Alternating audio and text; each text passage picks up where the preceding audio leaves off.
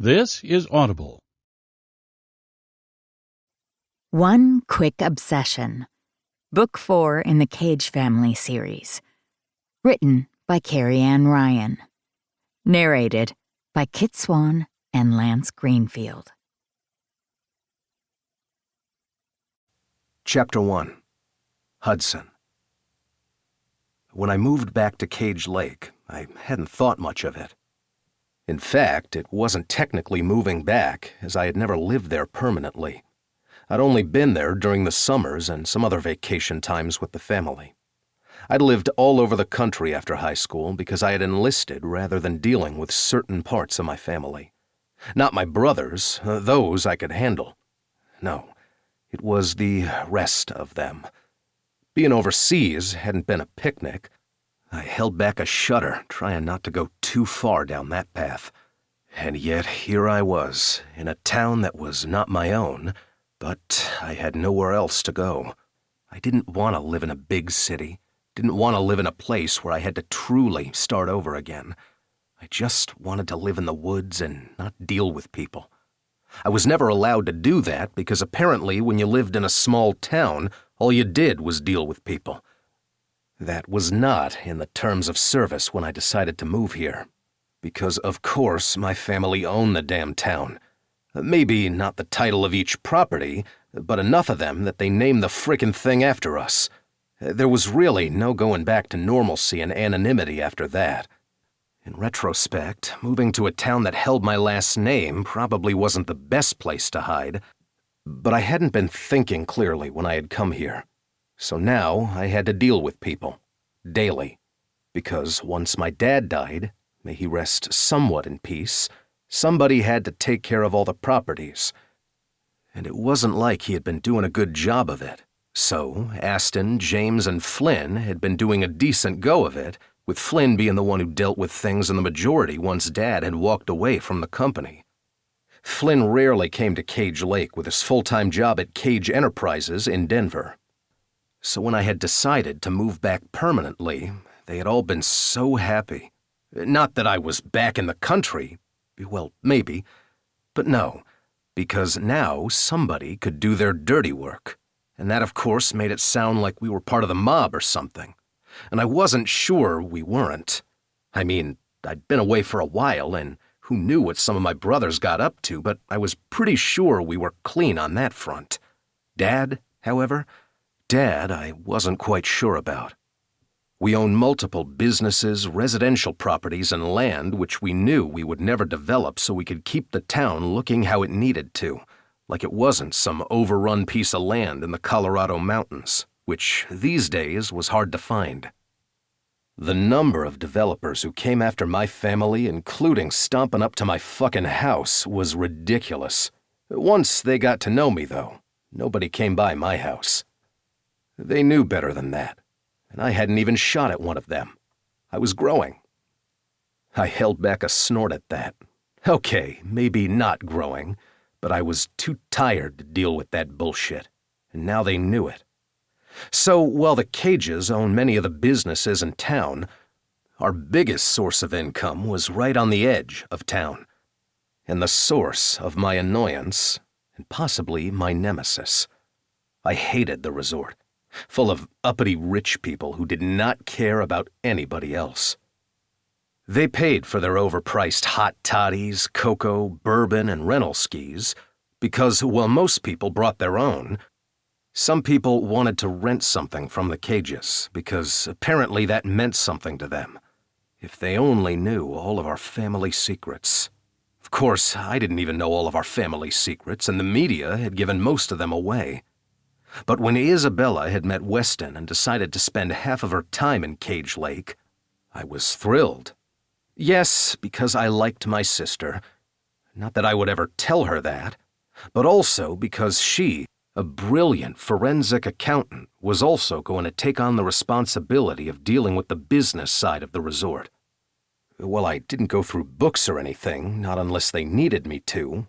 I was the guy that all of the business owners spoke to if they needed something. It was my worst nightmare. I just wanted to do my art in peace and pretend everyone else didn't exist. It was kinda hard to do that when you had 11 siblings, many of which were starting to find their significant others, so therefore adding more people to my circle.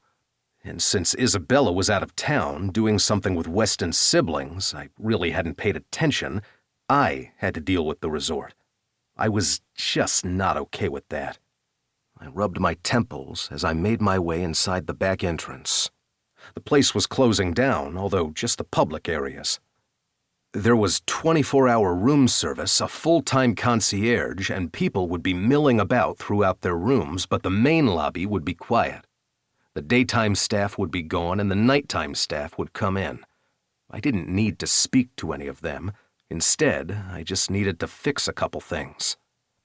I wasn't a damn handyman, and I wasn't in the mood to be alone at home. And how was that for irony? Because I was the dumbass who pushed people away so I could stay at home alone, and now I didn't want to deal with it. And it had nothing to do with that phone call, or that nightmare. I walked inside and nodded at a guest who happened to be going to their room. They were decked out in their finery, weaving a bit from their alcohol consumption, but she just smiled before leaning into her husband. Or, at least who I thought was her husband. I wasn't going to judge. The guy scowled at me, and I scowled right back. I didn't really fit in with this crowd with my worn jeans, flannel, and beard that I needed to trim. They could just deal with it. My hair was too long at this point, too, and I was starting to match my twin's look of roughness, but then again, he was usually a little cleaner cut than I was. He just cursed more than me. At least, that's what I told myself. I didn't know why we kept this resort open. Yes, it was great for the town. Yes, it was good income for the company. Why did we have to do something in which we had to make rich people happy? And now I was just being an idiot. I moved down the hall towards the back offices. After I slid my key card to get through security, I tried to think about all the things I needed to get done tonight. I wanted to work on my art piece, but it was turning out to be far more difficult than I thought. Maybe I would head down to Harper's later and work on another mural. That would clear my head. And I liked my brother's girlfriend. She might seem sweet and innocent, but she could kick anybody's ass if they ever decided to come and hurt her family, and the Cages were now her family. I liked her. I could be doing art. I could be working on my house. I could be doing anything else. Instead, I was at this damn resort trying to fix a doorknob that kept getting stuck. Again, not my job, but if I kept my hands busy, I wouldn't have nightmares. And that sounded a lot better to me. When I got to the manager's office, though, I frowned. The door was open, not locked in place like it usually was. Scarlett was damn good with security. She was damn good at most things, which was why we always butted heads. Because I didn't like her knowing that I thought she did a damn good job. She got all uppity and looked down on me, and I wasn't in the mood to deal with that. But she never left the door open. I slid my hand into my pocket, gripping my knife, as I slowly opened the door fully. She stood there, alone, as I scanned the room, but it took me a moment to let go of the knife. Because while she was alone, she wasn't sitting at her desk working. Instead, the image in front of me made my jaw tense and anger surge to the surface. Scarlett, in all her beauty, with her light blonde hair flowing down her back and that icy way she could put down anybody who tried to hurt her, stood in front of her mirror, her main shirt off and over the chair, in only her pants and tank top, and there were bruises all over her. She pulled up part of her shirt since I knew she hadn't seen me yet, and the dark bruises turning blue and green there put a metallic taste in my mouth. Who hurt you? She met my gaze in the mirror, her eyes widening. Her face went deathly pale before her jaw tensed, and that familiar snarl covered her face. She whirled, sliding down her top. "Get out!" she yelled as she scrambled for her shirt. I moved forward, hands at my sides. I was a good foot taller than her and could scare the shit out of her, but it wasn't like I could look any smaller than I was. I'd be damned if she didn't tell me what the hell happened. I repeat, who hurt you? She quickly buttoned up her blouse, her hands shaking. I'm fine, she lied, because it was a damn lie. I went skiing and hurt myself. I was just checking the bruises. I leaned forward and reached out to grip her chin. My breath caught as the bruise on the side of her jaw had only just now revealed itself to me when she turned, and she flinched. Fucking flinched. I let my hand drop, and I told myself to breathe. Don't fucking lie to me. And maybe you should just get over yourself. I don't owe you any answers. Get out. You may own this place, but you don't own me. Get out, get out, get out, get out. She repeated the words over and over again before her knees went weak and tears slid down her face. I had never once seen Scarlet Blair crack, not in all the times that we'd yelled at each other, fought, or poked at each other just because we knew we could handle it. And that scared me more than anything. I reached out and caught her before she hit the ground and held her to my chest, because I knew exactly who had done this. And I tried not to let the memory slam into me, because this was all too familiar, and I had failed the first time. I would kill him. I didn't tell her that. I just let her break down in my arms. I vowed to myself right then and there I would kill him, just like before. Chapter 2. Hudson. 1 year later. Fire licked up the side of the building, radiating heat through the wood and stone, scorching my skin. I winced, taking a step back, and bumped into Fox. "Duck and cover!" Hernandez shouted. I hit the deck, covering my head as debris flew over our bodies and the sound of screaming echoed throughout the now shattered room. Then we were on our feet, crouched down, moving swiftly, and yet not swiftly enough. "Cage! Behind you!" I turned, but not quick enough. Light flashed in my eyes, and sound followed, a cacophony of shouts, screams, and silence. Then I blinked and looked down at the blood coating my hands, the sickly sweet smell muted for some reason. Only the blood wasn't merely my own. The bodies piled at my feet pressed against my shins, the blood from my fingertips dripping on their torn flesh. Faces of people I knew, who I called friends, stared up at me with empty eyes and gaping mouths. Fox, Hernandez, Smith, Williams, Martin, Robinson, Lewis, King, Scott. So many, and yet blood trickled down my chest, coating my skin. And then it was her face. She wasn't supposed to be here. She was all the way back over in the States. She was supposed to be safe, not with me, but safe. Michelle's eyes changed once again, and Scarlett blinked at me, her mouth barely moving as she whispered a single word. "Help!" I opened my eyes and realized that my dreams had taken a turn. I sat up, chest heaving and sweat coating my body. The sheet pooled around my waist, and I ran my hand over my face and through my beard, pissed off. I didn't have nightmares every night. I honestly had come back from my tours overseas relatively unscathed. I might have earned a Purple Heart, but so did many of my friends. It was the ones who hadn't come back that had done far more than me.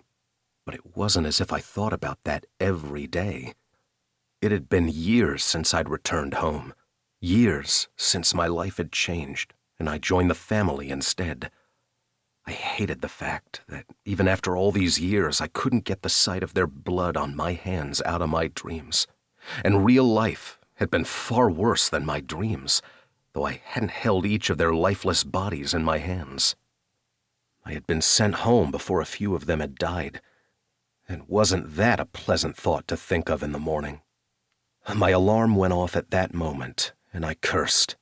I hated waking up right before my alarm, though it wasn't as if I was going to go back to bed any time soon, Not when Michelle and Scarlett once again decided to pop into my dreams.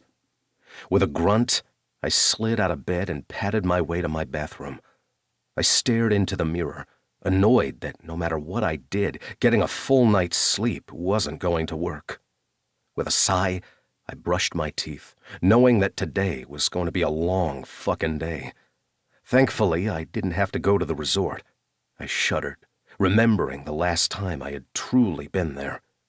Scarlett had shoved me out of that room and refused to tell me a damn thing about why she carried those bruises. That it wasn't my problem and I wasn't going to be her protector. I spit into the sink before washing my face and turning on the shower. Of course it wasn't my problem. I'd wanted to fix it. Scarlett had wanted nothing to do with me, which was fine. It wasn't as if we liked each other.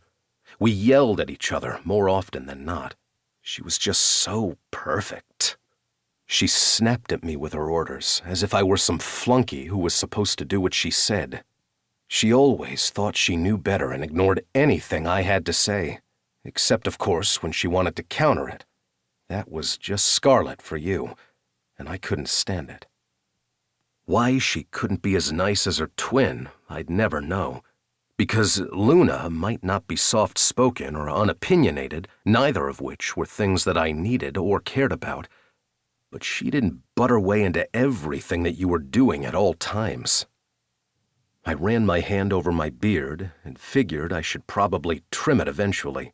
This cabin man look might work for some, but at this point, it was turning into a recluse look. That was going to have to change.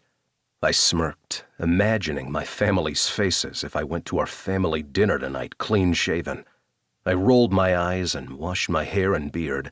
There was no way I was getting rid of it. Flynn, my twin, had shaved recently, showing his baby-faced skin and firm, square jaw, and that was enough for me. I knew what I would look like without a beard, and while we weren't ugly, I liked the beard. I ran my hands down my body and let them linger over the puckered scars on my shoulder and down below on my rib cage. 2 edged pieces of skin that reminded me of why I had come home. I swallowed hard, pushing away those thoughts. The deeper I shoved them, the further they would stay away. That was how things worked. I turned off the shower and reached for my towel before wrapping it around my waist. I had a few projects to work on around my house and then the old Ackerson place before family dinner tonight. My siblings Isabella and Dorian were handling everything with the resort these days, and for that I was grateful. I was tired of Scarlett either glaring at me or skedaddling as soon as she saw me. And it was a skedaddle.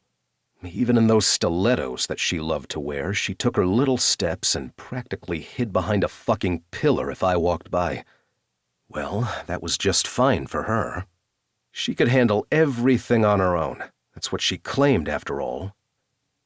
My phone buzzed, and then buzzed again, and again, and again. I groaned, knowing what was to come. The family group chat. My family wasn't what some would call normal. Nobody would call them normal. My father, the bastard that he was, had not 1 family, but 2. I had grown up with 6 siblings, all brothers. We had been loud, rambunctious, and probably annoying as fuck, but our nannies had done their best. It wasn't as if our father had been around often to have a hand in raising us, other than to scream at us. Rather, scream at me. I was always Dad's least favorite, though I never quite knew why. Our mother, a shrew of a woman if there ever was one, had once been a little softer. But now, all she did was try to barge into our lives, as if she hadn't spewed terrible words at us and those who had married into the family. Our loving father had been around when he could, running Cage Enterprises, a real estate firm that gained in financing, worked in development, small businesses, environmental research, and God knew what else. I wasn't part of it. Yes, technically I was on the board because all of our siblings were, but I had nothing to do with the family business. Joining the military at age 18 and running away from home had ensured that. Dad wasn't around enough to care at first. In retrospect, it made sense. He was traveling for work or traveling down south to Colorado Springs, where he not only had a secret second wife, but I had 5 more siblings. That meant 12. Lauren Cage had 12 kids. And somehow, we were all becoming friends, a family. I shook my head, wondering if my father would have ever imagined that. No, not even a little. We were forced to have a dinner once a month where at least 5 people had to be in attendance, 3 from one side, 2 from another. Lately, we'd ended up with more than 5 at a function because we liked hanging out with each other, and I usually attended if it was up in Cage Lake. But with 11 siblings, there came one caveat: the family group chat. It wasn't just one family group chat. There was the mega family group chat that had all 12 of us.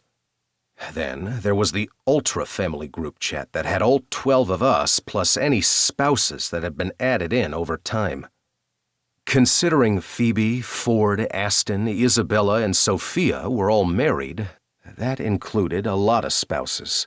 And Dorian had his fiancée Harper in the group as well. And from each of those were subsets of family group chats. The original 7 had a group chat just like the Colorado Springs 5 did. And then there was a mix and match. There was one of just the women versus the men.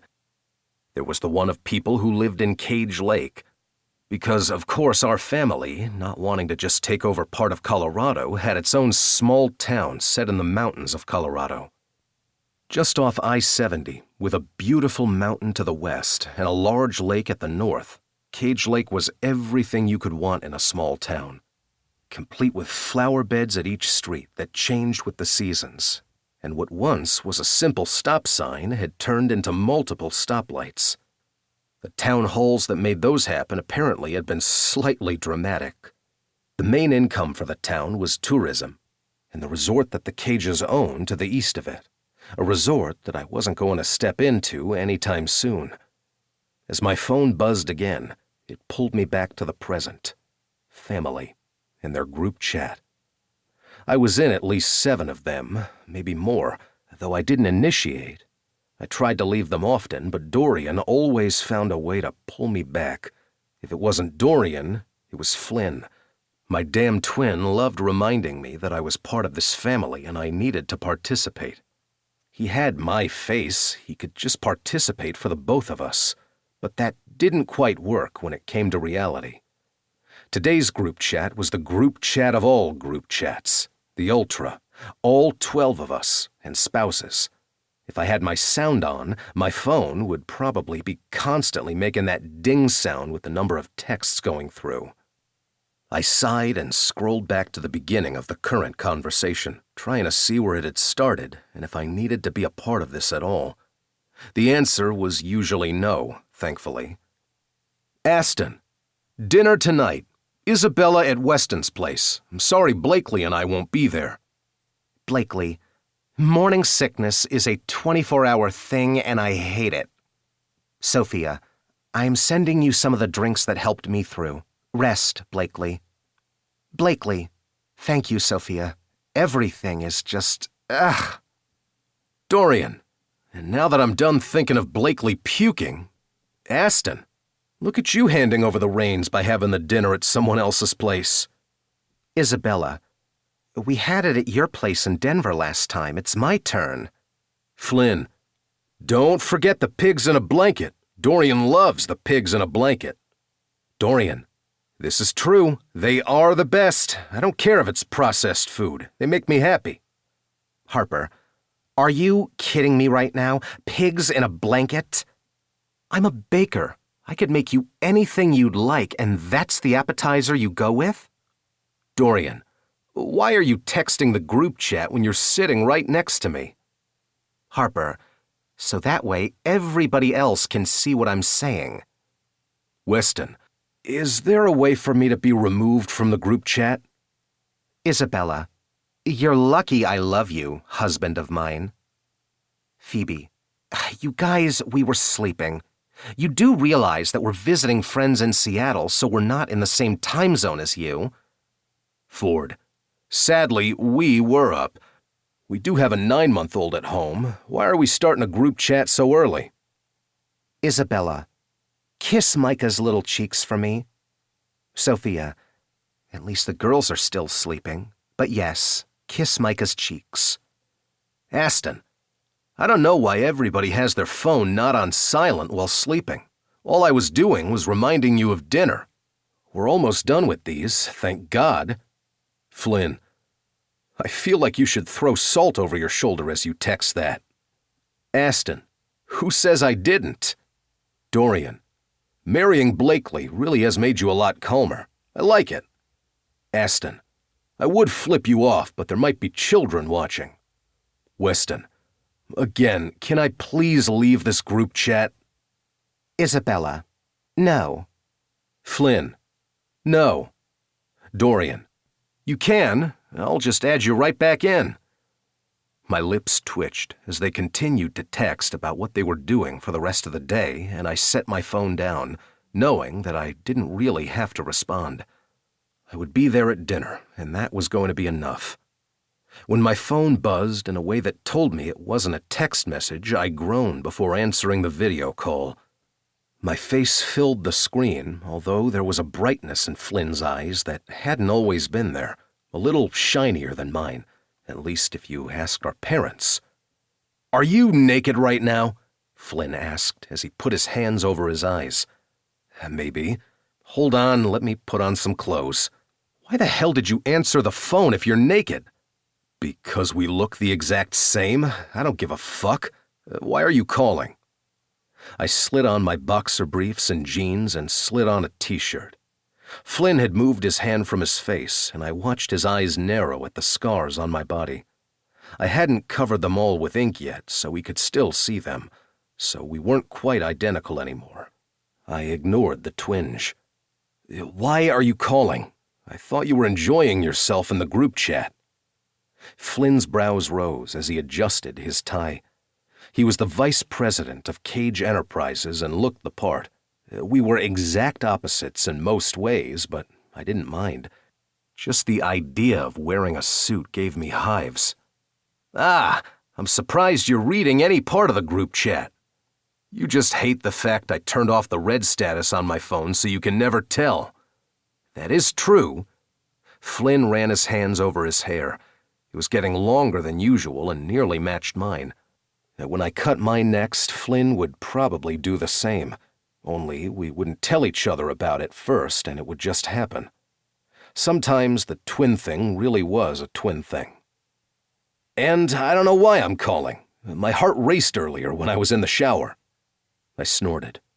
Is there something you want me to know? Wait, don't tell me what you were doing in the shower.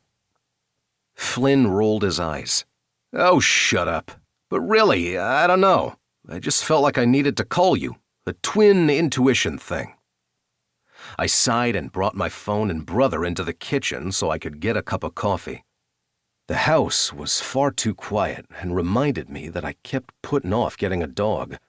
There wasn't a storm raging outside, and the heat wasn't currently running, so the silence seemed amplified. Considering it was April, most places didn't need their heat on, yet we were in the mountains. The weather was going to oscillate wildly for the next month or so, even into June.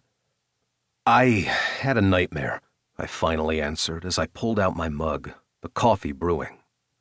Are you okay? Wait, that's a stupid question. Of course you aren't okay.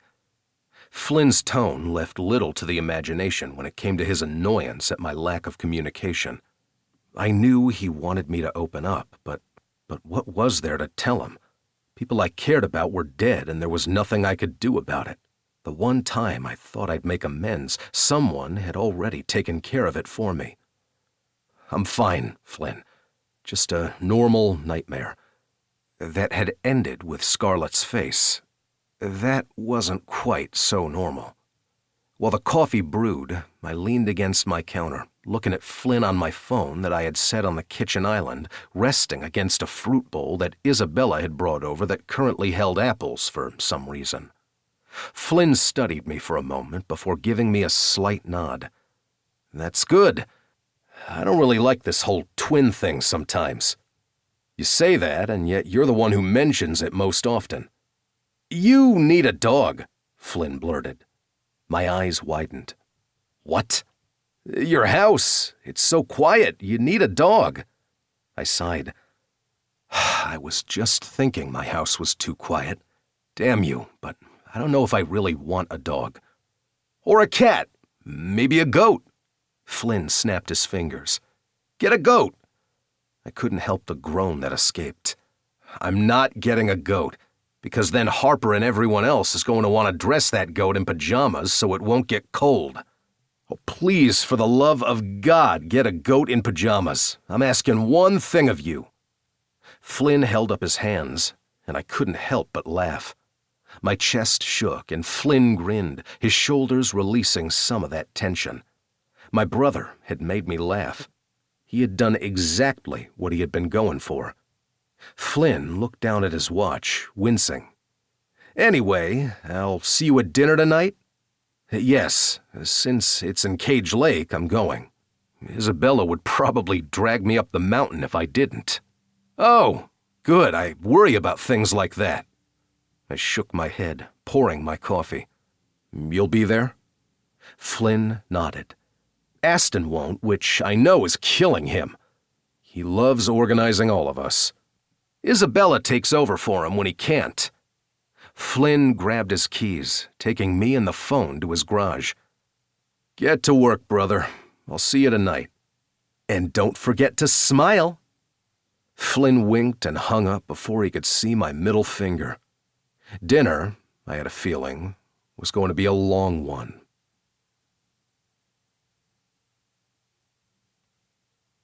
Wait, so you're not getting a goat in pajamas? Emily asked. I let out a long sigh before glaring at Flynn. Stop telling everybody I'm getting a goat. Oops. Emily batted her lashes before grinning. You don't think you should tell your baby sister about a precious baby goat? I'm not getting a goat. I'm not getting any animal. Harper and Dorian have their dog. I don't need one. You can't just borrow another person's dog, Dorian said dryly. Was that a migraine? Yes, I do believe so. Yes, I can. You guys fight about the weirdest things, Emily said as she shook her head. Flynn wrapped his arm around her shoulder and beamed down at her. Welcome to the cages. You don't come to enough of these dinners, so you don't really know how insane we are. That was true enough. As one of the youngest cages, Emily tended to have the most fixed schedule. She had been just finishing college when everything had changed in our lives, and I knew she was trying to figure out what she wanted in life. After all, her path had varied widely, a little bit like mine had. She and Kyler, my other half-brother, rarely came to these things. She couldn't get out of work as much, and as Kyler was currently touring the world because my brother was a damn rock star, he barely had time to make these things. Of course, I only showed up when it was in my small town because I rarely ventured into Denver, so I didn't have much leg to stand on there. Okay, the girls are down, Sophia said as she walked inside and wiped her hands. I love Violet and Hazel with every ounce of my being, but I wish bedtime was easier. Sophia rubbed her temples, and Isabella came forward and wrapped her arm over her shoulders. Where's Cale? I asked, looking around the room. We were at Weston and Isabella's house, so of course those two were here, and Dorian and Harper had showed since they lived in Cage Lake part-time, and Flynn had come up mostly to annoy me, same with Emily, it seemed. Sophia was staying with Isabella and had brought her kids and husband, Cale, but I hadn't seen him since dinner. Sophia's smile widened. He got a promotion at work and is now on a call. She rolled her eyes. He ignores some of those calls, thankfully, but between his promotion, the twins, and my dance studio, I don't know what sleep is. Is there anything I can do to help? Emily asked. Sophia reached out and patted Emily's cheek. No, I've got it. You need to focus on your job. I know getting time off is difficult. The light seemed to die out of Emily's eyes slightly, but she smiled anyway. If you ever need a perfect toddler clothes, I will do my best to design them for you. They're growing so quickly, I would need an entire wardrobe full. How are they liking their beds up there? I asked, taking the attention off Emily. She gave me a thankful look, even though I'd rather be anywhere else but here at the moment. Even with family, too many people made me itchy. Sophia smiled softly at me. They're beautiful. Thank you for painting them. I shrugged, ignoring everybody's stares. Well, Sophia could have had any of the homes around Cage Lake that our family owns, or part of the land, and build something for herself. She usually opted to stay with one of us. Isabella, mostly. Isabella had bought 2 sets of cribs that could turn into big girl beds, as they called them. They had come with just plain wood and were ornate, but I had wanted to add a little bit more to them. Call me sentimental. I'd also painted the murals in that room and had done my best to ignore Sophia's quiet, thankful sobs. "I seriously don't know how you do it," Cale said as he came forward and slid his phone into his pocket. He wrapped his arm around Sophia's shoulder and kissed her temple. "I can barely draw a stick figure." I shrugged. "It's something I do. And since Weston's sisters said that they would give up one of their rooms for Sophia's twins, it all worked out." Weston had 2 younger sisters and a younger brother who were now adults and living outside the home. When they visited, they all piled together or stayed in one of the various guest rooms or in one of our homes. When you happened to own a town, we had a lot of real estate where we could stuff your family and friends when they needed to find a bed. Conversation turned to the next family dinner, and I frowned, realizing that we were running out of them. In order for the family to keep Cage Enterprises, Cage Lake, and all of the estate business whole, our father had put certain things in his will. We weren't even sure of all of the rules and stipulations yet, but the main thing was we had to have these family dinners. I didn't know what we would do when we reached the last one. Maybe I wouldn't be dragged out so often. That would be a relief. By the time everybody was ready to wind down, I was bouncing on the balls of my feet, ready to get home. I loved my family, I really did, but I needed time alone more than anything. "Hey, Hudson, I wanted to ask you a question," Harper called out as she came forward. I turned, holding back a frown. "Everything okay?" "Yes, I think. It's about Scarlett." I held up my hand, cutting her off. "No." Harper's smile dimmed. "Hudson." "She's your friend. She works for the family business. She doesn't work for me or with me. And she doesn't want me to have anything to do with her." I ignored the annoyance at that last part. None of my business. "But seriously, Hudson." "No." Dorian gave me a warning look from across the room, and I tried to soften my voice. "Harper, I love you like a sister I know you're going to be soon. But no." "Okay then. Fine." She lifted her chin, the look digging in. Scarlett wanted nothing to do with me, and I did not want to know anything about her. All she did was get under my skin, and all I did was annoy the fuck out of her. It was better when I didn't have to deal with her. With a sigh, I didn't even bother to say goodbye to anyone before getting in my car and driving around the lake to my place. I passed the smaller house near mine and let out a breath as I realized the lights were on. The fact that Scarlett was my neighbor irked me to no end, but the driveway was long enough that technically I didn't have neighbors. Yet I could see the lights were on. Scarlett was home and safe, unlike Michelle. And that was just another reminder that I wasn't the hero, and I never would be. Chapter 3.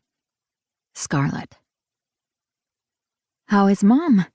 I asked, as I poured each of us a glass of the spinach, apple, and other assorted fruits smoothie I had made earlier.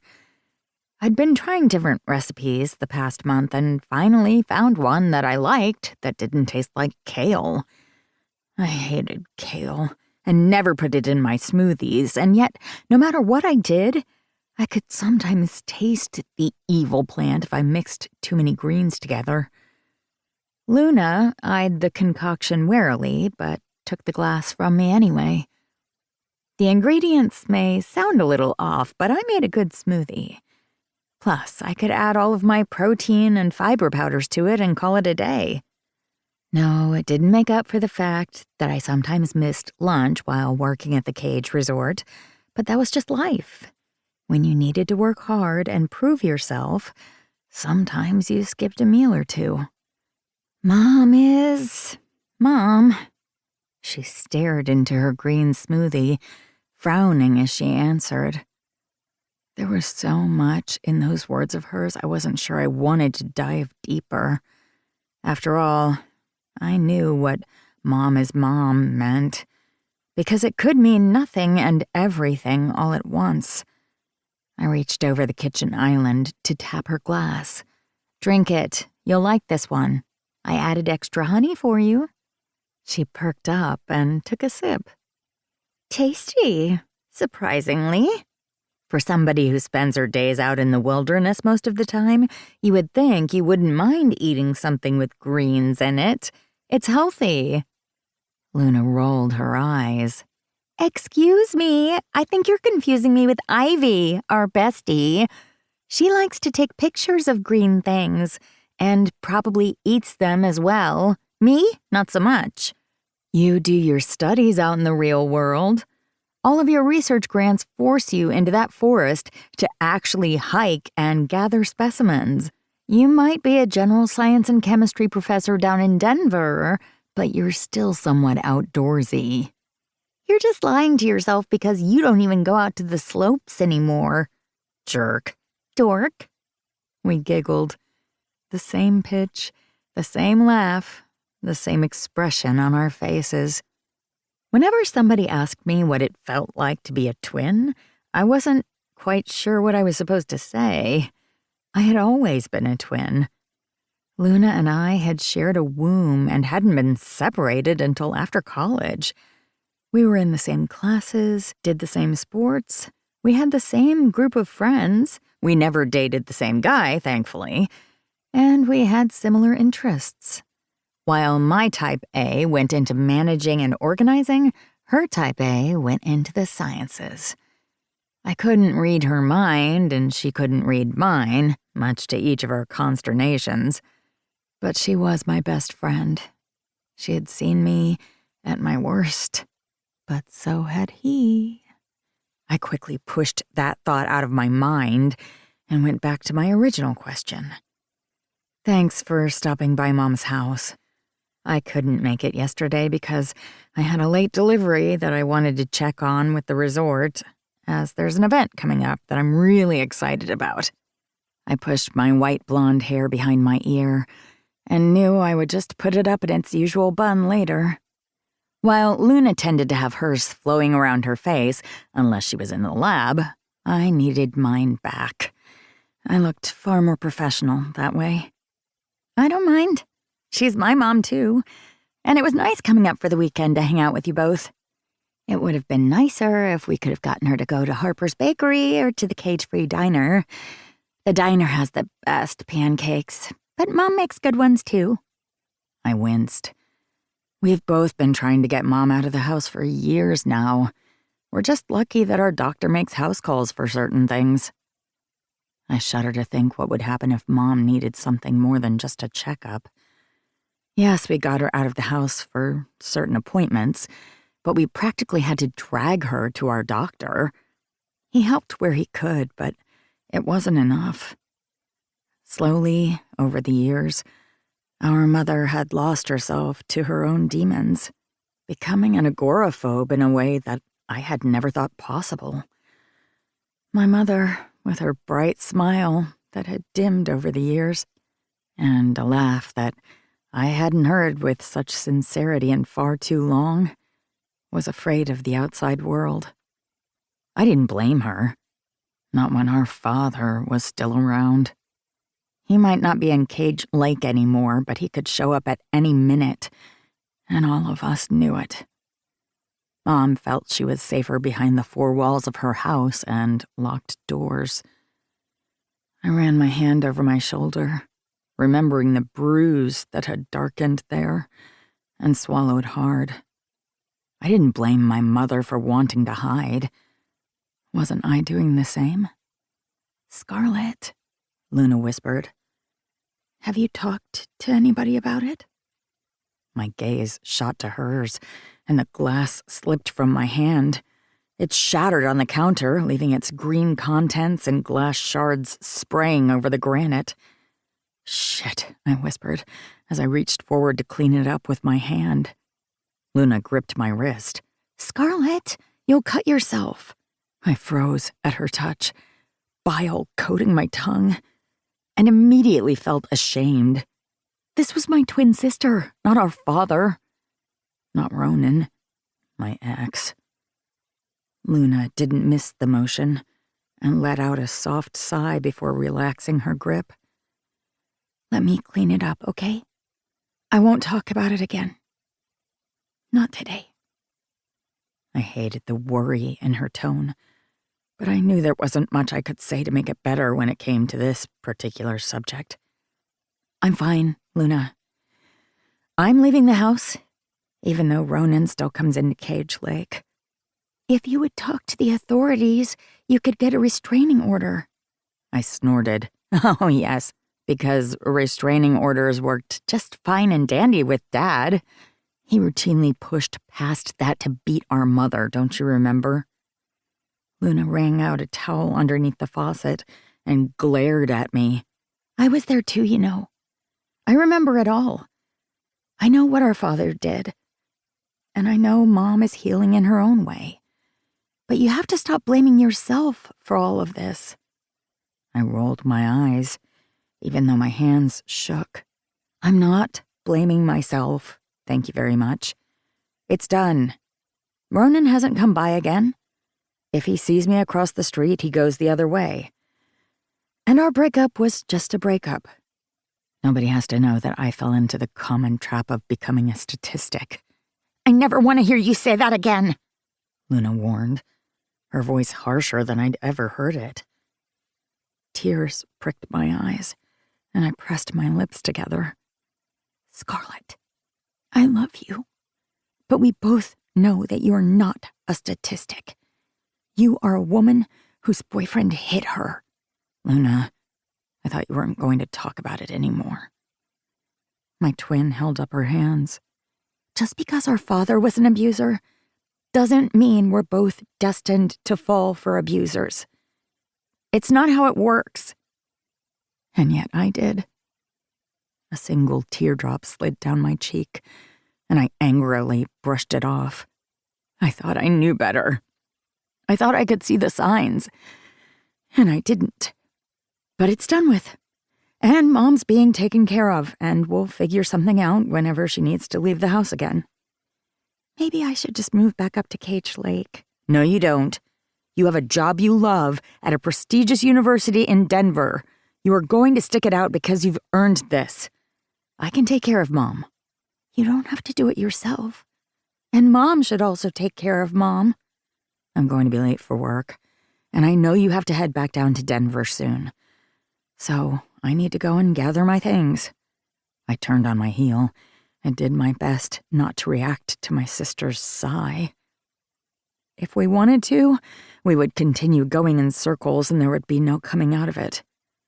I ignored the little voice in my head telling me that my sister was right, that I probably should talk about it more, but it wasn't going to happen anytime soon. I quickly gathered my things, slid my feet into my heels that I knew Hudson hated, then made my way back into the kitchen. Everything was cleaned up, the lone glass in the dishwasher, and the kitchen looked sparkling.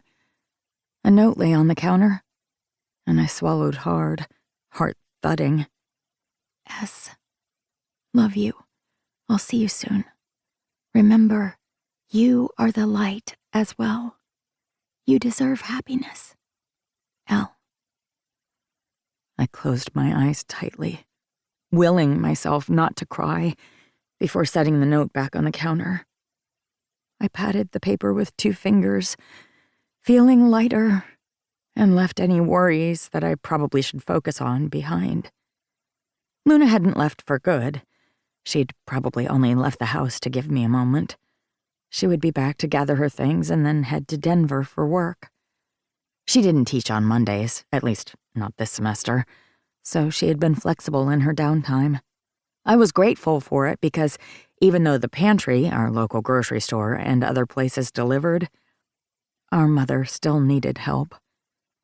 I pulled out onto the road that surrounded the lake, passing the small houses of local residents that I had known for years. Airbnbs and other types of short-term rentals weren't allowed inside town limits. There were townhomes, cabins, and the resort for vacationers. In order to stay in one of the homes in Cage Lake proper, you had to be a resident. Or call it a vacation home and use it as a vacation home personally. There were rentals within the community, but those were long-term rentals. For those Cage Lake residents just starting out or not wanting to own a home and all the issues that came with that responsibility. I didn't have many neighbors, however. Unlike some. I lived around the lake where most of the cages had homes of their own. I also ignored my actual neighbor, because it wasn't as if I ever saw him these days.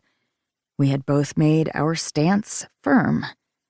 There was no need to be near one another or acknowledge each other's existence. It was much better that way. While I could have driven through town, down Main Street, or even to Aspen Creek and Champagne Peak, I went east, towards the resort.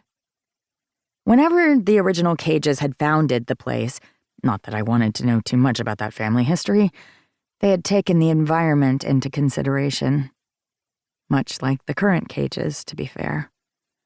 The resort was off to the east, and was the main draw of tourists to the area. There were homes along the resort where many of our employees lived, and it was surrounded by forests and the large mountain of Champagne Peak.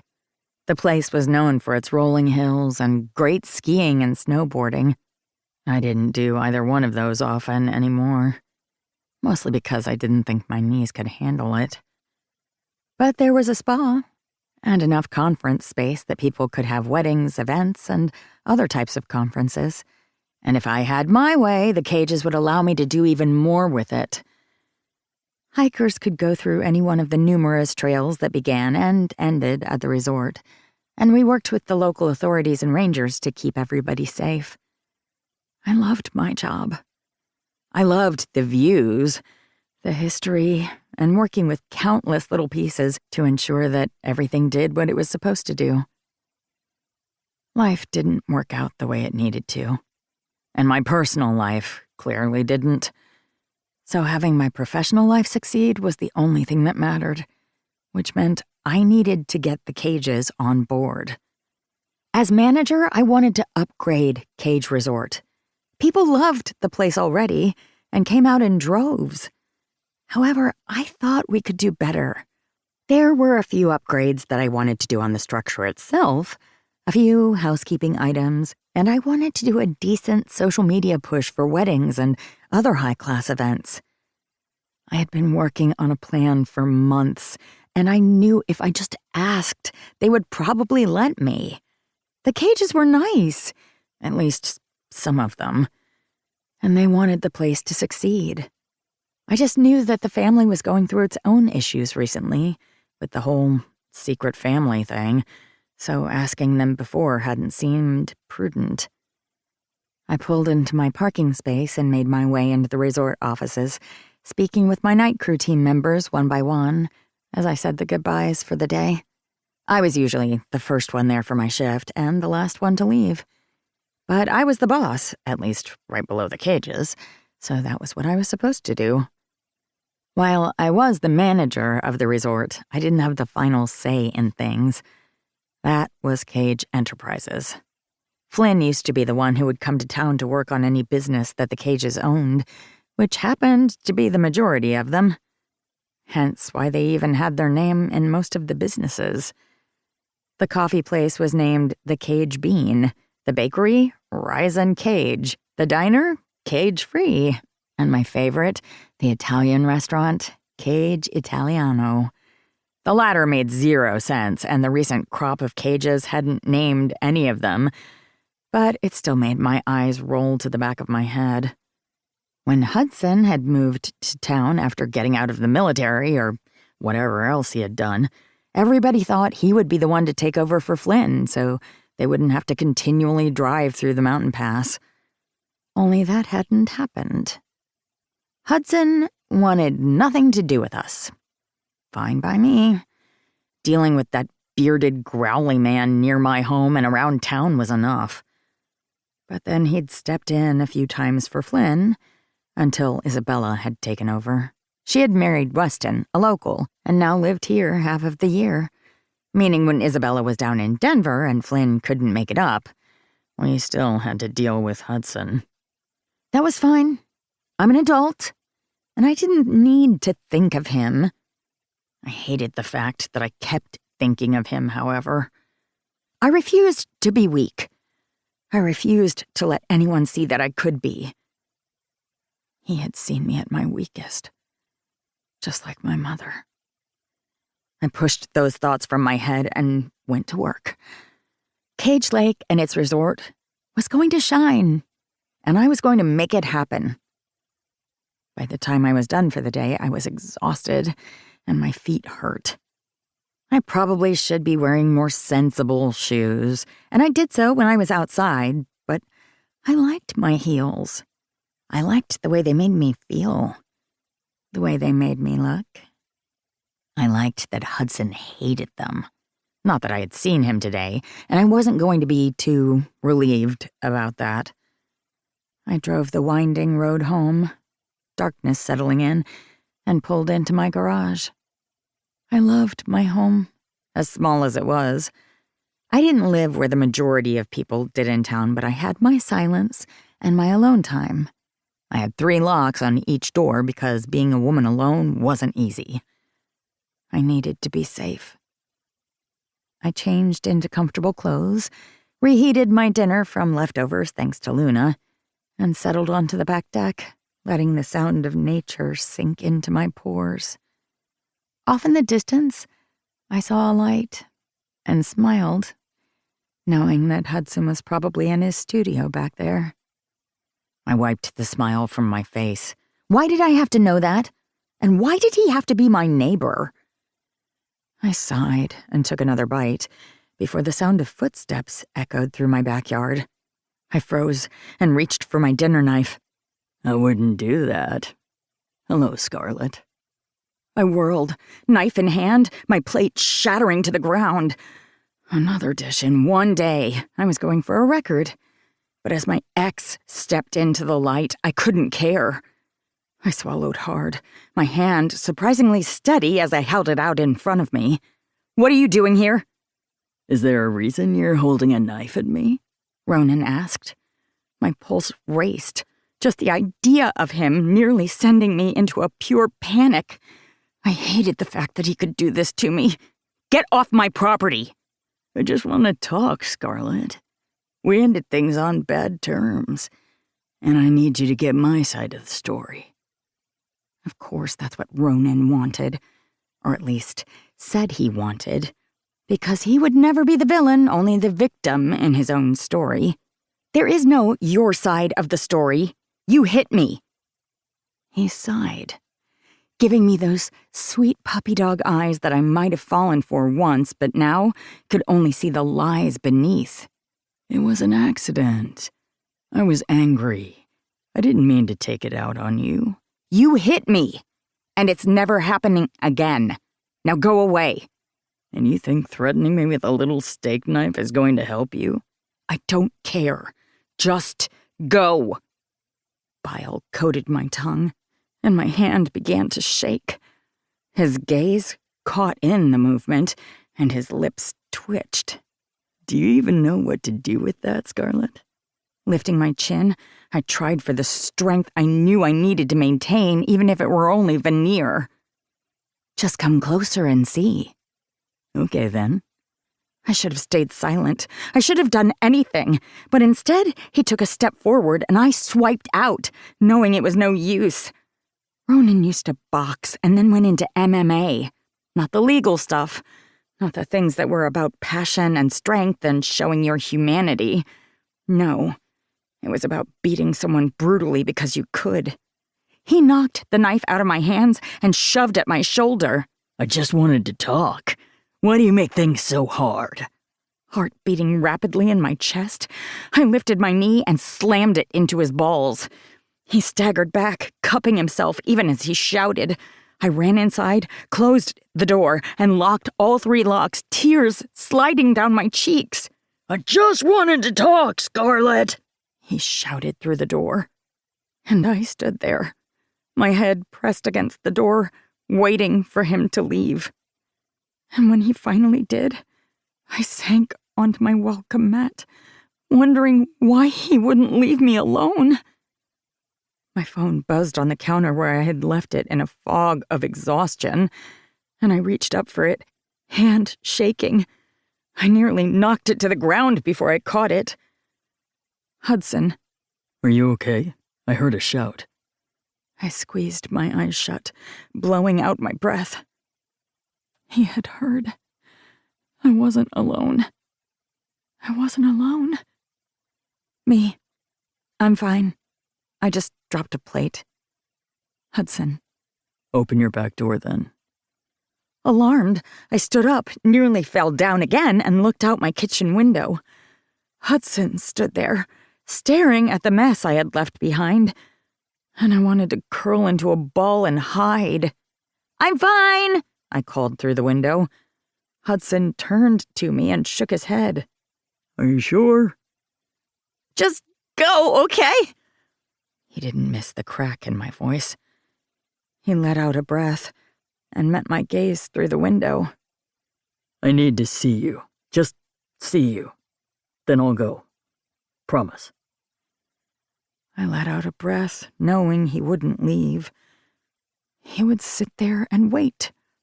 Or worse, maybe he thought somebody was inside with me and wanted to help. I didn't want him to see me. But I was fine. Ronan hadn't pushed me hard enough to bruise. At least I didn't think so. And it wasn't like the bruises would show up yet. And doing something I knew I probably shouldn't, but was the only thing I could do. I unlocked the door and slowly opened it. Hands fisted at his sides, he studied my face before his gaze roamed over my body as if checking for wounds. It wasn't as if he was going to see them. Was he here? He's gone now, I blurted. I hadn't meant to say that, hadn't meant to think it. Do you want me to check the house? I froze, as I hadn't thought of that or the full ramifications of Ronan being here, before I finally relaxed. I'm fine. He's not in the house. He was out on the deck and I heard him leave. Are you sure about that? I can check the property. I can check my security cameras. I cursed, which I should have done to begin with, just like I should have called somebody when he first walked onto my porch. I should have had my phone near me. I didn't think. I never think when it comes to him, and I hate it. Scarlett, don't blame yourself. It'll just piss me off. People keep telling me not to put the blame on my shoulders, and yet here we are. I sighed. And yes, pissing you off is something I never want to do. Even I didn't believe the sarcasm at that point, and the look on Hudson's face proved he didn't either. If you're sure you're okay, I'm going to check around the property, and you should check the security cameras. He paused, studied my face again. And put ice on your shoulder. How did you know? I whispered, my voice breaking. He tore your shirt, Scar. He whispered, before he leaned down and began to pick up the broken plate. Why are you doing this? I asked, incredulous, ignoring the fact that Ronan had indeed torn my shirt and I hadn't even noticed. Because somebody should. And I know you've got this on your own, but as my family continues to tell me, you don't have to. And with that, I knew I didn't understand Hudson at all. But then again, I didn't understand myself. So I picked up my phone, went through the security cameras, and then went to get a broom. I couldn't sweep this away.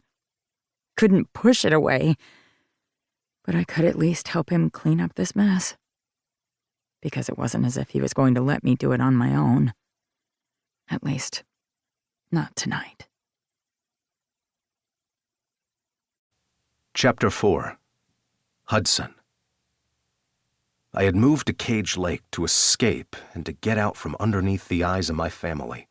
I had thought living in the mountains would mean I would be able to avoid many of the commitments that came with being around people. It wasn't that I hated people. It was more that I didn't like them all the time. They could be greedy, loud, rude, and intrusive. They could break you, take everything that you thought you could want, and shatter the lives of those you care about. I did better on my own and liked being on my own. Then I realized that moving to a small mountain town wasn't exactly like I thought it would be. Because living in Cage Lake didn't mean I could escape my problems or avoid the rest of the world.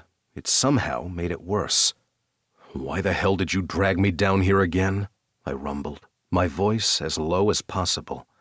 But with how deep it was, it still carried. Hence the glare on a couple of faces. I watched Isabella's grin twitch ever so slightly and resented it. I asked if you would like to join us. You're the one who decided to follow through and join. I looked over at Weston, who just shrugged.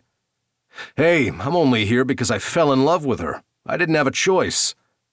My friend grunted and rubbed his stomach from where Isabella's elbow had just gone. My sister merely raised a brow at his look. Really? You're going to make that type of comment? You're the one who's from Cage Lake. Not to mention, you're the one who told us that there was an event today. Weston sighed. "It's St. Patrick's Day, and we're Cage Lake. I assumed you knew there would be some form of ridiculous parade and event with pies and whatever else they find. It's what we do. We just didn't help organize it this time because we were down in Denver, so I didn't think about it." "I mean, really, how dare you?" I said, my own lips twitching. "Seriously, you should know by now that it's Cage Lake and we really do just go overboard," my friend finally said, no longer hiding behind a smile. I ignored both Weston and my sister. "This still doesn't help me realize exactly why I'm here. I had been safe and happy in my own house without having to deal with people or this event, and yet here I was, with no escape because a few people had already seen me. Now running away was no longer an option. "You're so cute when you're grumpy."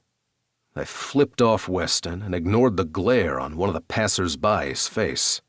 I didn't know what the lady was expecting. I was Hudson Cage, the town recluse and asshole. They should be used to my inability to act like a citizen of a polite society by now. If you really want to leave, we can make excuses for you, Isabella whispered, worry in her tone. I let out a sigh, my shoulders dropping. And that right there was why I couldn't leave. Because, of course, Isabella would be kind to me in the end. Sure, she had just as much of an attitude and ability to put all of our siblings in place as Aston could. It had to be an older sibling thing, but just like Aston, she actually cared about us too. "No, it's fine. I'll stay." "Because if you stay now, then you won't have to do the next couple of holiday things. I see how it is," Weston smirked, and this time avoided Isabella's elbow. He wrapped his arm around her shoulder, tilted her head back, and took her lips in a kiss that was mildly inappropriate for the public area. However, people just clapped and looked ecstatic that the town mechanic and one of the new cages were happy and in love. I rolled my eyes and watched as yet another parade float with green shamrocks and fake gold coins slowly meandered past. "It's still been snowing," I said after a moment. "We have a fresh powder on the mountain, and I know that the resort has been busy as hell, and yet we're out here in the cold dealing with this. Why?" Isabella gave me a look. Because that's when St. Patrick's Day occurs during the year. I mean, it always happens on March 17th, so it's not that big of a surprise. And you sure know a lot about the resort. This time I full-on glared at her, and she held up her hands, conceding. At least I hope she was conceding. Touchy subject. I know about the business, thank you. Because that was a decent excuse, right? My sister slid her fingers through Weston's as she spoke. Okay, though I know you haven't been around lately, and Weston and I are heading back down to Denver soon. Do you think you can handle the resort, or shall we send Flynn up? I tried to hear any worry or pity in her tone, maybe even a little disappointment, but there was nothing beyond a question. She was honestly asking and would move her plans or force my twin to town so I wouldn't have to deal with the resort. I was still getting to know my new siblings, figuring out their tics, and Isabella surprised me daily. No, I'll handle it. The smile on her face brightened, and she squeezed my shoulder through my light jacket and Henley. It might be winter, but I was used to the cold. Good. I mean, Scarlett has everything down by now. She really doesn't need our oversight. It's more of us being there to make sure she knows she doesn't have to do everything alone, you know? I mumbled, once again not wanting to think about Isabella, because if I thought about Isabella, I thought about Ronan, and I thought about those bruises, and the fact that I hadn't been able to do a single fucking thing about them. Hudson, are you okay? I grunted and pushed thoughts of Scarlett from my head, or at least I tried to, because of course, there she was.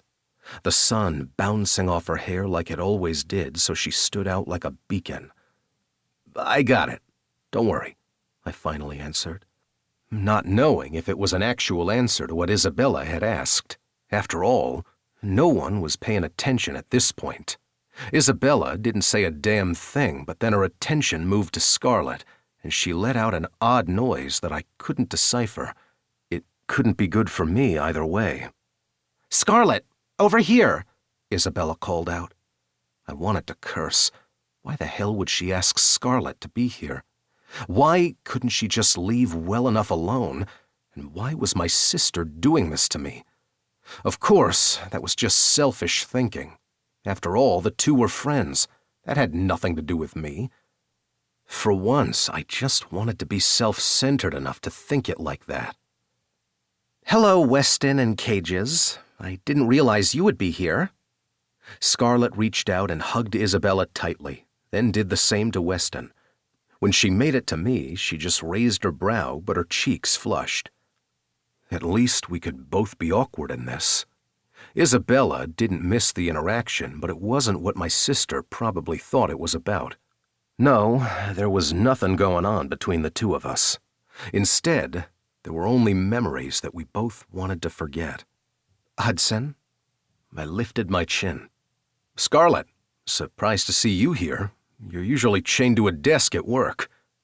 Her gaze narrowed, and I was only marginally annoyed at myself for even saying something like that. I was an asshole, but I didn't need to be constantly rude. My bosses sometimes give me the day off. She turned away from me, giving me her back as she spoke to Isabella. I figured it's time that I tried to get more involved in the town rather than working nearby with mostly tourists. Perhaps I should take a break and not work too hard. You know, I don't quite believe you, Isabella said with a laugh. Oh? Scarlett said, eyes wide. I mean about the whole not working too hard thing. Scarlett, you work far too many hours, even though we yell at you constantly to take a break.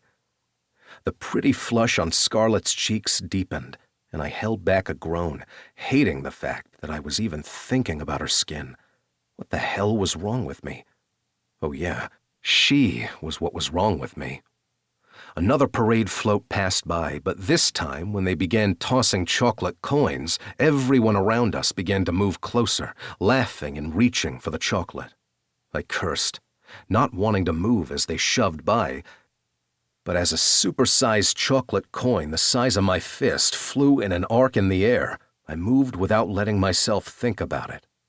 2 steps forward, and then my hand was over Scarlett's head, catching the damn coin before it smashed into the side of her face.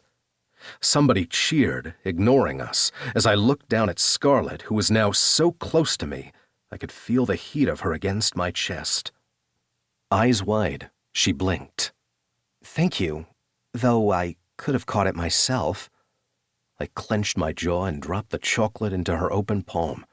Sure, Scar, unless you mean catching it with your face. I was moving, but thank you. Not fast enough, I grumbled. The cannon on the side of the float sputtered, sending a large burst of sound directly toward us. Without thinking, I threw my arms over Scarlett, pulling her close as sweat slicked my brow and my entire body threatened to shake. Nobody seemed to pay us much attention, but I tried to catch my breath, my chest seizing. Then I realized what I was doing and quickly dropped my arms, embarrassment crawling up my skin. Hudson? Isabella asked, worry etched on her face. I held up both hands and shook my head. Fine, just startled me. An understatement. I tried to turn on my heel and walk away, but then Scarlett's hand was on my shoulder, and I froze. Hudson? She asked. The 1,000 questions I knew she had buried deep within that one word. It's nothing, I lied.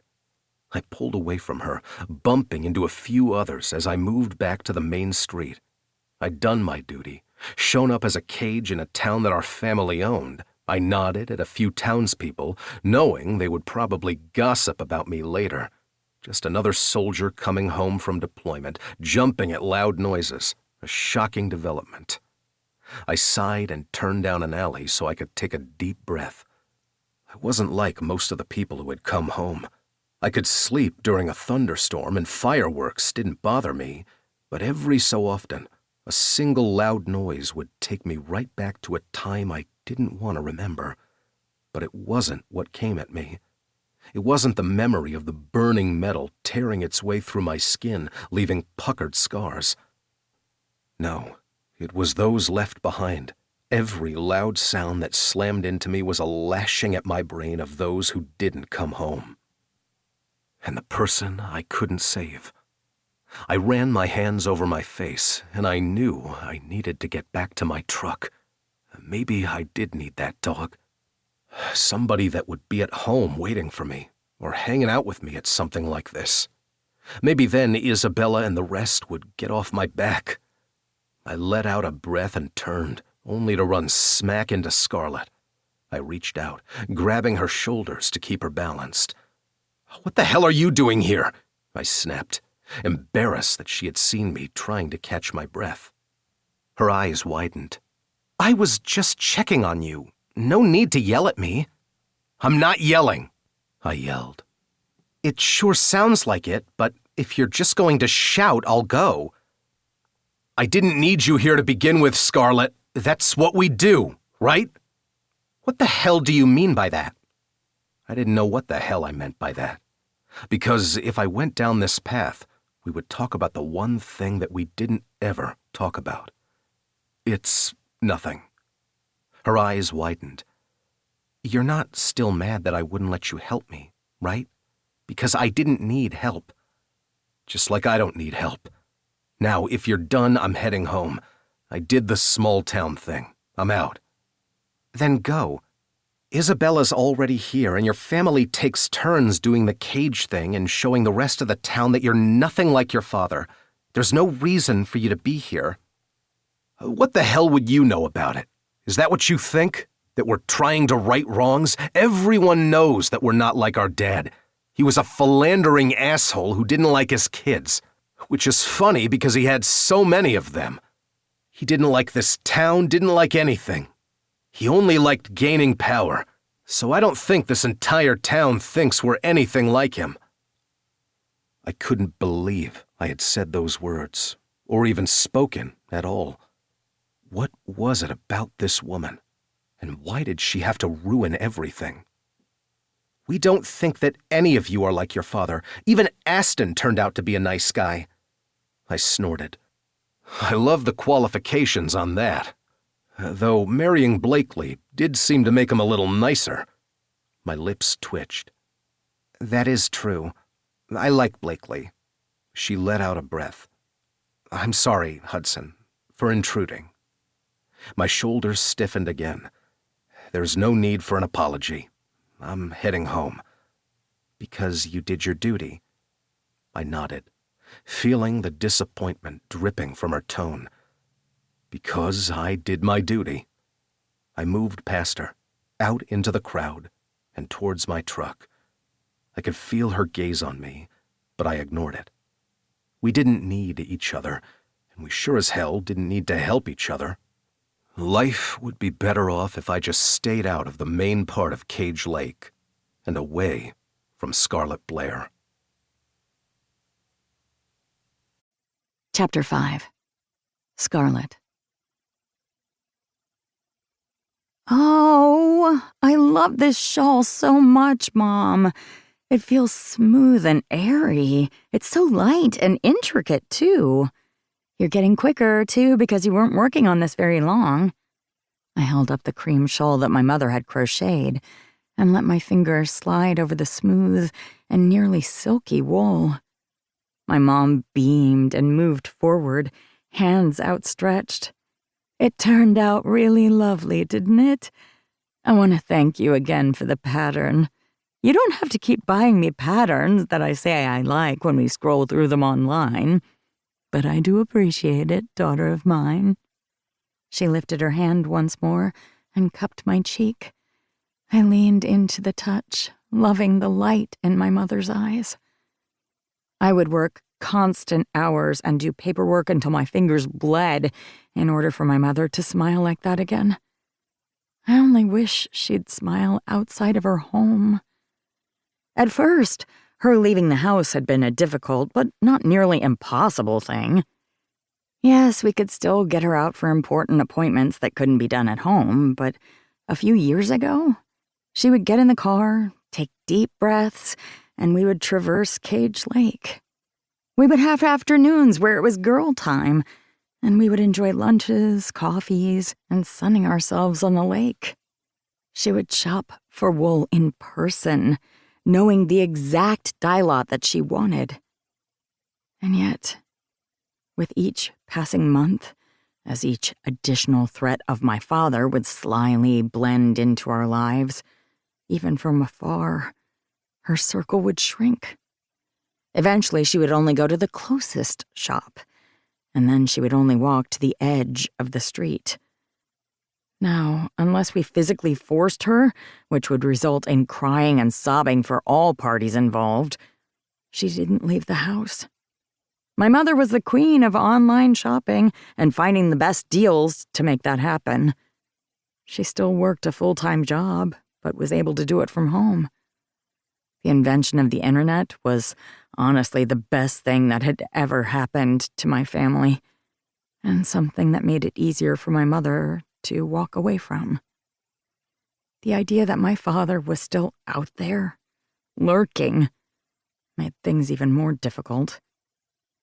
There was a restraining order which said that my father couldn't be within 100 feet of wherever my mother was, nor could he even be in an area where he could set eyes upon her home. But restraining orders had to be enforced. Our sheriff and local officers were wonderful, but they couldn't be around 24 hours a day. The worry that had etched itself onto my mother's face years ago would never go away. Yet this simple shawl that she had made, that wasn't simple at all, lightened those lines ever so much. Honestly, it's probably the best shawl you've ever made. It's so intricate. Mom leaned into me, her smile still shining. I'm glad you like it, because it's yours. I shook my head, not surprised at her generosity. No, you should sell it, Mom. Your shop is doing fantastic. In addition to my mom's full-time job as a copy editor, She also sold a few of her projects in a small online store. I was so proud of everything that she was doing, knowing that while she couldn't always get outside, with those times that she could coming fewer between, she was still living a life. Perhaps more than I was these days, considering she had a full online community that she spent time with. They had online parties, and even a book club and wine night. I hung out with the girls when they were all in town, but honestly, I had missed the past two because of work and, well, Ronan. I didn't want to think about him, especially not in my mother's home. She didn't know the truth about Ronan. I'd told her we'd broken up and I didn't want to see him again because it hurt emotionally. Not that I was truly afraid of him. I wasn't going to put that stress on her shoulders. I didn't want to stain her with the shame of my own choice. I would never blame my mother for what my father had done. Never blame her for not leaving when she had tried multiple times for herself and for her girls. I did blame myself for following that path.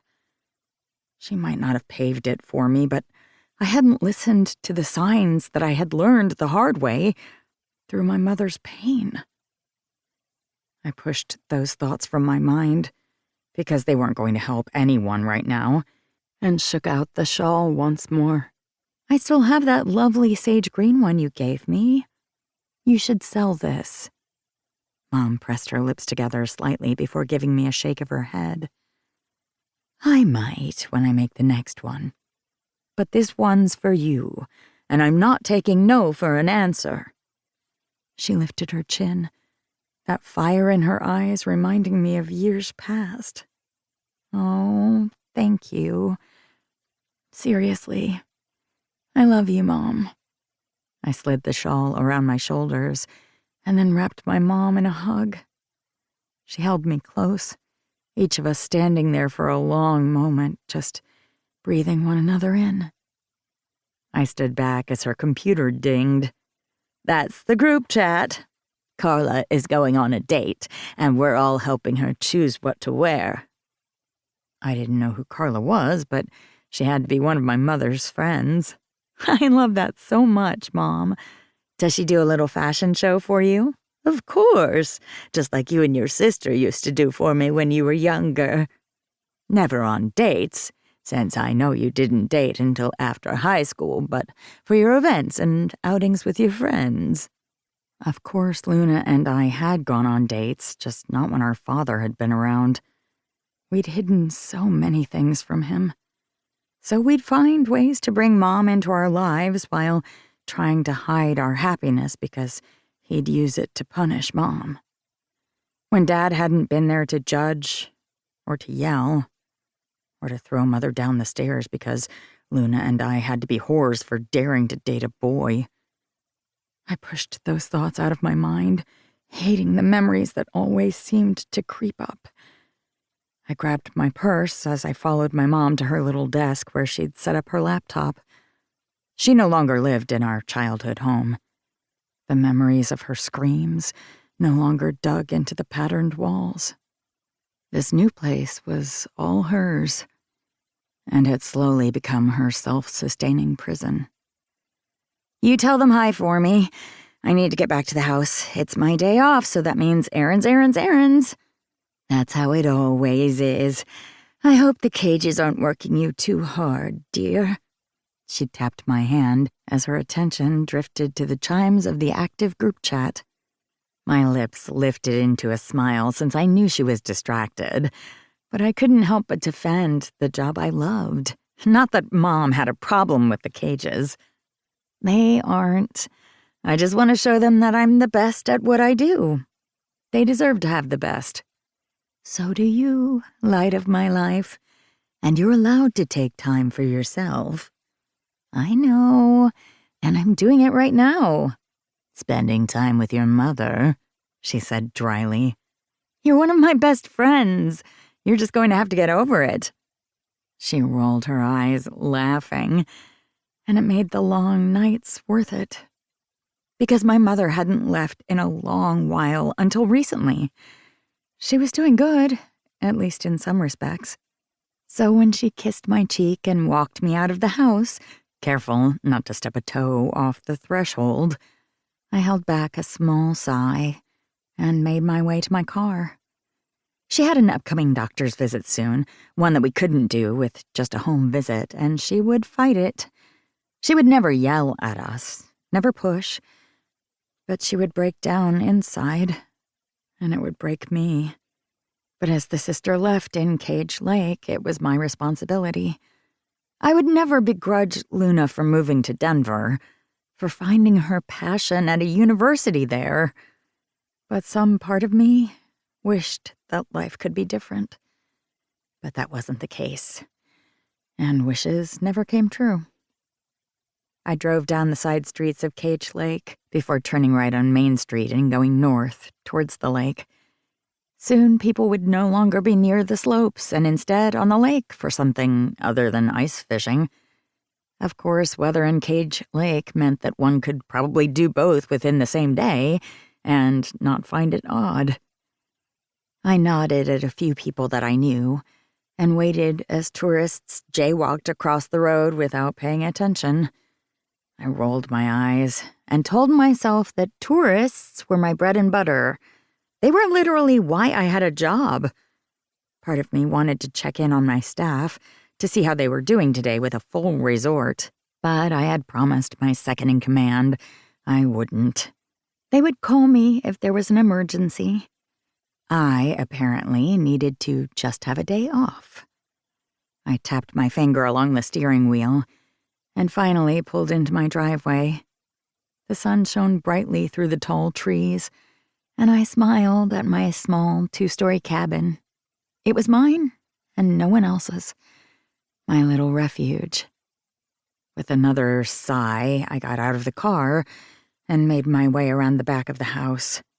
I looked up at my security cameras and then down at my watch that buzzed about the movement on my own property. I'd immediately added more security after Ronan had stopped by, and some part of me felt like it wasn't enough. Maybe it would be better if I lived in town, where everyone would be watching me at all times. But I needed this place. I needed my solitude. I worked with people and strangers for hours a day, and part of me just needed a moment alone.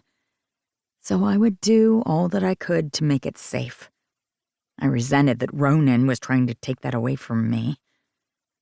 I went through the back door, set my things on the counter, and then went back out to the firewood station. It was nearing April now, so we probably had 1 or 2 more snowstorms on the way, thanks to living in the mountains. So I would still need my fire going, but at least I didn't have to have so many cords like I did during the heart of winter. I reached for my gloves and then one earbud in so I could listen to music as I did the heavy lifting that came with owning a home of my own. I left the other one out so I could hear if someone came up behind me. With my favorite pop star scream singing about men and how we didn't need them, I laughed to myself and got to work. Even though it was a little chilly out, sweat slicked my brow and I knew I had to look amazing. Lips twitching, I pushed thoughts of how I looked out of my mind and turned to get the next log. The scream that ripped from my throat was probably heard in the next county as I dropped the piece of wood on Hudson's foot and ripped out my earbud. "What the hell are you doing here?" I asked, chest heaving. "You scared the shit out of me."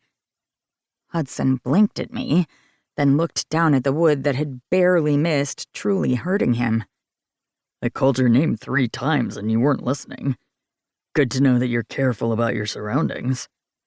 I winced at the judgment in his tone, but then again, I hadn't been paying attention at all. That wasn't good. Not with the fact that I had extra security for a reason. Honestly, it wasn't like me to be so lax, and I knew I needed to get my head in the game. That's when I realized Hudson wasn't wearing a shirt. No, he wore work boots, jeans that rode low on his hips, and a ball cap turned backwards. Sweat slicked those rigid muscles of his, and the man still had at least a six-pack. I'd never actually seen one of those in real life, and I didn't quite believe he was real.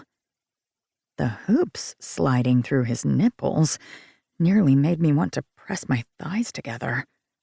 I hadn't known Hudson had nipple piercings, and now all I wanted to do was lean forward and see what the metal would taste like on my tongue. Of course, it made me think of my own bars through my nipples. That was my personal secret, and I knew this line of thought was all trouble. My gaze went to the rigid scars on his side and shoulder, and then I forced myself to look at his face. His very handsome, very bearded face. I was not just ogling Hudson Cage. I had better taste than that. No, that was cruel, because there was nothing wrong with Hudson Cage other than his attitude. In fact, from what I could see, there was everything right about him. And perhaps I was getting heat stroke. Everything okay there? You look a little flushed. I narrowed my gaze at the twitch of his lips. Is there a reason that you're half naked on my property? He gestured towards the tractor-trailer that I hadn't noticed. My God, I needed to lower the volume on my music if I wanted to be safe. What the hell was wrong with me? I didn't mean to startle you, Scar. I was moving a fallen tree on the other side of my property, and I'm already working with firewood. I figured you could use help. Why? Because I'm a woman that happens to have her nails done? I asked. I held up my hands, and then realized they were covered in gloves. Perfect, Scarlett, perfect. Hudson sighed. You know what, Scar? You annoy the fuck out of me. My name is Scarlett, not Scar, and I'm sorry that I annoy you, but you do the same to me. I like calling you Scar. Scarlet sounds like you need to be in a mansion or something with a hoop dress. Maybe the one with a curtain rod in the back. I pressed my lips together so I wouldn't laugh. From the Carol Burnett show? Based on Gone with the Wind. Neither one of us was born when that show came out. You know that, right? He shrugged, and I resisted the urge to watch his muscles move. Barely. I like the oldies. Plus, that episode's a classic. Don't tell me you've never seen it. Of course I've seen it. And it is a classic. And I'm not going to be on some staircase trying to make an entrance. You could probably make an entrance at a burlap sack, he muttered. I blinked, knowing I must have heard incorrectly. What did you say? He glared at me for a moment before turning away. Nothing. If you don't need my help, I guess I'll go back to my own property. Good for you for finally understanding that, I said, confusion settling in. I was just offering to help, Scarlett. He drew out my full name, and I rolled my eyes. And I don't need your help. Ah, look at this, a lover's tiff. My entire body stiffened, and I tried my best not to hunch my shoulders and hide behind Hudson at that voice. The voice of a man who wasn't supposed to be in town. Hudson immediately stepped forward, blocking me, and I resented him for it. But perhaps I resented the fact that I needed it in that moment. I reached out and gripped Hudson's forearm, grateful for the gloves so I wouldn't feel his skin in that moment, and turned to face the man who had tried to ruin my life from the day I was born. "What are you doing here?"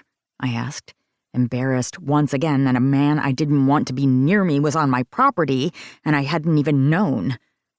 That's when I realized that my watch was buzzing and the cameras had finally picked up on the movement.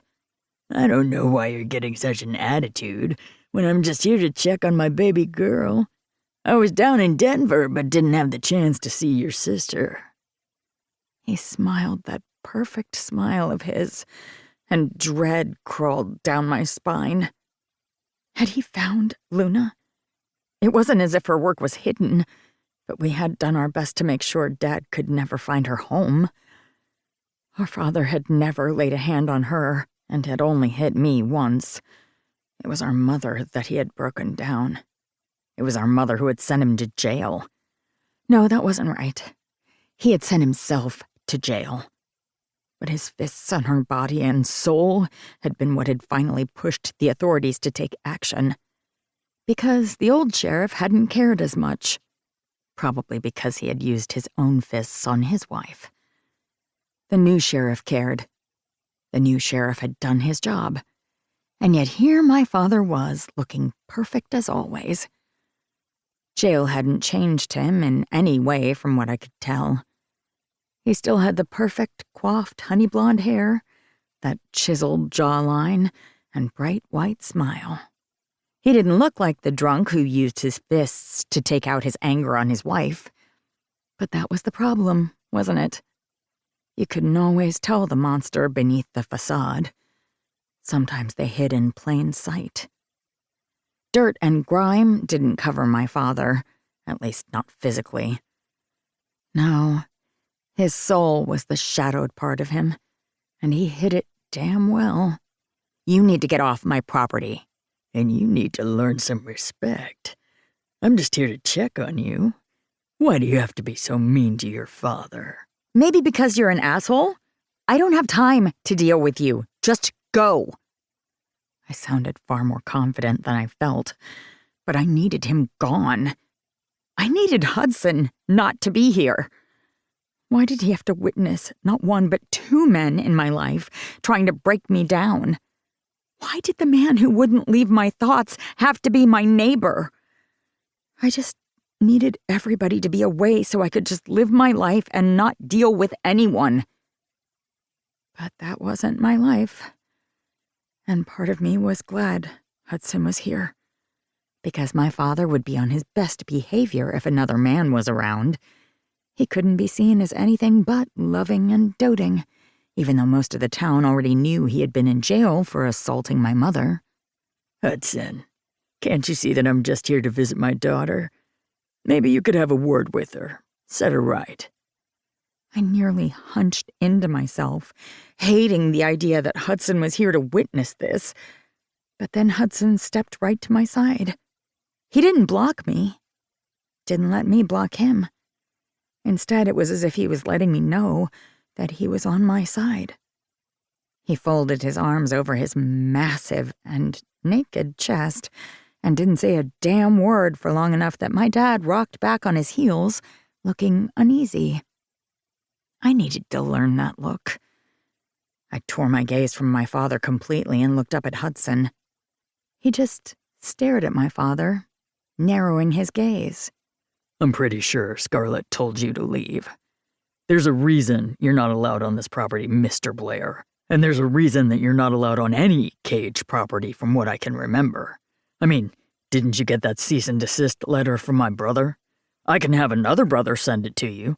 It's what we Cages do.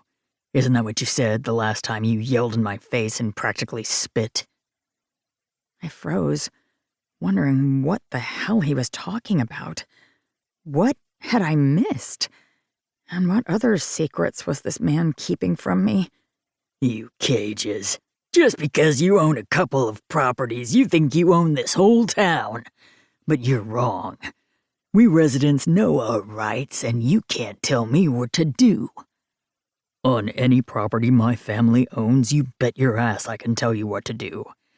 Now, as for this property, your daughter already told you to leave. And we both know that if I took a step forward, you'd cower back like the little shit that you are.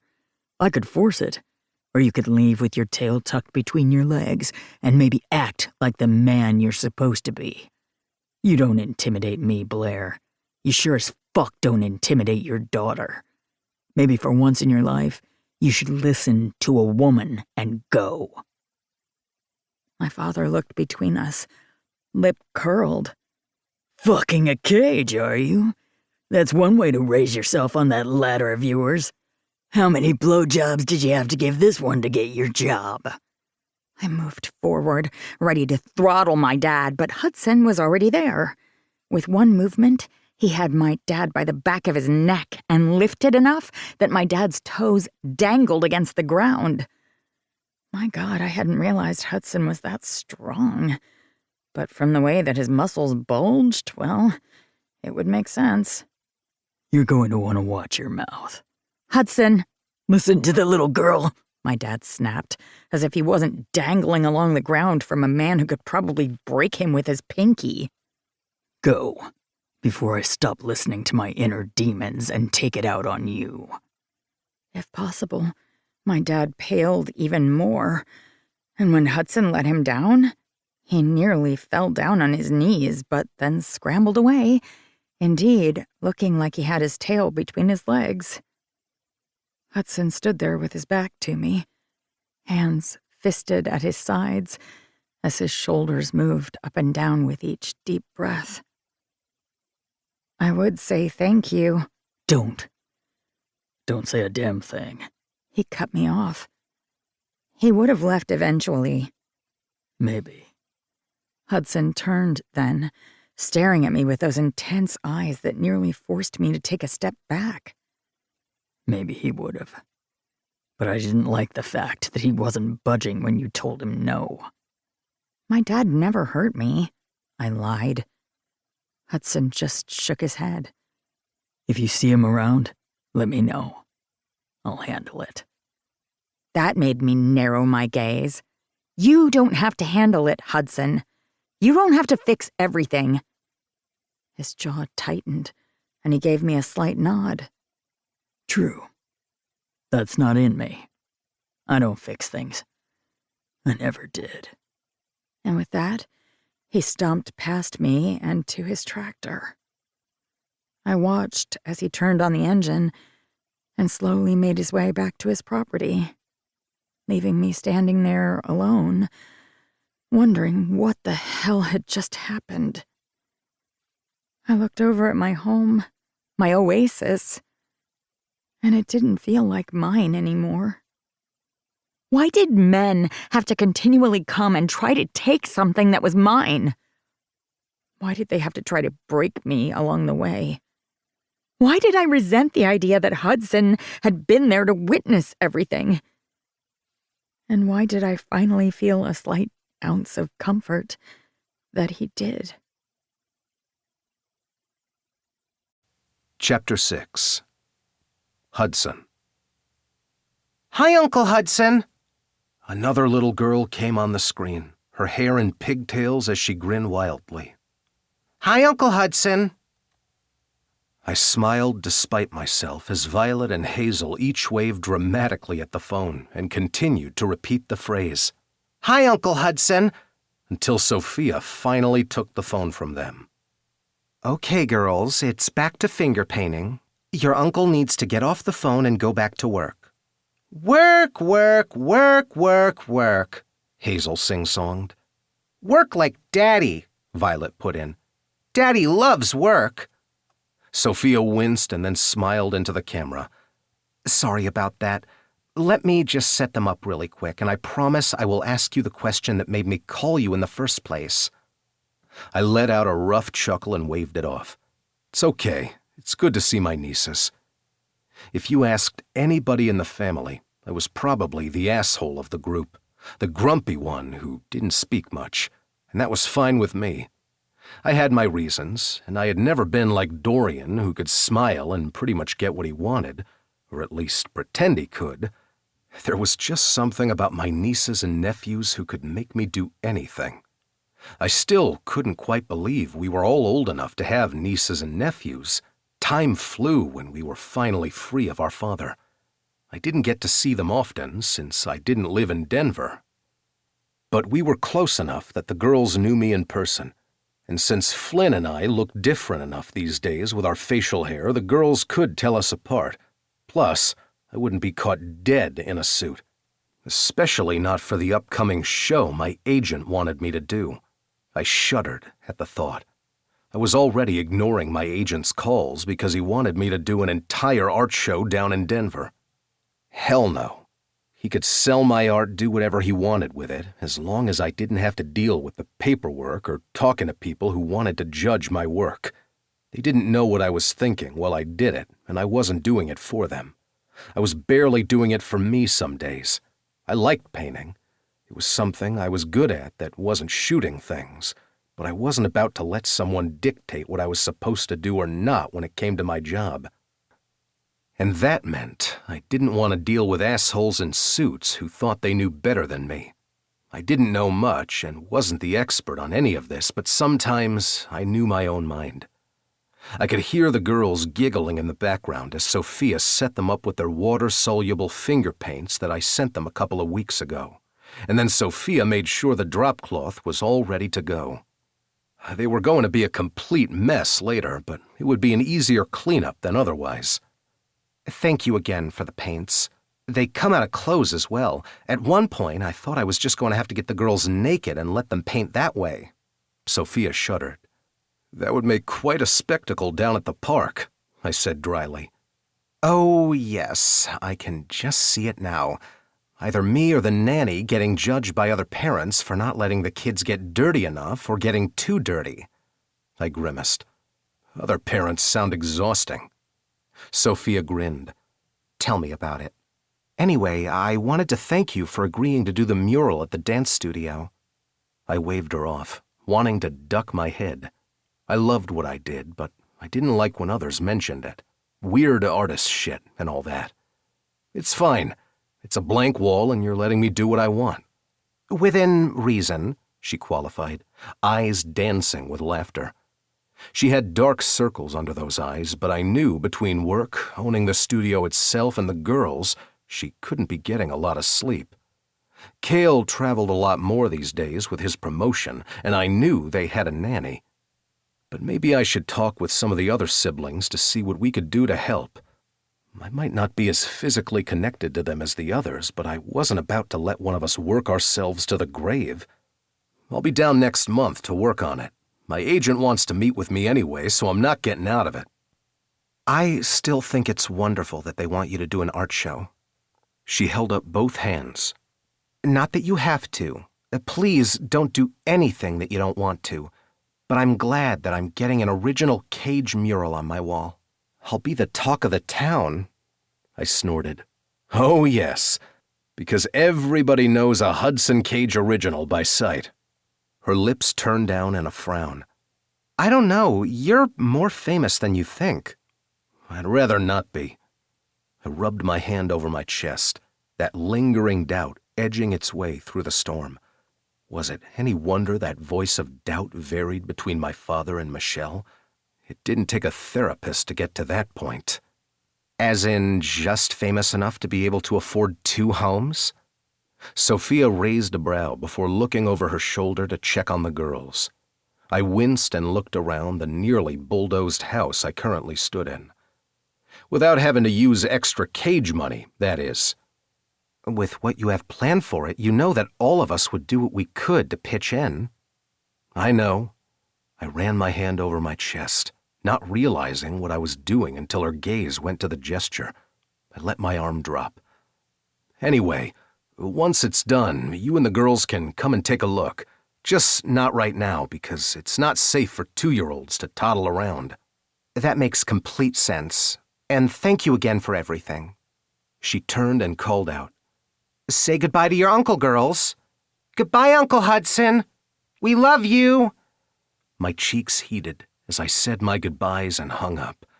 I could always tell the twins apart, even though I knew Sophia sometimes had issues with it when she was tired. It must be a twin thing, but either way, Violet and Hazel had to be some of the cutest human beings out there, and Sophia and Cale were doing a damn good job with them. I put my phone in my back pocket and looked over the land that was now mine. I'd bought it from Dorian after the mudslide had taken out some of the property. It wasn't pretty, and it was going to take a hell of a lot of work, but once the contractor came in to help, it would be a little bit easier. The old Ackerson place had been full of secrets long before Dorian had taken over.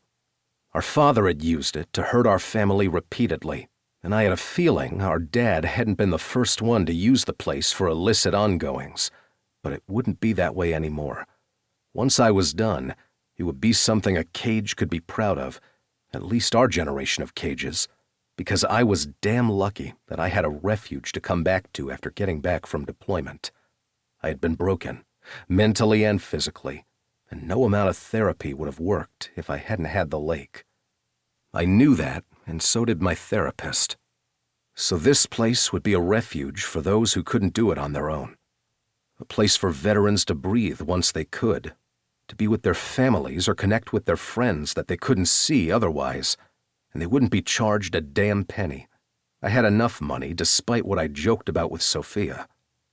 I was a little more famous than I let on, and I used that to hoard as much cash as possible for this place and others like it. I had things to do in my life that had nothing to do with... My phone buzzed again, interrupting my thoughts, and I looked down and scowled. Today seemed to be a day for siblings. "Hello, Isabella." I hear that tone, but you promised. I frowned. What? What did I promise? The sigh was loud enough to make my lips twitch. Tonight is the spring flower party. You promised you would come. In fact, you were bullied into it because you lost a coin toss, but you still told us you would be here after you lost the bet. I expect you at 5 o'clock tonight. It's early because there will be children and teenagers there, but you still need to show up. As you know, the cages need to show their faces at events like this. I pinched the bridge of my nose and sighed right back. That damn thing is tonight? I ignored the laughter that sounded much more like Weston than it did Isabella. My friend would pay for this. It is. I sent you a text about it yesterday, and it's on your calendar. You know, the shared calendar that we cages have? You might not answer back in any of the group chats often, but I know that you know that I know you have a calendar that you use. It's color-coded and everything. I resisted the audible groan. I was as organized as the next guy. But the connections and over-the-top type A of some of my siblings nearly drove me over the edge. Aston and Flynn color-coded the ridiculous platform. James is the one that adds random shit to it just to annoy me. I paused, remembering a time where a certain person had added time slots for excessive brooding and labeled it as grumpy-ass motherfucking Hudson. On that note, so does Theo. Our brothers do love to annoy us, but that's why we love them. And that's why I love you. But you're coming tonight.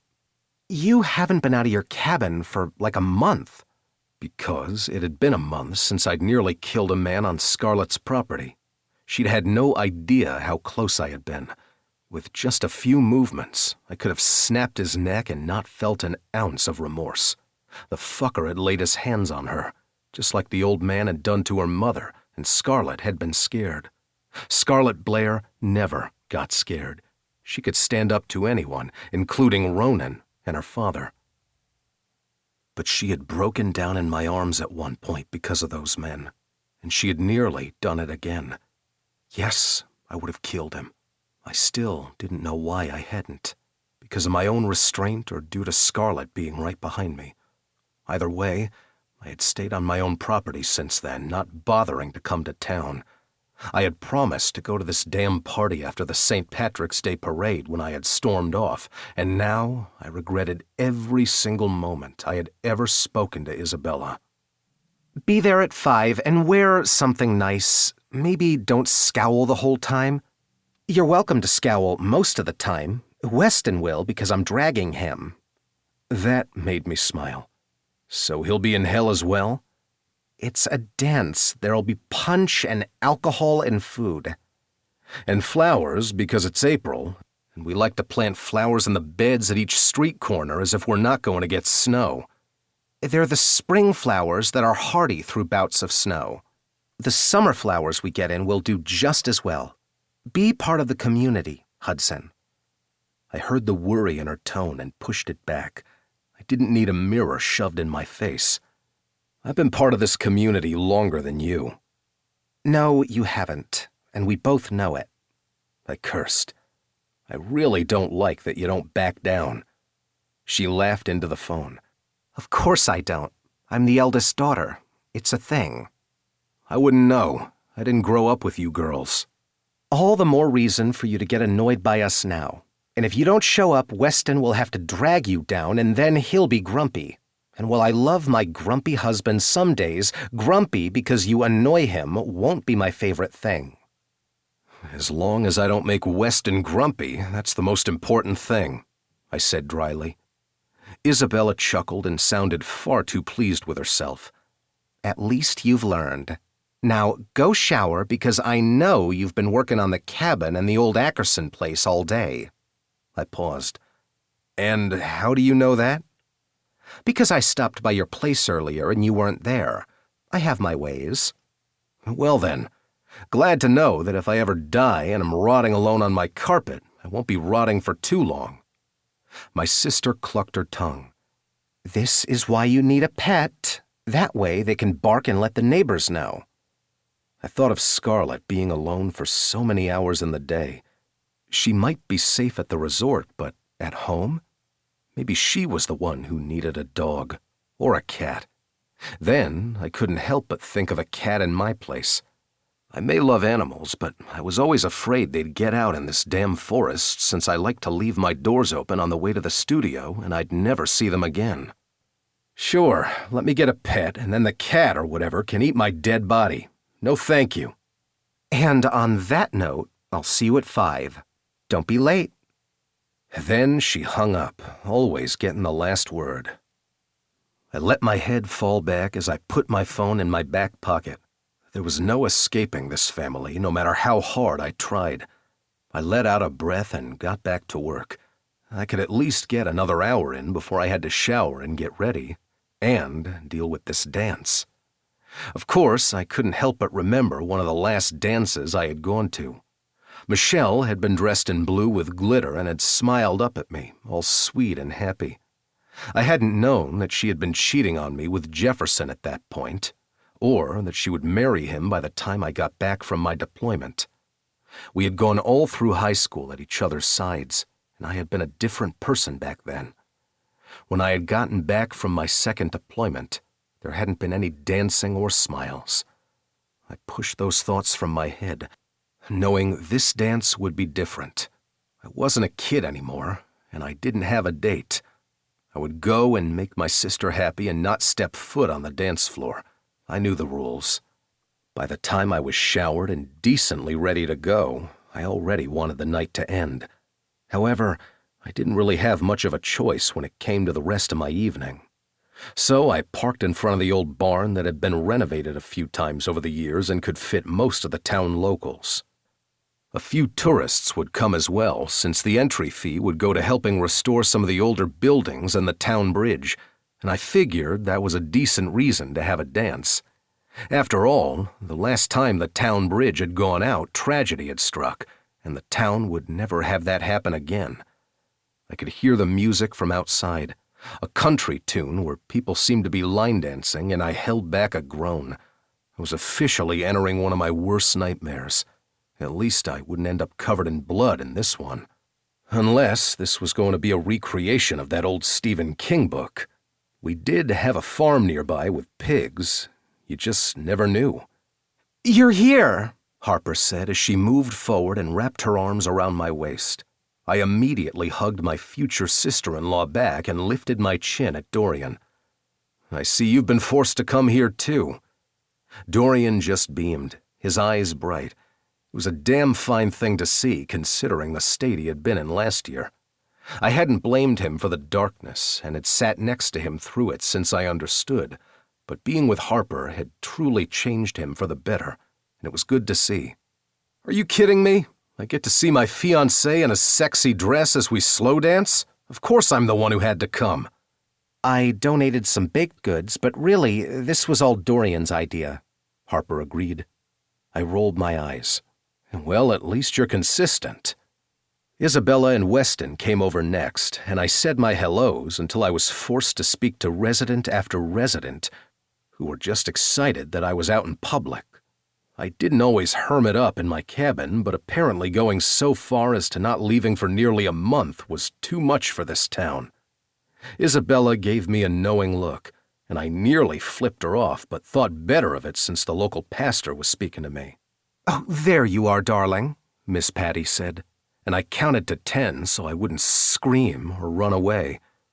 Hello, Miss Patty. I leaned down and brushed my lips against her cheek. She giggled like a schoolgirl and waved me off. It's so good to see you out and about. I know you've been busy up in those woods of yours, and you're taking such good care of the area. You also must be painting up a storm. I can't wait to see more of what you do. Mr. Mayor and I were just talking about the old Johnson place and how there used to be a mural there years ago before weather took over. We should have you do it. A cage working on cage property would just be perfect. Don't you think? I was pretty sure Miss Patty didn't take a single breath during that entire speech, and the fact that she squeezed her husband's forearm as she spoke and called him Mr. Mayor always made me pause. But the two were in love, and you could tell just from the way he looked down at her, and I couldn't really say a damn thing. Miss Patty might love her gossip, but she would fight for anybody in this room. She's somebody you wanted on your side, even if I didn't want her in my business. We can talk about it in a bit. How about that? I hedged. The mayor just grinned at me. You do know that it's going to happen anyway, don't you, son? The man said slowly, and I held back a laugh. Oh, yes, because once Miss Patty wanted something, she got it. A few other townspeople came over, including a few older residents with their younger and single daughters, and soon I was surrounded. I glared over their heads at Isabella, who looked at me wide-eyed. When she mouthed the words, "I'm sorry," I figured she hadn't expected this part. Because I was the only single cage here. In fact, I was one of the only single men here. I had been conned, bamboozled, and I needed to get out of here. However, from the way that Miss Patty was looking at me, I was going to need to get on the damn dance floor at some point. Oh, Hudson, you're here.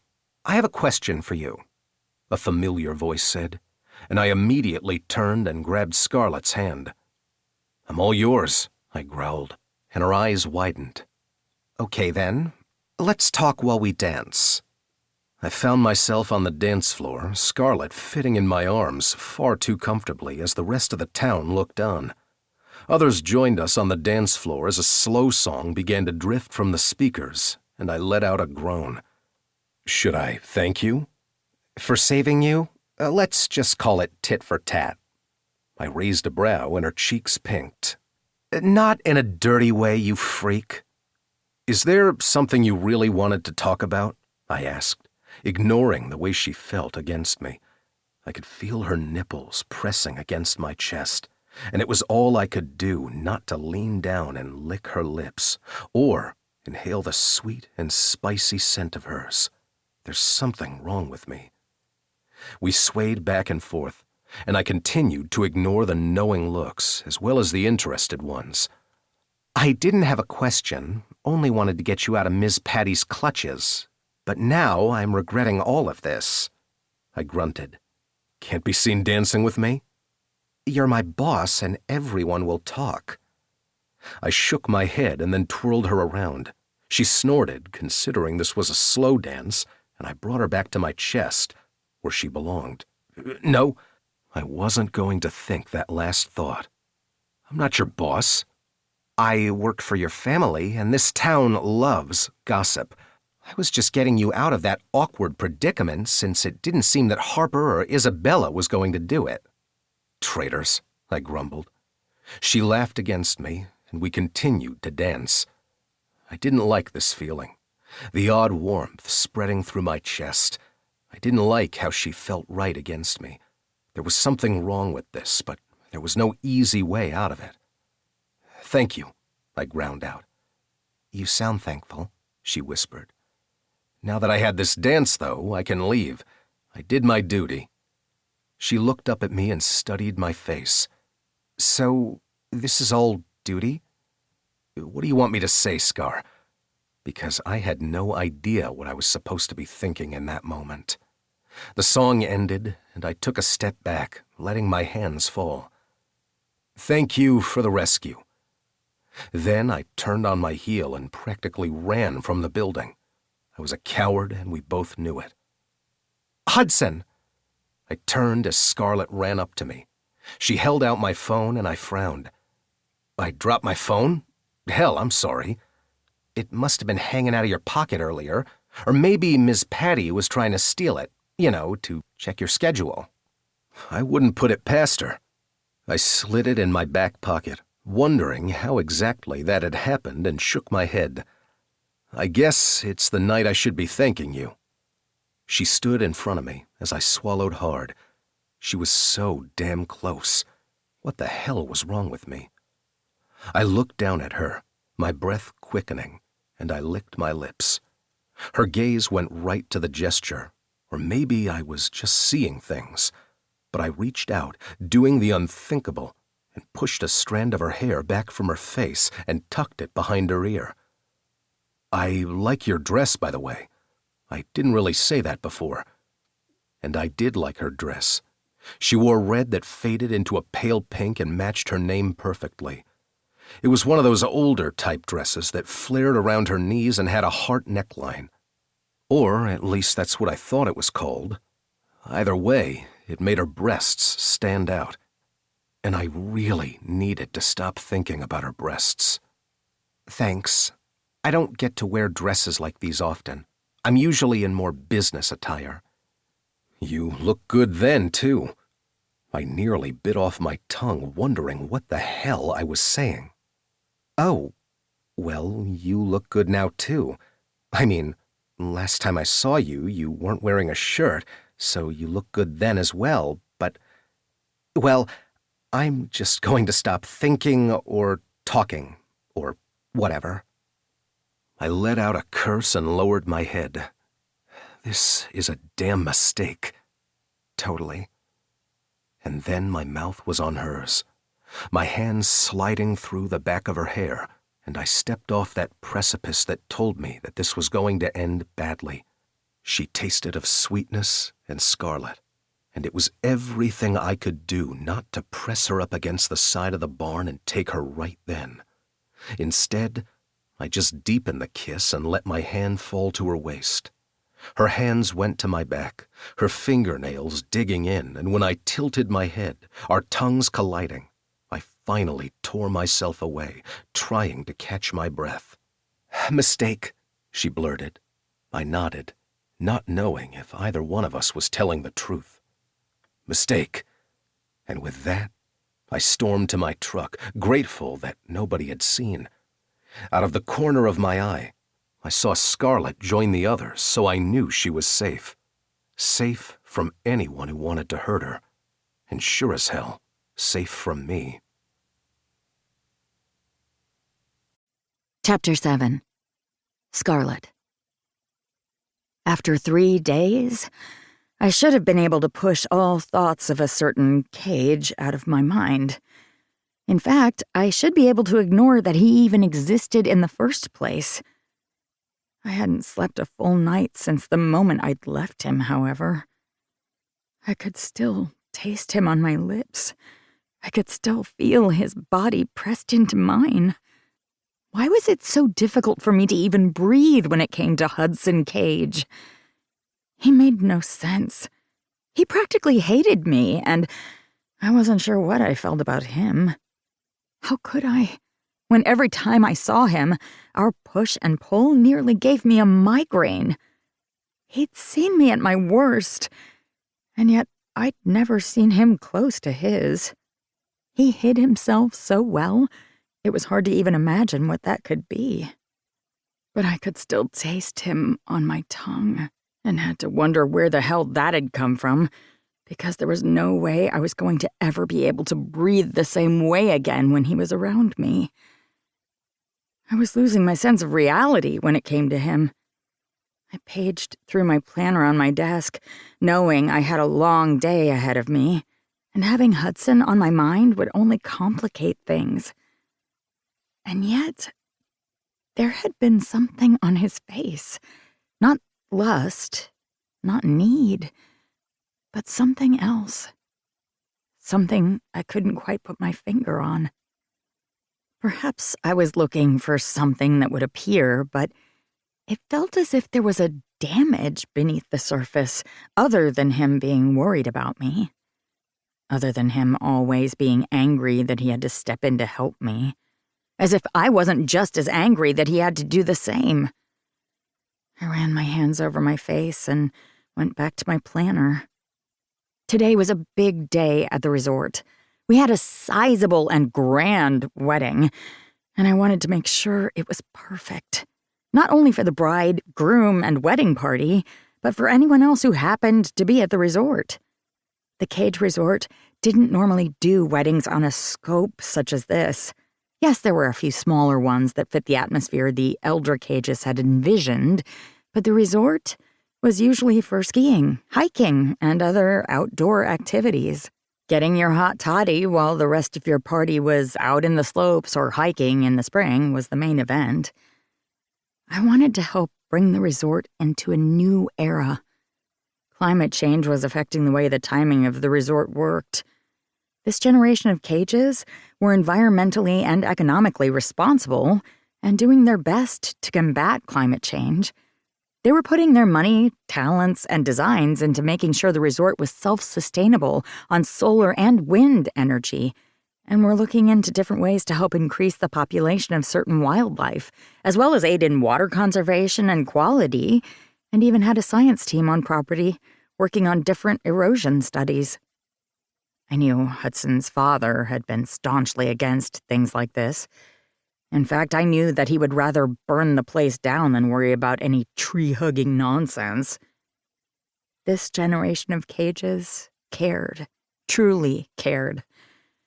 I was grateful that I could be part of something. And as the changes affected more than the environment, it meant that what happened on property would also need to evolve. There needed to be a way to make the Cages money. That way they could put it towards more research and to ensure that they didn't only rely on using what was around them. I was so thankful to be part of this company, and I wanted to show them all that hiring me wasn't a waste. At first, I had been afraid they had hired me because I was a local and had stood up to their father on more than one occasion. Part of me also had thought that maybe they were using me to get back at their dad, or even just because I was a pretty girl who happened to live in town. I knew that they trusted me. They believed in what I could do. At least, they used to. Now I was adding more and more to their plate, trying to get them to see that there was so much more that could be done within the Cage name. And considering I wasn't a Cage, sometimes it felt as if I were perhaps taking on something far too big that wasn't mine to begin with. But I needed to push that from my mind and get back to what I knew would be beneficial for the town, the resort, the Cages, and maybe a little to me. "Hey, I was just stopping by to check on you. How are you?" Isabella asked as she walked into my office after tapping on the doorframe. I'd had the door open, and she knew that if the door was closed, I wasn't ready to talk to anyone and was focusing. But I did have an open door policy. If the door was open, I was free to chat or to see what anybody needed. I couldn't help but remember the last time I thought I had closed the door, but had failed. The bruises had healed, even the bruises within. Perhaps those were more scarred over than anything, but I wasn't the same woman I had been when I had looked into that mirror and realized I had failed. And yet having Hudson there, watching my failure, had been the final pin.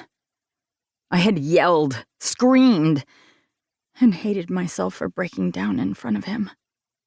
And it turns out it hadn't been the last time I would do so in front of him. And that was why I needed to stay away from him. Of course, his sister was here, and I was trying to impress my friend, as well as the rest of her family when it came to the wedding today. No pressure.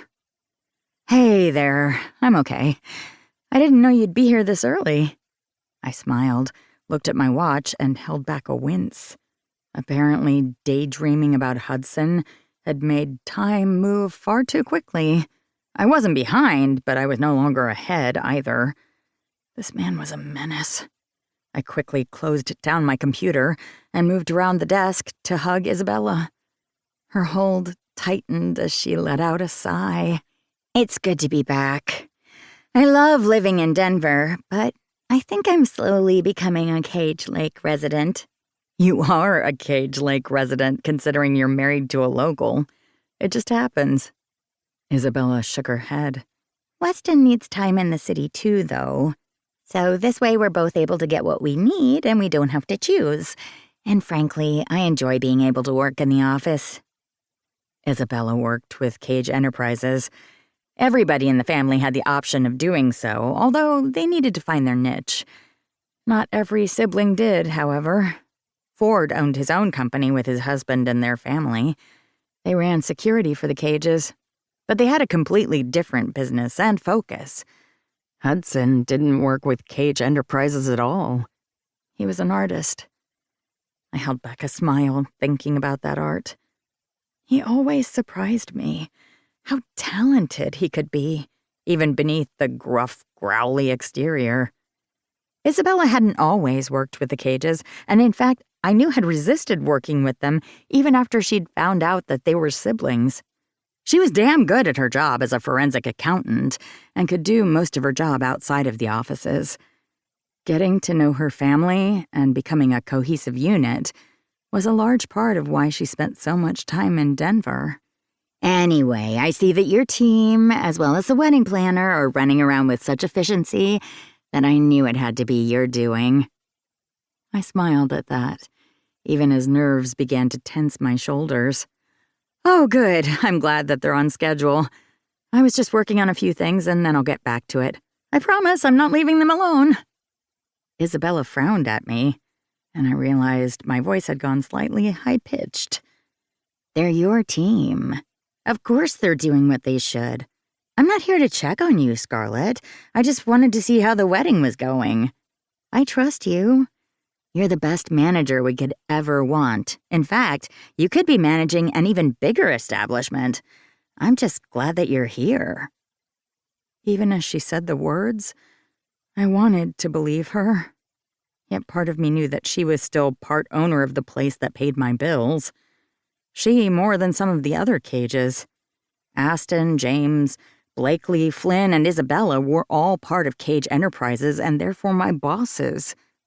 They were the owners of this establishment. Technically, everybody else in the family were considered owners because they were part of the main trust, but they weren't part of the day-to-day ownership. Much of the Cage business and will info had been newsworthy, and I couldn't help but pick up on some of it. Hudson didn't work for Cage Enterprises. Of course, that's just reminding me that technically Hudson wasn't my boss, and that was my main excuse for telling myself not to think of him. But that was fine. I had plenty of other reasons not to think about him, ever, at all, for anything. I swallowed hard and tried not to let my thoughts show on my face. Oh, I know. I paused. I should still go check on them. It's good to see you. Is there anything you need?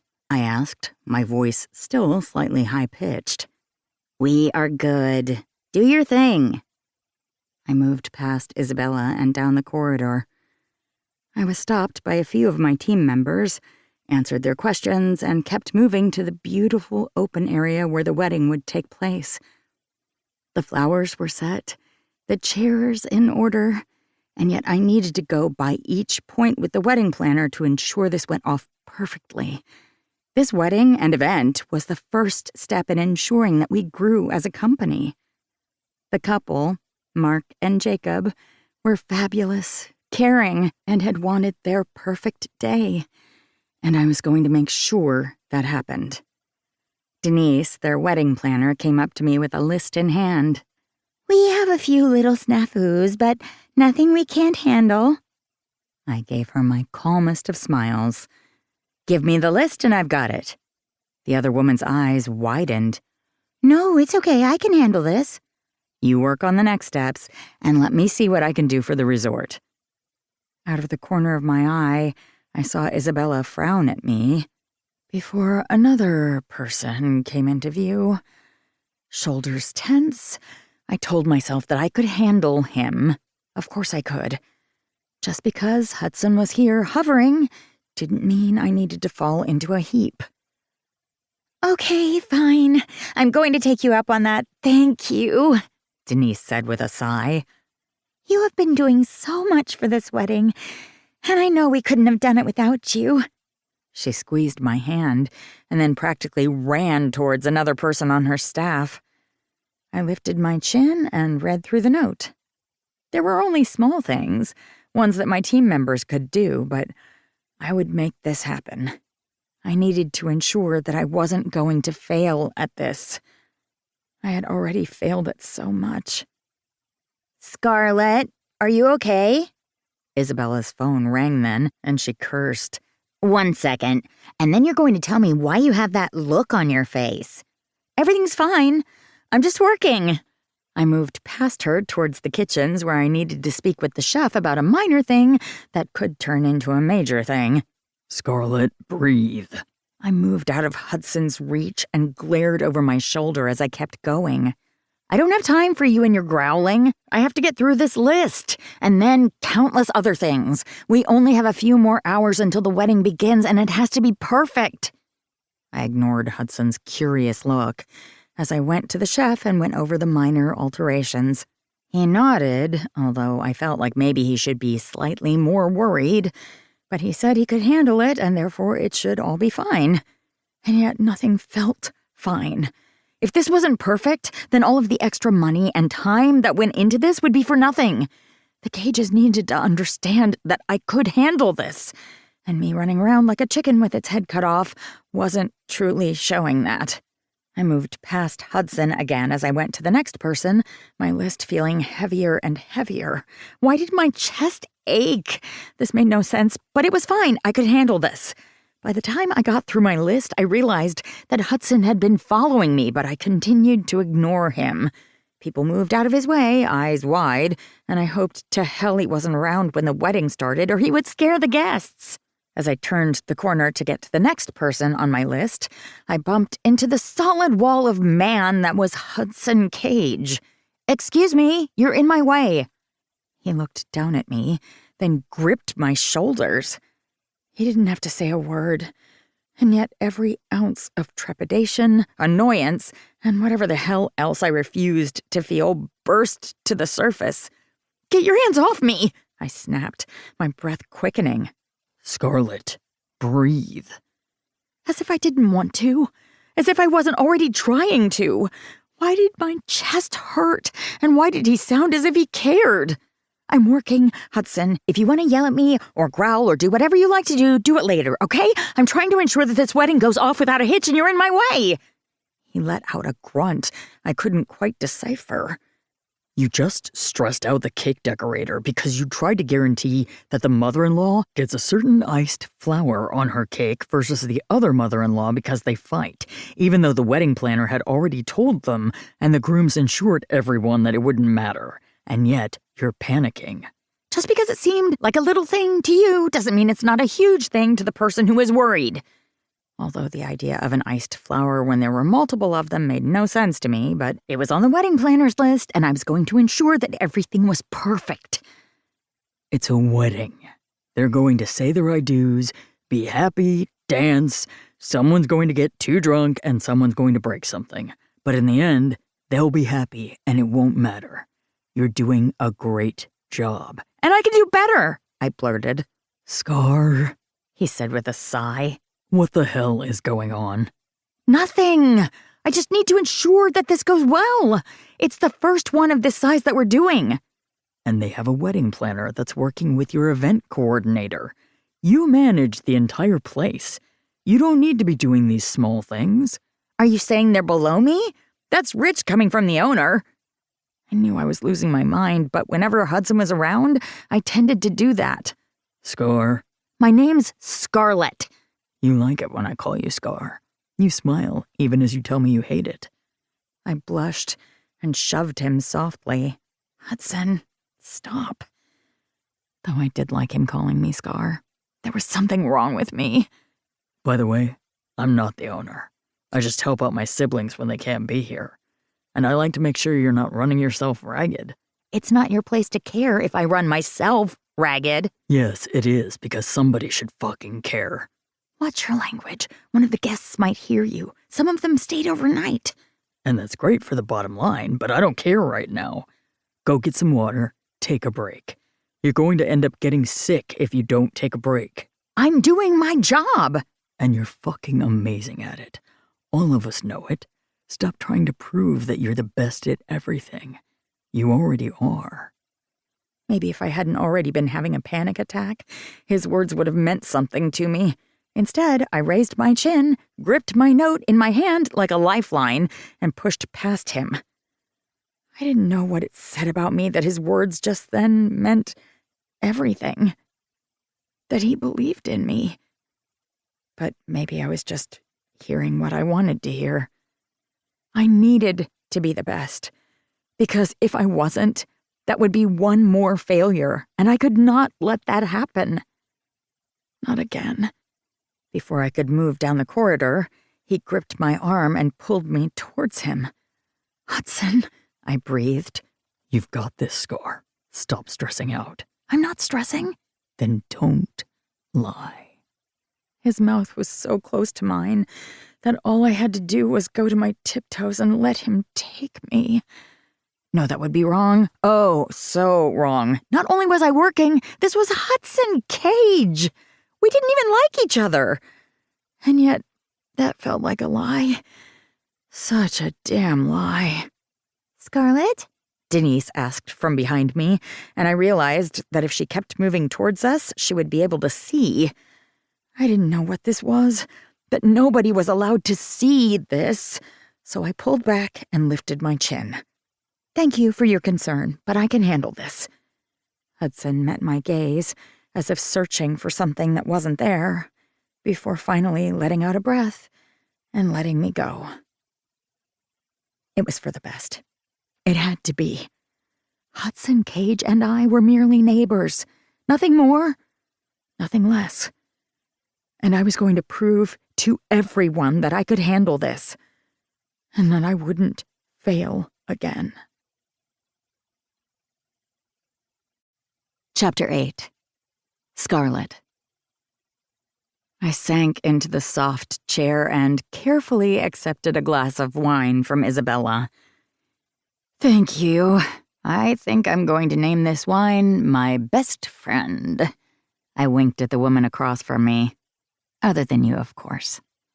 Isabella just shook her head and lifted her wine glass. "To finally having a moment to relax." We clinked our glasses together, and I took a sip of the crisp Pinot Grigio. We didn't usually have time during the week for a girls' night, but since Isabella would be leaving town soon to spend the next couple of weeks in Denver for her job, as well as Weston's expansion, it meant that this was the only time that we could make it work. And considering the day I had already been through, I was forever grateful for this moment. "That bad, huh?" Isabella asked, and I nodded, staring into my wine. I nearly caved and called Luna to help me. I looked up at my friend and sighed. I don't know what to do about Mom. I love her and respect her and admire everything she's done. But she had a panic attack today because we had to go to her doctor's office. It broke me, Isabella. I don't know what I was supposed to do. Doc Henry is doing all that he can to help, and if it wasn't for Allie being nearby on a jog, I don't know if I would have been able to lift my mother into the car. Allie didn't mention that she was there. Isabella set down her glass. At least she didn't mention it to Weston, as he would have told me. I think she just wanted to keep it quiet. She's a brilliant mechanic and a wonderful person, and I'm glad that she kept it to herself. Honestly, I was afraid someone else would see and it would become gossip fodder. Mom would hate that. She always despised when people spoke about her whenever Dad went to jail or when people would whisper about her bruises. My fingers tightened on the stem of the wine glass, and I forced myself to relax slightly.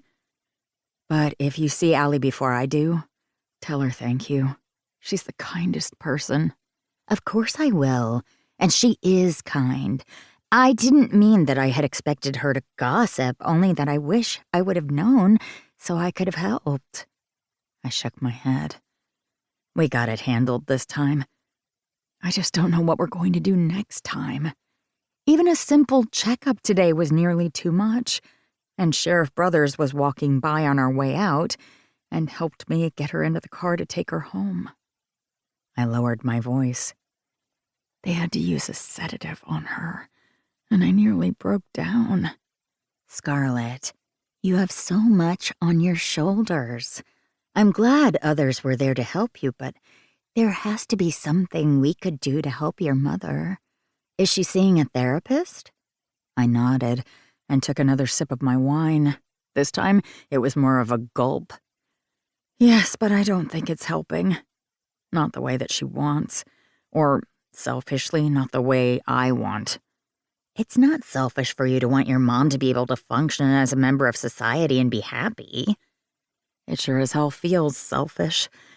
Because I don't want to have to be forced to take half a day off work just to get my mother to the doctor and feel like I'm kidnapping her in the process. Isabella opened her mouth to say something, but the waitress came at that moment. Welcome to the Rustic Cage. We're so glad that you're here. I see that you're sharing a bottle of wine. Are we waiting on another member of your party? She asked. The Rustic Cage was a new restaurant in town that Theo Cage owned, along with his business partner that I didn't know. Theo was one of the Cages who rarely came to town, and he owned a high-end restaurant called the Teal Door in downtown Denver. He was a brilliant chef, and had wanted something similar in Cage Lake since so many of his siblings were spending time here and even moving here.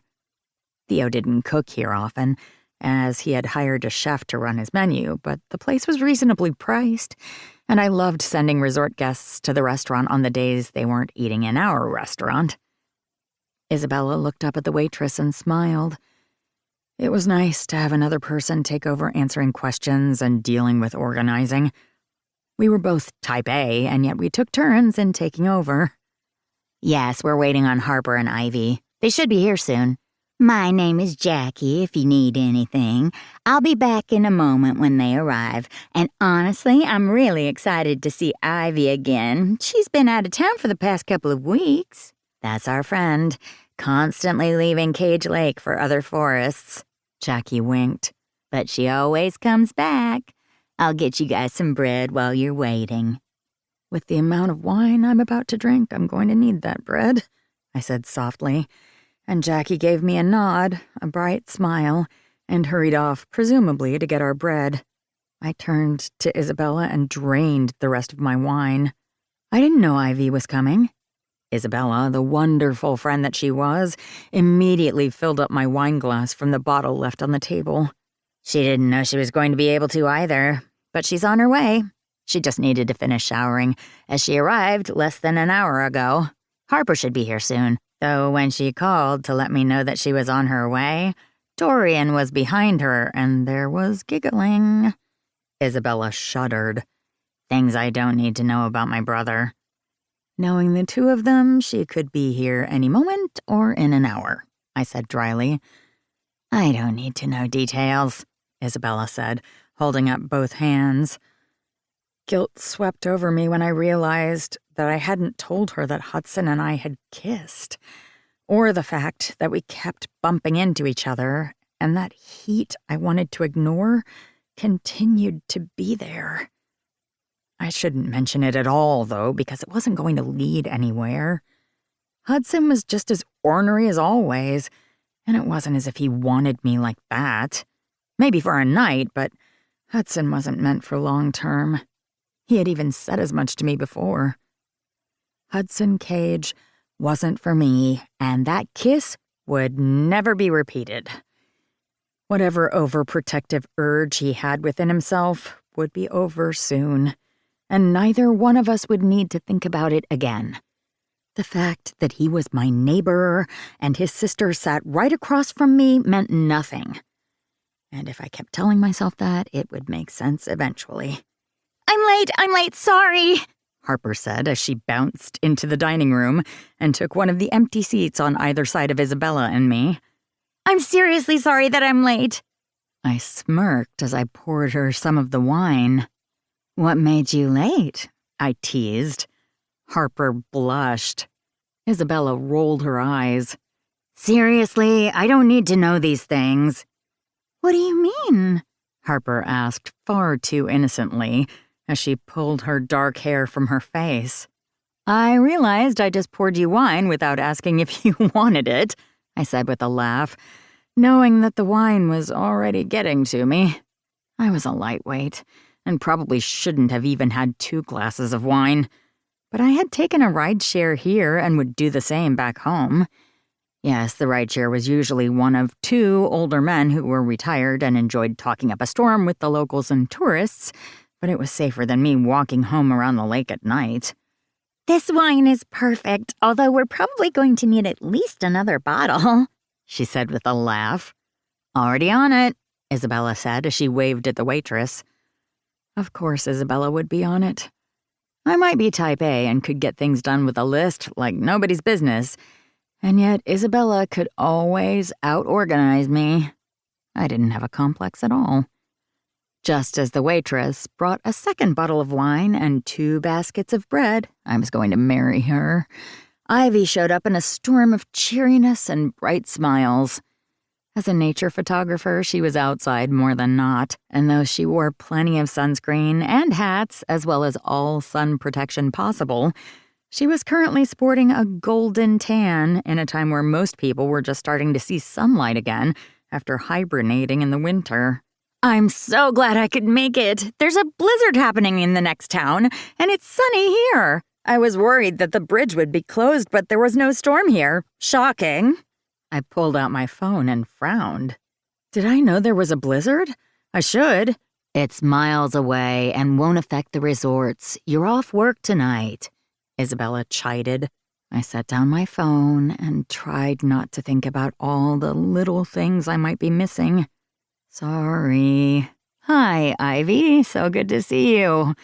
I reached out and squeezed her hand, and she beamed at me. "I love seeing you, too. I feel like it's been forever, and not just a few weeks. So, tell us where you were. Tell us everything." I poured her a glass of wine, and then filled mine up as well. I couldn't help it. I needed that drink. When we were all settled, Jackie came to take our order, and I sank back into the chair listening as my friends spoke about their weeks. It was odd to think that the last time we had truly done this, I'd been with Ronan. And each of my talking points would have been about him and what we would be doing. I had thought I'd found the one, the person who I would spend the rest of my life with and create a future with. I had been oh so wrong, to the point that I could have broken everything. My hands fisted on my fork, and I forced myself to move back and focus on the people in front of me. They were who mattered. They were my future, not a man I thought I could trust and had been wrong about. "When we go down to Denver, I'm going to go and kidnap Ford's son," Isabella said. I blinked. "What?" I asked, apparently not having fully been paying attention. The girls laughed, and I set down my fork, wondering perhaps if I'd had too much wine. "My brother, Ford, he and his spouses have their 9-month-old son, Micah, and I'm going to kidnap him for an auntie day." Now I was really confused. An auntie day? "It's a day where I can be the aunt and spoil him. He's still a baby, but he has those little biteable cheeks and legs, and I'm going to kidnap him and spoil him to my heart's content." "That sounds perfect," I said, my heart aching just a bit. "You'll be able to do that with Luna once she decides if she wants kids," Ivy said with a smile. I nearly choked on my wine. Was this glass 3? 4? It didn't matter. I was feeling good. I would love to be an aunt, and I hope that Luna provides me that recourse sometime, but I'm not going to pressure her into becoming a mom and starting a family. Of course, she might need to find someone to do that with, but for all I know, she has a secret boyfriend. What the hell was I saying? I was the one with secrets. Not that Hudson was my boyfriend, or mine in any way. But I had kissed him. Did I say that out loud? No, I'm still safe. We should totally text her right now and see if she has a secret boyfriend, Harper said as she clapped her hands. I know she's coming up soon, so we can work on planning the wedding, but I feel like I don't see her enough. That's what happens when we all grow up and move to different places, Ivy said with a shrug. My home is here, and yet I'm rarely in it, so I don't know when I'll have time to start with the whole family and baby making. We'll be perfect aunts when the time comes, Isabella said. Plus, since Harper's marrying into the family, we'll be co-aunties. And because I have 100 siblings, there's going to be a glorious number of them. So many little nibblings, I teased. Exactly, Isabella said with a snap of her fingers. Aston and Blakely are having a baby soon, and I know Kane and Phoebe are talking about it. She turned to Harper. I know you guys are waiting. Yes, waiting. Probably a long while. Aunt Sophia and Cale had the twins, Isabella continued, smiling so brightly her cheeks looked like they were going to ache. Your family's growing. I love it, I said after a moment. Me too. After everything that's happened, it's good just to know that we're finding our spaces.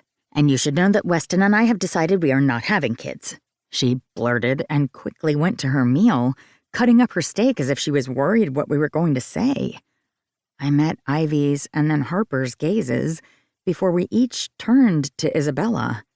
A pause. Good for you. Isabella's gaze shot up. Really? We had been talking about it, and well, Weston practically raised his siblings, and I don't know, I've always pictured myself being an aunt and helping my siblings and doing all of the fun things that comes with that, but I never really thought of myself as a mom. You don't have to be a parent in order to find your happily ever after, Ivy said, as she squeezed Isabella's hand. You and Weston are traveling more, and it's not as if Weston's siblings are completely out of the house, since they can come back whenever they need to. So between them and all of the cages, you're going to have plenty of family. I'm so glad that you're making a decision for yourself, not for anyone else. Isabella let out a relieved sigh. It's not that I was afraid you guys would judge me, more that I didn't know anything. I'm so blessed with my family, with all of you, and I like the way that things are. That just means you're going to spoil your little nibblings even more, I put in. Exactly. They deserve all the spoiling. And if Dorian and I ever decide to have kids, I expect all the spoiling and the babysitting. Ivy rolled her eyes. You've already mentioned that you want plenty of kids, and Dorian is one of those men that screams breeder. I nearly choked on my wine. Ivy? What? He gets all growly and protective around her. He's ready to imprint his DNA all over that. She waved her finger around Harper, and all of us burst into laughter. The conversation turned to the upcoming parade, and yet another cage-like event, and I sank into my wine, finally feeling relaxed after far too many months of hiding. My mother was safe at home. Luna would be visiting soon. My job was doing exactly what it needed to, and I wasn't failing. At least, that's what I kept telling myself. And I was doing just fine. My father would get bored of bothering me soon, and Ronan hadn't been back in a while. I was surviving and figuring out how to thrive. It was enough for now. I see you guys loved your fillets and sea bass. Are we thinking dessert? Jackie asked as she cleared away our plates. I put my hand over my stomach and shook my head. Oh no, I have zero room. But dinner was delightful. Yes, please tell the chef. Isabella narrowed her gaze. It's not Theo, is it? I never see him, and he continues to hide from me. I think he's scared of his sister. Jackie laughed. It's not Theo today, but he does like to show up unexpectedly. You should ask that group chat of yours and force Theo to let you know when he's here, I said, hoping my words weren't slurring. Maybe it was time to get a little more water into my system. I do need to head out soon, though. I walked here and I want to get some fresh air, Ivy said as she squeezed my hand. Do you have a ride home? I blinked, feeling warm and happy. I was going to do a rideshare. I'm okay. You can go home with Weston and me, or at least we can drop you off, Isabella said with a giggle. She'd had nearly as much as me. And then there's Dorian, of course. But then, with the way he looks at me, he might be in that breeder mood. I burst out laughing as Isabella groaned into her hands. It's okay. I'll take her home. That familiar voice slid down my spine and I froze. What? I burst out, turning in my seat so quickly the chair buckled. Hudson moved forward, wrapped one large hand around the arm of my chair and the other on my shoulder. Easy there, Scar, he mumbled. The girls might have been speaking, but I couldn't focus. Why was he here? What did he want? I was just having dinner with my brothers, and they're here to take their women home. Did I say that out loud? I asked, my cheeks heating. Yes, you did. Did you have any water? Some, I mumbled. Hudson sighed and tugged on my arm. Come on, let's get you home, neighbor. He spoke over my head, but I wasn't paying attention. Instead, I leaned my cheek against his chest, feeling that nipple ring slightly, and let out a contented sigh. Maybe I'd had a little bit too much to drink, but in the end it didn't matter. This was all a very odd dream anyway. This is interesting, Ivy whispered. Or maybe she shouted, I wasn't sure. Either way, I found myself walking alongside Hudson to his truck. In you go, Hudson mumbled. I'm fine. I'm going to call someone. I'm not letting you get in a stranger's car, Scar. You're not the boss of me. He buckled me into my seat, his breath warm against my cheek. Maybe you need a little bossing around. I tried to say something funny, but instead I just closed my eyes, and the next thing I noticed when I opened them, we were parked in his driveway.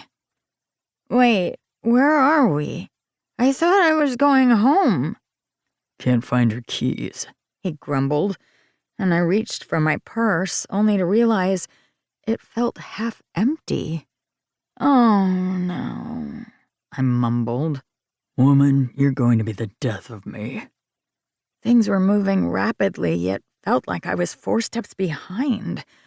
Maybe I'd had one too many glasses of wine. It wasn't something I did, ever. I needed to be aware of my surroundings, I knew that. And yet, I just wanted a moment where I didn't have to think. I found myself in Hudson's arms, my cheek resting against his shoulder as he carried me into his home. Your purse fell in my truck and your keys are somewhere. I'll get them in the morning. Let's get you to sleep. I'm fine, I pouted. I don't want to stay here. A lie. He rubbed his beard against the top of my head. Someone needs to take care of you, Scarlett, even if you don't want it. I can do it on my own. If you just mumbled that you could do it on your own, we both know that's usually the case, but just let me help. With a sigh, I let him carry me up the stairs, and then found myself tucked into soft sheets and my shoes on the ground next to the bed. I tried to say something to be clever, but there was nothing. I merely let Hudson take care of me, with giving me a glass of water, and finally sank into the pillows, wondering what the hell I was doing. Hudson Cage was a menace, but in this moment, he was my menace. Chapter 9. Hudson. I Wasn't quite sure how I had ended up in this position, but I knew that something was going to have to change. Spending so many hours constantly fighting with Scarlett, even though it felt as if we were always forced in each other's proximity, wasn't going to work anymore. Although the sun had risen about an hour ago, I had been up for more than 2. I had my studio door open, as well as the back door to my home open with just the screen door. That way, I could hear if Scarlett woke up. I still couldn't quite believe that she was in my guest bedroom, snoring away, hopefully waking up without too bad of a hangover. I didn't know if Scarlett got hangovers. Since we weren't really friends, it wasn't something I should know. I frowned and dipped my paintbrush into the green, though it really wasn't a true green, more of a cerulean. Were Scarlett and I friends? Perhaps we were, after all this time. We had just done such a good job of pushing each other away. It didn't feel as if we should consider ourselves friends. I didn't know what we were, but I was damn tired of fighting it. Miss Perfect didn't want me to protect her? Fine. But I had a feeling keeping away from each other like we were trying wasn't going to work as it should. From what I knew, Scarlett had the full day off today, so she could either sleep it off or go with what I had planned. I frowned, trying to get the shade just right for this part of my piece. My head clearly wasn't in the game, if it was taking me this long to find the right green.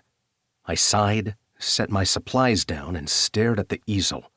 I didn't always work with such small pieces, but I'd wanted to gift Ford's son something cutish for his nursery wall. The kid soon would get a big boy bed, at least that's what I thought, and that meant his decorations would change. Right?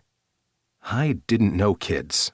The idea that my siblings were all having them meant I needed to learn what milestones were, and that wasn't something on my radar. When did they learn to talk? Walk? Were Sophia's twins dating people yet? Were they even 2 yet? I ran my hand over my face and cringed before I realized I didn't have paint on this particular one. The number of times I had slid paint through my hair was astronomical at this point.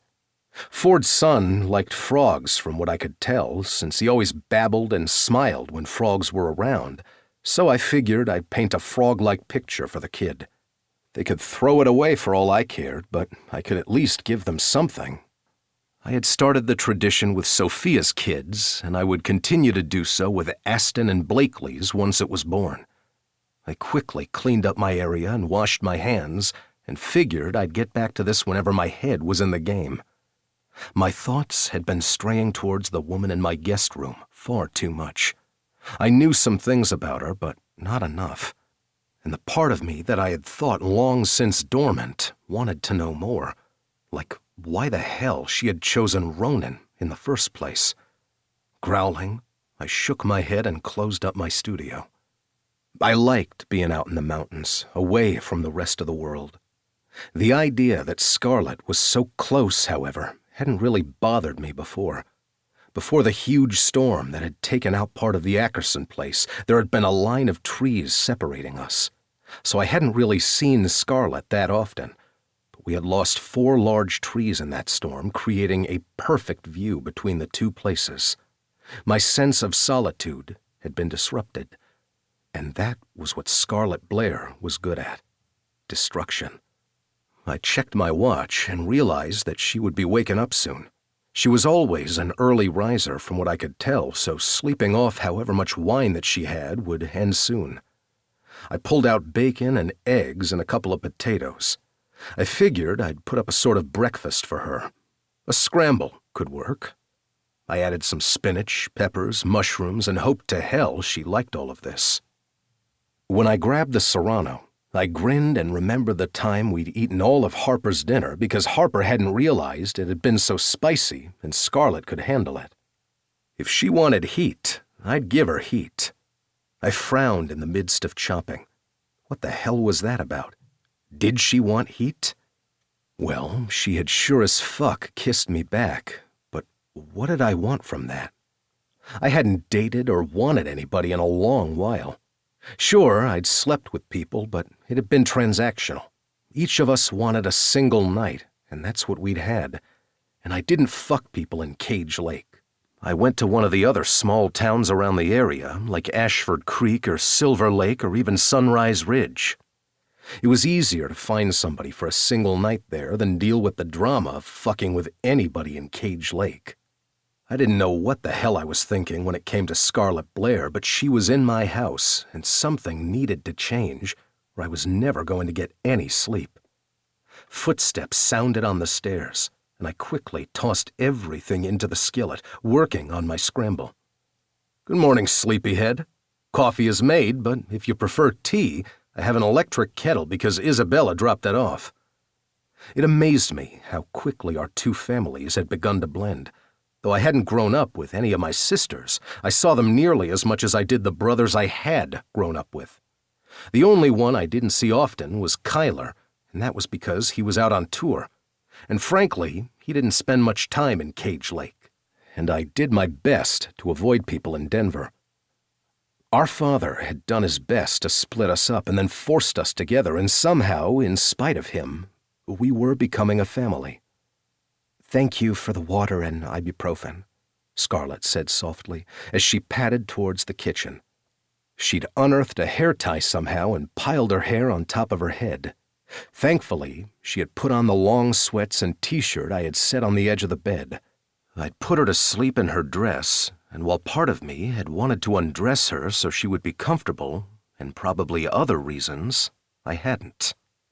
Being a gentleman wasn't easy. Not that I was actually a gentleman. "Thank you for the clothes, too, and, well, everything." She put her hands over her face and groaned. "I never drink that much." At least that's what I thought she mumbled. "I don't either, but when I do, I like a hearty breakfast the next morning. You in, or is it going to make you queasy?" I looked over my shoulder at her silence, and she just stood there, frowning at me, her hands at her sides. "Why are you being so nice to me? You're never nice to me." A sliver of guilt slid inside me at that comment, but I did my best to ignore it. "I'm tired of fighting all the time, and I'm hungry. Are you going to eat? I found your keys, by the way. They had rolled to the back of the truck, at least inside the cabin. So you can get into your house when you need to, but I did make enough breakfast for two." She was quiet for so long, I was afraid she had left. But then she came to my side and looked down into the skillet. "Is that a quiche, or the beginnings of one?" I snorted. "I'm not Theo, or that fancy, but it's a scramble. Everything will be cooked. You won't die of salmonella. At least, I don't think so." "That makes me feel safe." She paused, and I knew she was wrestling with similar thoughts to my own. "I would love breakfast. Thank you." "No problem. Do you want that coffee?" "I can get it. Are the mugs near the maker?" "They are." "Would you like me to top you off as well?" We met gazes, even though the unintended innuendo lay heavy between us, and I nodded. "Yes, please. I don't need cream or sugar. I'm in the mood for all of the cream and sugar, if that's okay." "I don't have any of that fancy creamer stuff, but I have half and half, I think." Her lips twitched. "I can make that work." She paused. "Thank you."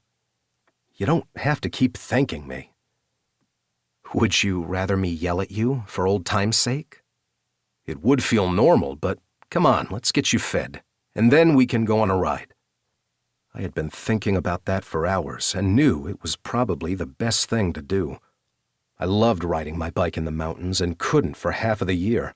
But now that the snow had melted in some of the passes, we could wind around a couple of small towns and have lunch. And yes, the idea of her legs wrapped around me as we rode had entered my mind, but I wasn't going to mention that. "Excuse me?" she asked, as she poured nearly half of the container of half and half into her cup. "I'm going for a ride, and you're coming with me. It's your day off, isn't it?" "It is, which I'm glad it is since I slept so late. I haven't slept in ages." "You needed it," I said with a shrug. "Maybe, but it makes me feel lazy." "You are the least lazy person I know, and I have Aston and Isabella and Blakely in my family." I said dryly. I suppose that is true. Her lips twitched. And you want me to ride your motorcycle with you? Like a date? I paused in the act of scraping the rest of the scramble onto 2 plates before letting out a breath. Not really, it's just a ride. Okay, she blinked as she said it before taking a sip of her coffee. Good coffee. Okay as in you're fine it's not a date, or okay as in you're coming with me? You didn't really ask. You told me I was, and though I don't tend to take orders, a bike ride sounds lovely. I've never actually been on the back of a motorcycle before. That made me smile. It was odd. Ever since losing Michelle, I hadn't smiled often. It wasn't that I still loved her.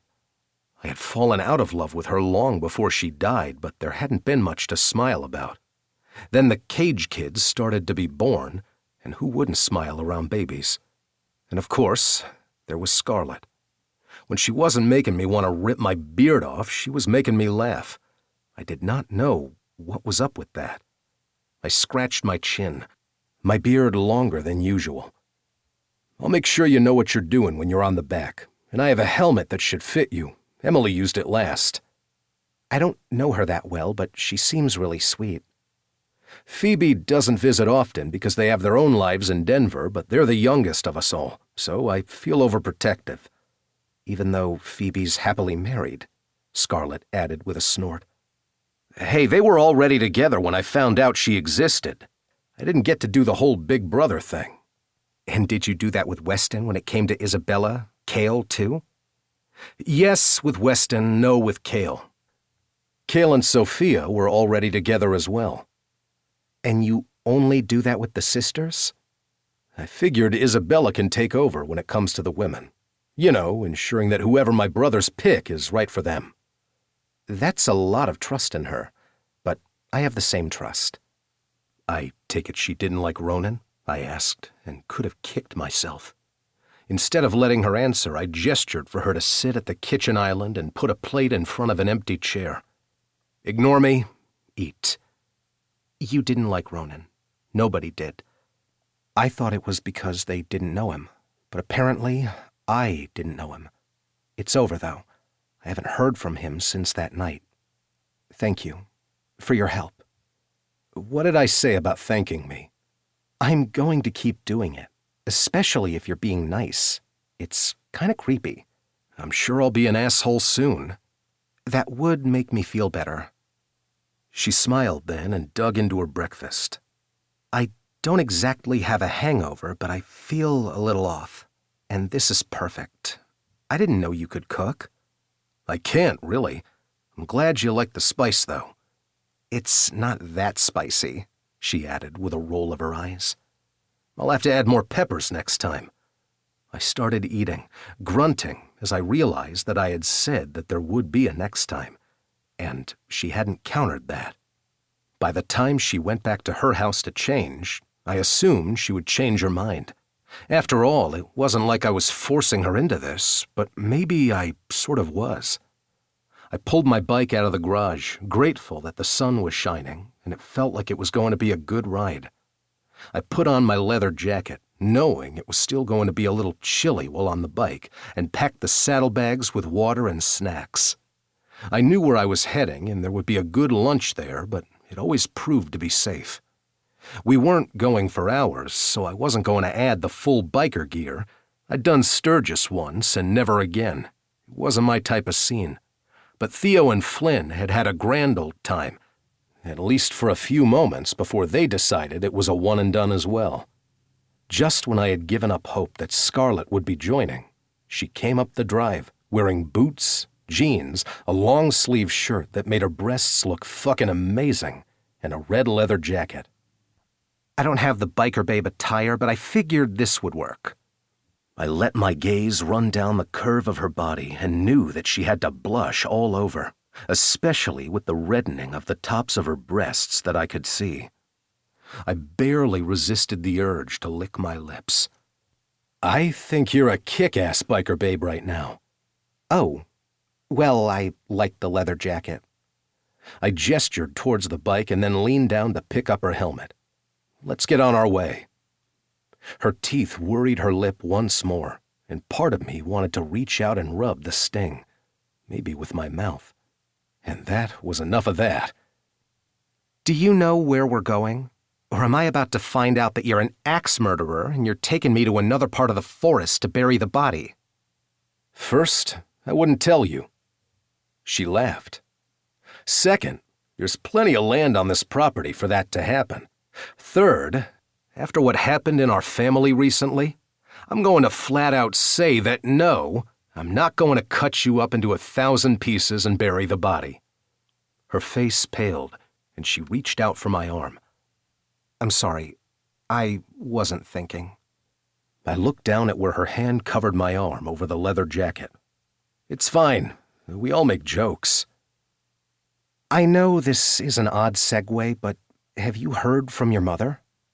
I threw my head back and laughed, surprising the hell out of both of us. I don't think I've ever heard you laugh like that. You just thought of my mother after we talked about serial killers. I think it's apropos. Her eyes danced. Look at you with the big words. I learned them good while in the service. She rolled her eyes. Oh, stop. Get on the bike and I'll show you what we need to do. And no, I haven't heard from my mother. Dorian blocked her, and I'm pretty sure the rest of my family did as well. One day, maybe she'll realize that she wants to be a grandma and figure out that maybe she was just as toxic as Dad was. She still has time to figure things out, but I want nothing to do with her. Well, good. I don't like her. I laughed again. I don't like her either. Not the best thing for a son to say, but fuck her. Now, let me show you what to do. I put my hands on her hips, and her eyes widened, but I taught her the few things that she needed to know to ride on the back of a motorcycle. I'm not going to speed, and in this area there's not allowed to be any trucks, at least not the 18-wheelers. They can't make it on this path, and they have their own highway for that, and we won't be riding that highway. Where are we going? I thought maybe we could head to Sunrise Ridge or Silver Lake. Silver Lake has a decent place for lunch, too. I'd like that. I go to Ashford Creek often with Luna and Ivy, but I don't really know the other towns that well, even though I've lived here all my life, other than college.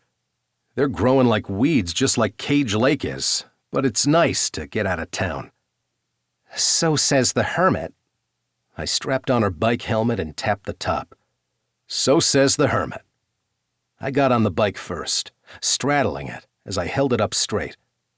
Okay, put your one leg there and then swing your leg over like you're getting on a horse. You think I've been on a horse? Isabella mentioned it, I mumbled, and she gave me a look before putting her hands on my shoulders and doing exactly what I had said. She felt even better against me than I thought possible. I leaned back and she chuckled, the movement warm against my back, and when I turned on the engine, she let out a squeal. "Wrap your arms around my waist," I called out, and she snuggled into me. And then we were off. We went the back way so we could do the full circle of Cage Lake. However, in order to get out of town, we had to go down Main Street. She'd known that when we had made this plan, so the town would see her on the back of my bike. Tongues would wag, but they always did in Cage Lake. We made our way past the beginning of the street, and I was grateful that we hit every green light and only had to stop at a few stop signs. But people had still seen, including Miss Patty. "She's going to tell her entire knitting group," Scarlett called out over the engine as we moved toward the main bridge out of town. "Yup," I yelled back, and then there was no more talking. Though Scarlett had pulled her hair back in a braid, I knew we'd both end up with messy hair at the end of the day, but that was the fun part of riding. We had sunglasses on to combat the wind and light. It was still slightly colder than when I usually first rode out. I'd wanted to get Scarlett on a bike, even though we knew the cold was probably an issue. She learned quickly, leaning into the curves with me and waving at the kids and cars as they passed by. I leaned back, feeling far more relaxed than I had in ages.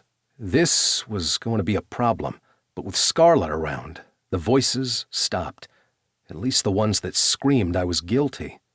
I was guilty, but not exactly how she thought.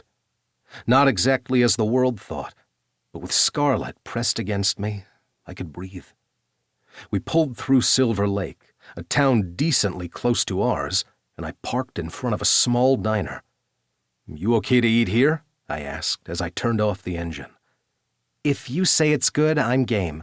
Plus, I think I really need to walk. I reached back and squeezed her thigh, noticing the way she moaned. "Is that moan because you like that, or are you going to be sore later?" I plead the fifth. She laughed. I helped her off the bike first, then slid my legs over. When her knees nearly gave out, I cursed. "You okay?" I've only ridden a horse a few times, and it's been a while. I ran my gaze over her body before I finally undid the strap underneath her chin. "You'll get better at it." You keep saying things like that. Things like what? Though I knew the answer. Like this will happen again. I shrugged. Maybe. I didn't say anything else, but I gestured towards the diner behind her, and she turned, letting the non-answer slide. When I opened the door for her and pressed my palm to the small of her back, she didn't flinch. I had no idea what the hell I was doing, but I might as well go full tilt. Nobody recognized us here. We could have been tourists for all they knew. We sank into a booth, and as the waitress came over and took our drink order, I sat back, knowing I was going to get the same burger I always did. Do you come here often? I shook my head. No, I mean, probably as often as I go to any of the places in Cage Lake. I cook for myself, even though I'm not great at it. I like to go to all of the places in Cage Lake. It's home, she sighed. And frankly, I want to make sure that the residents know that the resort is a huge part of the town, and I want them to be happy with us. I get you. Not everybody was excited to have such a large and exclusive resort right at the edge of Cage Lake. It helped with sales tax, but it increased property taxes. And it brought in people they didn't know. I know the cabins on the west side and the lake and the river all had tons of tourists, but we brought in even more. My lips twitched. You said we. I know that you Cages own the place, but I think of it as mine. I think of it as more yours than mine, Scarlett. We both know that. Before she could say anything, the waitress came and we each ordered. She got the club sandwich with French fries and a side of ranch, and I got the burger, also with a side of ranch. I love that you got French fries and not a side salad. I'm still in that greasy mood after the wine last night. Is there a reason you were drinking so much? I held up my hand. Not judging, just wondering. She stared into her water and pressed her lips together.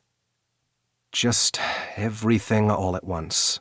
My dad, Ronan, trying to increase revenue at the resort, you, and my mom having a panic attack. There was so much in that statement. I didn't know where to begin, so I did the one thing I wasn't good at. I just spoke. You're doing fantastic at the resort.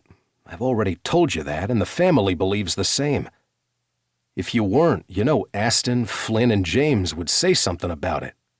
Hell, Blakely's job is to cut pieces that aren't pulling their weight, and to push money into places that help others.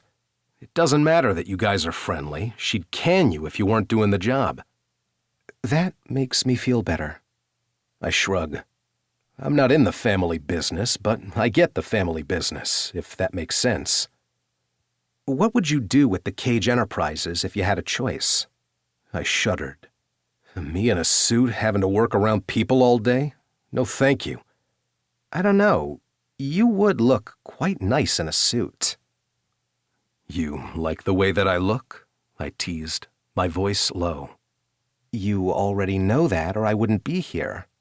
So, you just like me for my looks. I had no idea what the hell I was doing, but it was fun. Different. Your personality is a little gruff, so it has to be. Touché.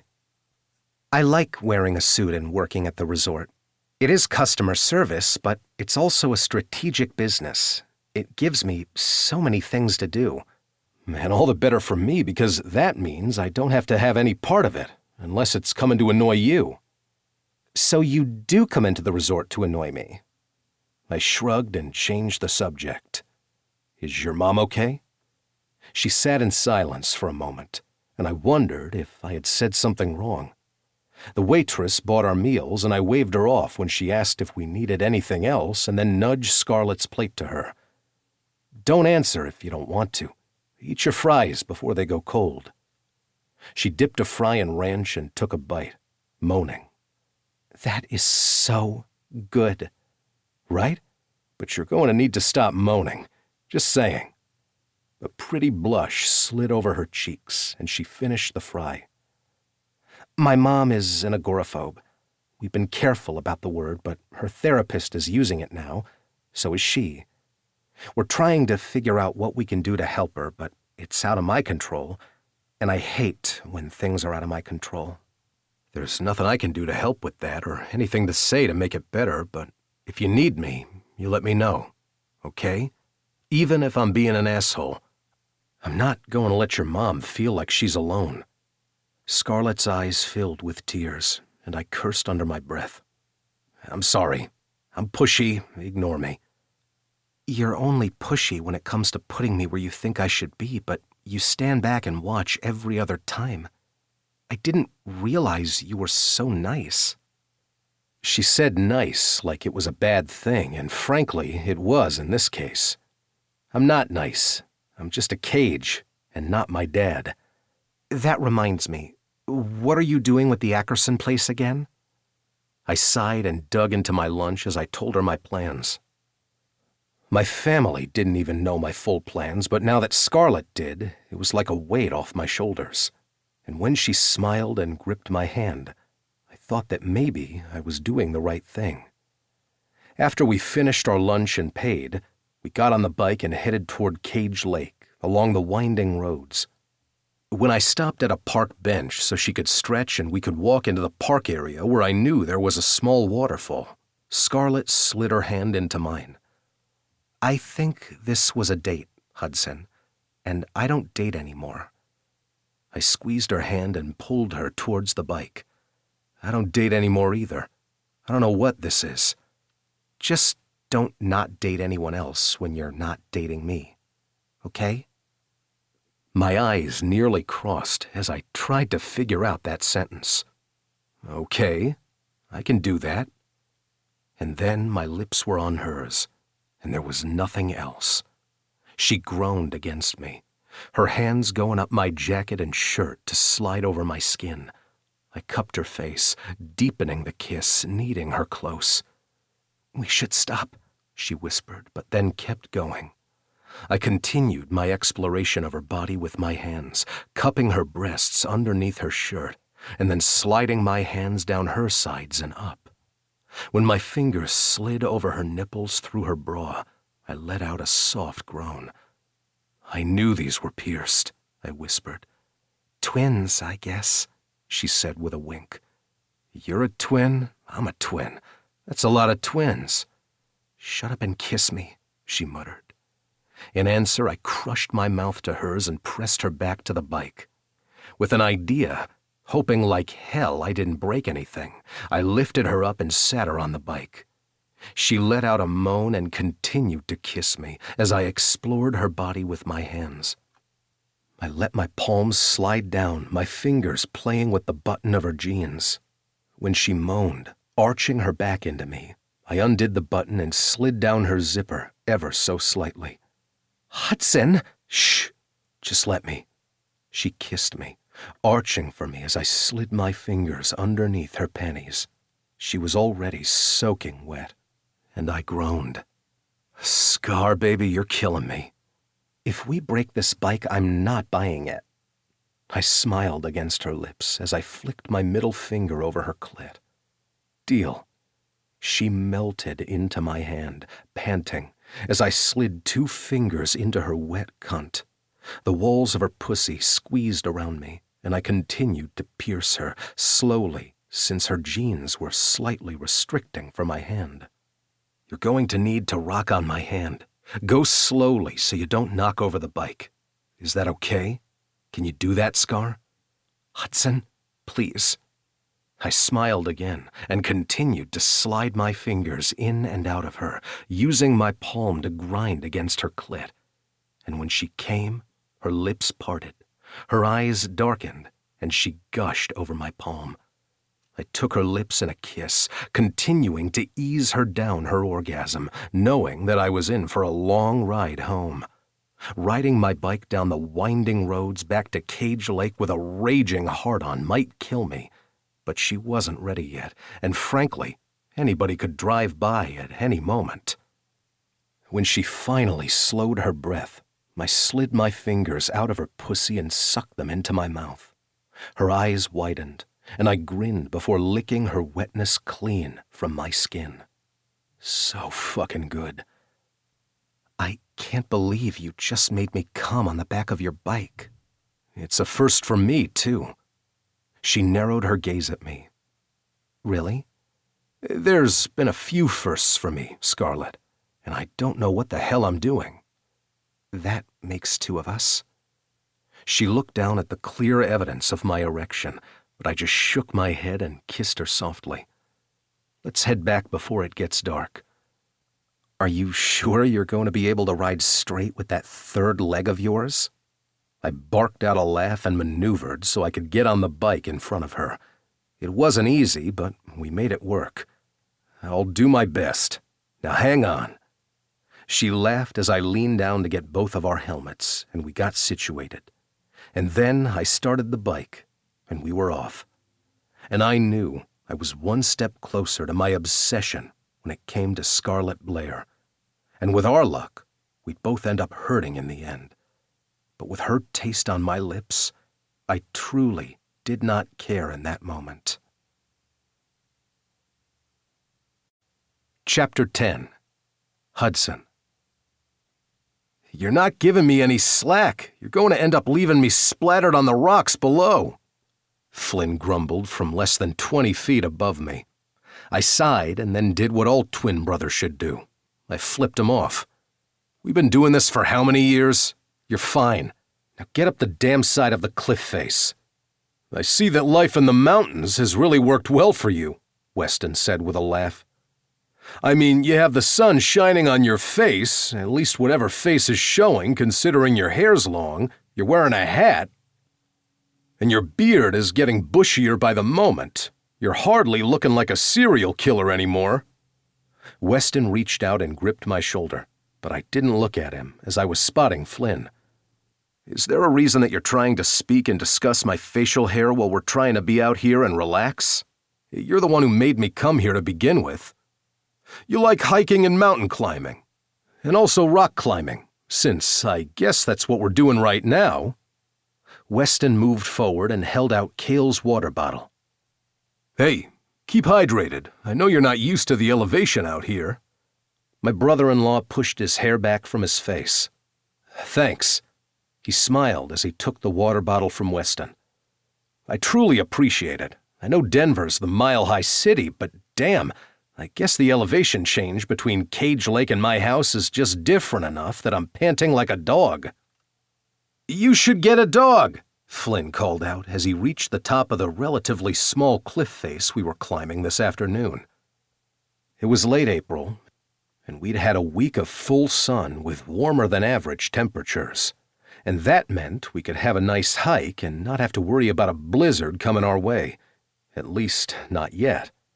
I'm sure there would be a freak storm coming at us at any moment just because I thought it. The lake was still frozen in some parts, but was thawing enough that soon people would be out on their boats, and the places where people would go to swim and not just off the docks would be open to the public. The few passes that were off to the east that would be easy to climb over in Payne Peak would soon be open as well. That meant the resort would be changing focus from winter sports and into their spring and summer deals. It would be rock climbing like we're doing now, trails, camping, and even tours out through the mountain itself.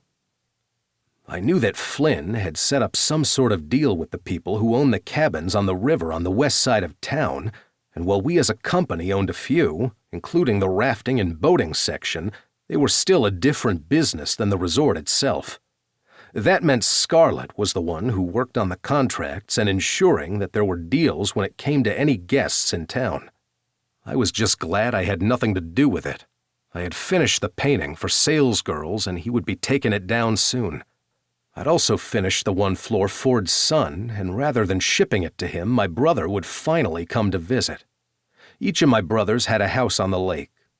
We'd bought it with our own money from the trust before we had found out that we'd even had additional siblings. We also owned nearly all properties on the lake itself.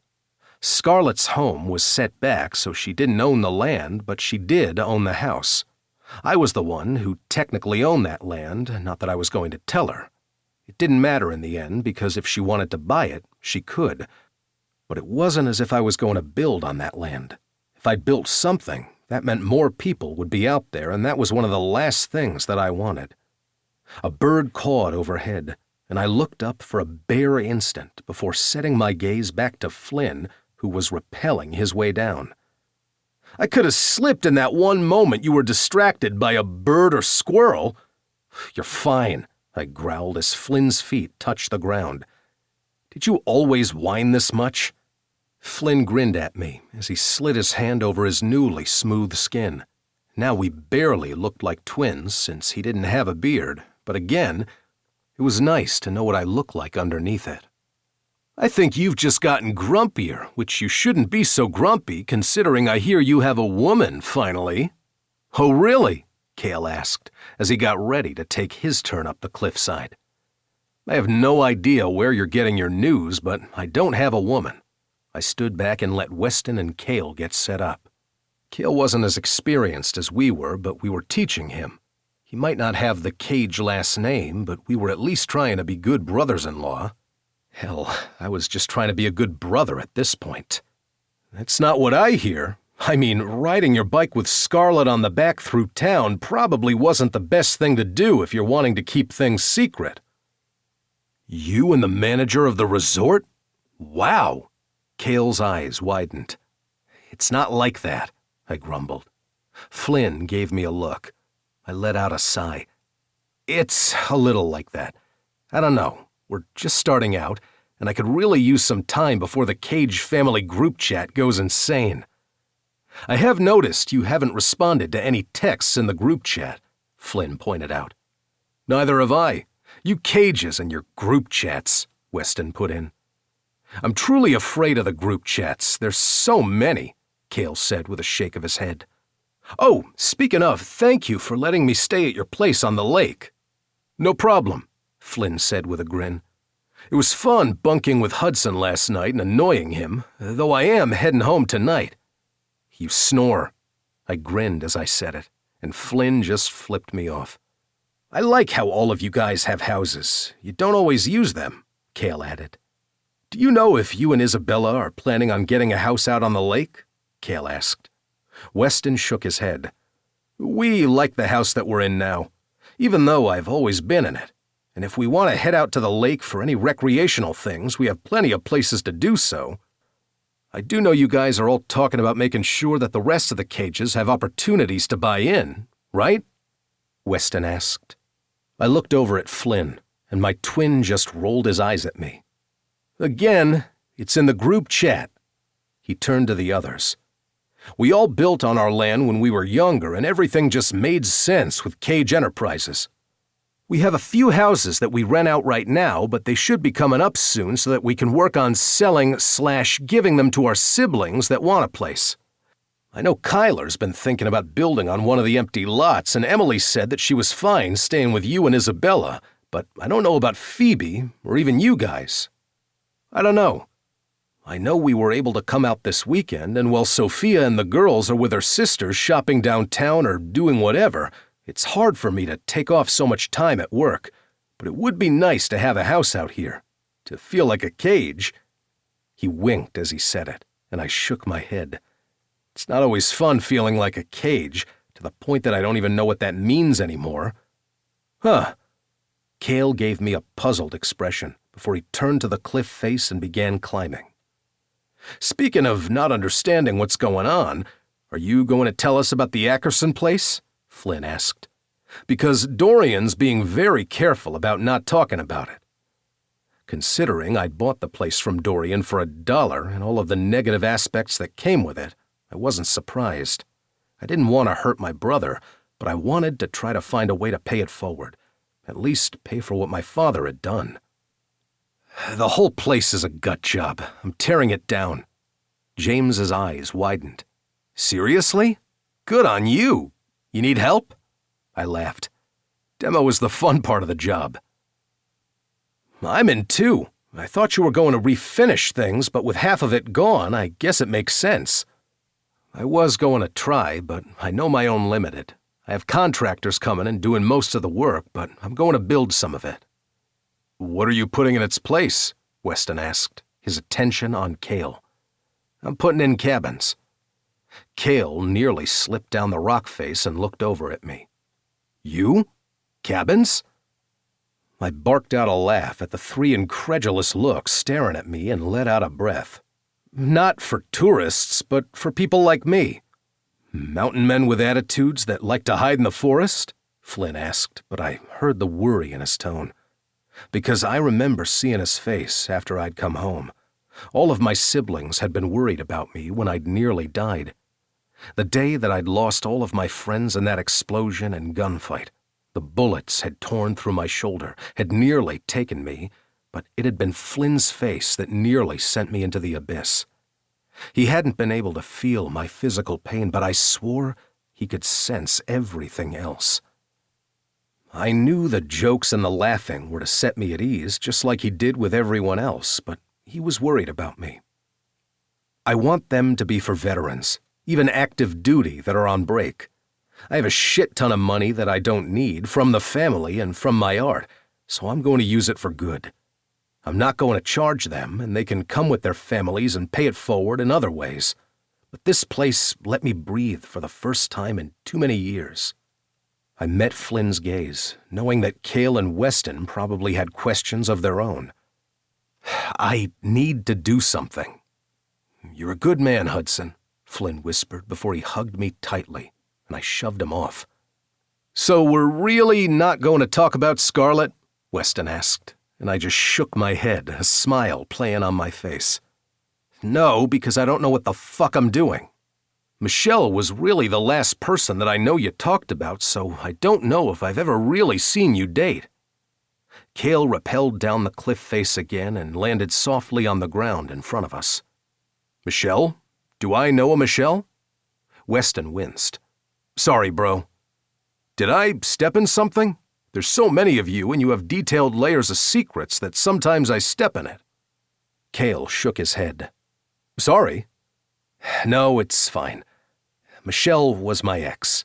We dated in high school, and then when I decided not to go to college right away and join the Army, I ended up deployed more often than not. It didn't work out between me and Michelle. I'm sorry about that. Truly, and thank you for your service, Cale tacked on, looking awkward. I felt just as awkward. I didn't know what I was supposed to say when people mentioned that. It wasn't as if I felt like I had done anything. I was trying to do things now, though, and I guess that's what mattered. And I didn't add that I wasn't with Michelle because she had cheated. And then she was dead. I couldn't just say those words. It was Weston's turn to climb, and then my own, and by the end of the day, I had a few cuts and bruises, but I felt lighter than I had in weeks. It was good to get out into the mountain air, to just breathe for the first time. Spring would hit hard soon, and then summer, and I'd be working as usual. I had a few projects in town that I needed to do since Ms. Patty had roped me into more than one mural, and I would get it done. I would do anything for Miss Patty. She had been the one to give me my first cup of coffee when I had moved to town still in a sling and glared at anybody who tried to talk to me. She'd ignored my barking, handed me coffee, patted my good shoulder, and told me I could come down from the mountains when I was ready. I'd loved that woman and all her gossip. Because while I had ignored my brothers and pushed them away if they tried to feed me or give me anything, Ms. Patty had forced herself onto my land, driving her own four-wheel drive truck in order to give me frozen meals and home-baked food. Then others had joined in, and my siblings and even my mother had done their best. But it had been Miss Patty who had been a force of nature, and she still was. We made our way back down the trail, our guy's afternoon surprisingly peaceful. It wasn't that I disliked people in general. It was that I liked being alone. I wasn't lonely. I was happy and content in solitude. Flynn and Weston were up front, talking about Weston's upcoming expansion, and I ended up in the back with Cale. Cale wasn't an outdoorsman by any stretch of the word, but he was trying, and he seemed like he was enjoying himself. "You doing okay?" I asked, knowing that if I accidentally broke something on Sophia's husband, I would hear about it forever. "I'm doing fine. I've only tripped twice today." He tripped again, and I reached out and caught him. "Sorry about that." He ripped his arm from my hand, and I knew he had to be embarrassed. Hell, I tripped all the time, but me saying that would just embarrass him further. "I know you said that you and Sophia wouldn't be coming up to Cage Lake often, but we can still figure out a house for you to stay at that's yours. My dad was an asshole, we all know it. You guys deserve a place." Cale gave me a look I couldn't quite read, and he shook his head. "Sophia spends most of her time with the girls or at the dance studio, and I'm traveling often. While having a place to relax would be nice, I don't think she would want a handout." I frowned, knowing that I was probably walking on murky ground here, but it wasn't my decision. And maybe the group chat had more to say, not that I was going to have any part of it.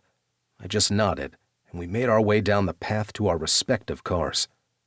Cale would be heading to Sophia and spending one more night here. Flynn was going home to Denver, and Weston was to go back to his place. He and Isabella would be traveling with the others, and soon Cage Lake would be a few less cages. Harper and Dorian were already in Denver working on one of his clubs, and now that I thought about it, I might be the only cage left for a little while. I didn't know why that bummed me out. It never used to. I made it home and figured I would go back to the studio and work, or maybe text Scarlett just to see how she was doing. That was odd of me, but then again, I could still taste her on my lips. She had been working non-stop since our bike ride, and though we had texted and talked a few times on the phone, we hadn't spent much time together. Maybe that needed to change. Of course, I needed to figure out what the hell I wanted first. That would probably be a good thing. My phone buzzed, and part of me hoped it was Scarlett, but when I saw my agent's name on the readout, I groaned. "Yes, it's about time you answered. Now, I've given you enough space, but you have to be at the show next weekend. It's in your contract. And I really don't want to have to play mean agent, but I need you to pretend that you can be sociable, even if it's just for 30 minutes. I had been avoiding this show and what it meant for months now.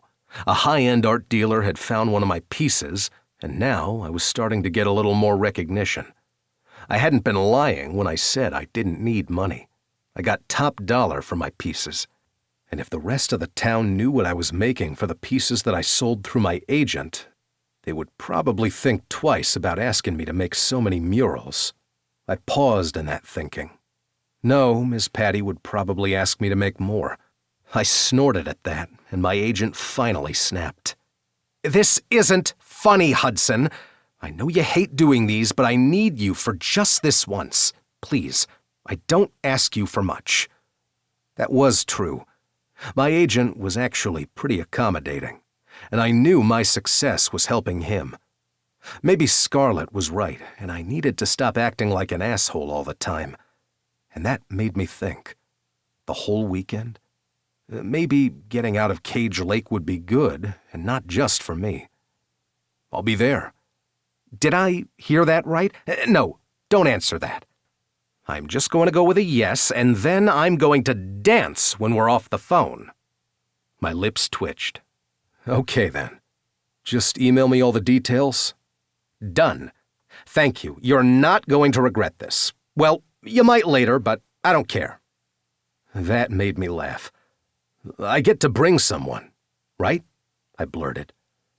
My agent was silent enough for long enough that I was afraid the call had ended. Yes, your family? No, I don't really know if I want to deal with all of my family at this. Then it will be a thing in the news. I knew that my agent liked press, but the Cage family press, when it came to my dad's death and the will and everything that came with it, wasn't exactly the press we needed. Plus, I liked making things work on my own rather than on my name. That makes sense, though your family is pretty great. They're okay, I said with a laugh. Did you just laugh? And you're asking if you can bring someone that's not a family member? Hudson Cage, are you seeing someone? I cursed under my breath and wondered why I had even said a damn thing. Don't make it a big deal. We're not really seeing each other. I just want to take someone that's not Cage-like. And you're the one who wants me to do this show. Don't make it weird. I promise I'll be on my best behavior. Maybe. But don't worry, you can bring the whole family if you want. You don't have a set number of tickets, but the show's sold out otherwise, and I'm excited for you. He paused, and I felt like squirming. I'm happy for you, as long as this doesn't affect your art in a bad way. That made me burst out laughing, exactly what my agent wanted me to do, since he wasn't one of those critiquing types who wanted me to be the starving or broken artist in order to produce things. Instead, he usually just let me be. Send me the details. I'll see you in a week. Yes, and your date. I hung up without saying anything and had to wonder if I was just setting this up for failure. I hadn't even asked her yet. Phone still in hand, I texted her, hitting my large fingers on the tiny little buttons. Me. I have a damn art show that I have to go to in Denver next week. Me. I know it's the days you have off. Me. Come with me. Not exactly romantic, but I wasn't into romance, and I wasn't sure Scarlett was either. And I hadn't truly asked her, more like ordered. Then again, maybe she liked that. She didn't answer right away, and I figured she was either working or ignoring me. Maybe I would just go down to her house later and annoy her in person. My phone buzzed again, and I looked down at the readout, wondering if it was one of the 100 family group chats. It was. There were 4 new texts from them, and also one text that I was actually going to read. Scarlett. Well, that's out of the blue, but okay. Is it overnight? It didn't need to be. We could drive up late at night, but I had a feeling that's not what either of us wanted. Me. I'll get us a nice hotel. Sorry, but there's only going to be one bed. There, putting my intentions out there, like an idiot. Scarlett. I guess I'll have to figure out what to pack, if anything. And with that, my cock pressed against my pants, and I groaned. She-devil of a woman. That was probably why I liked her so much. I slid my phone in my pocket and whistled under my breath as I made my way to my studio. Maybe I was making a mistake, but at least I would have fun along the way. Chapter 11. Scarlett. Is there a reason that you didn't want any of your family here? I asked, my palms sweating. Hudson raised a brow before lifting his chin at one of his paintings. Because they've seen most of this. I don't need them to be here to bow at my feet or some shit. Or to pretend that they need to. That isn't what we do. I'd rather do shit for them than have them see this. Another person came up to him, what felt like the 100th person at that point, and he grunted in thanks as his agent carried most of the conversation. I stood back in my red dress, wondering what the hell I was doing here. Hudson's words were exactly who he was. He didn't like being the center of attention and would rather do things for others in his family than be forced to show that he was a talented man. Because, goddess, his work was breathtaking. I had always known that Hudson Cage could paint. I'd secretly wanted one of his smaller paintings that I could afford for my own house. I'd seen his murals around town, as well as some of the pieces he had done for his family and friends. For a man who never spoke, unless forced to sometimes, he communicated in his art. I felt like I could walk through some of the paintings and stand in our forest. Many times it was landscapes or pieces of life that others wouldn't be able to tell were from Caged Lake, but spoke of home and family. Other times, his work would be slightly abstract, and perhaps you wouldn't realize exactly where it came from until you focused and realized the painting spoke to you in a way you didn't understand. I had never known an artist firsthand. I never realized that we could be friends like this. When Hudson had invited me to his art show, part of me had wanted to ignore the text, set my phone down, and go about my day off like I normally would, with my mother, my sister, or alone, because I would be better off that way. I had no idea what would happen next when it came to Hudson, but I had lied to myself in saying that I was fine, that I knew what I was doing. Because here I was, saying yes to Hudson, and now I was in Denver with him. And we would be staying overnight at the hotel we had barely seen after we had checked in. And it wasn't as if it was some dingy little hotel on the outskirts of town. No, it was the 5-star hotel near the gallery, and we had dropped off our bags before finding our way back here. I'd only had a few moments to get ready, as traffic had been bad, and yet, the look on Hudson's face when I walked out of the bathroom in my red dress, the one that fit my curves and made my breasts look amazing if I did say so myself, was worth the stress and the agony of the drive. He had taken one look at me, growled, and then dragged me out of that hotel suite. Because there was only one bed in that hotel suite.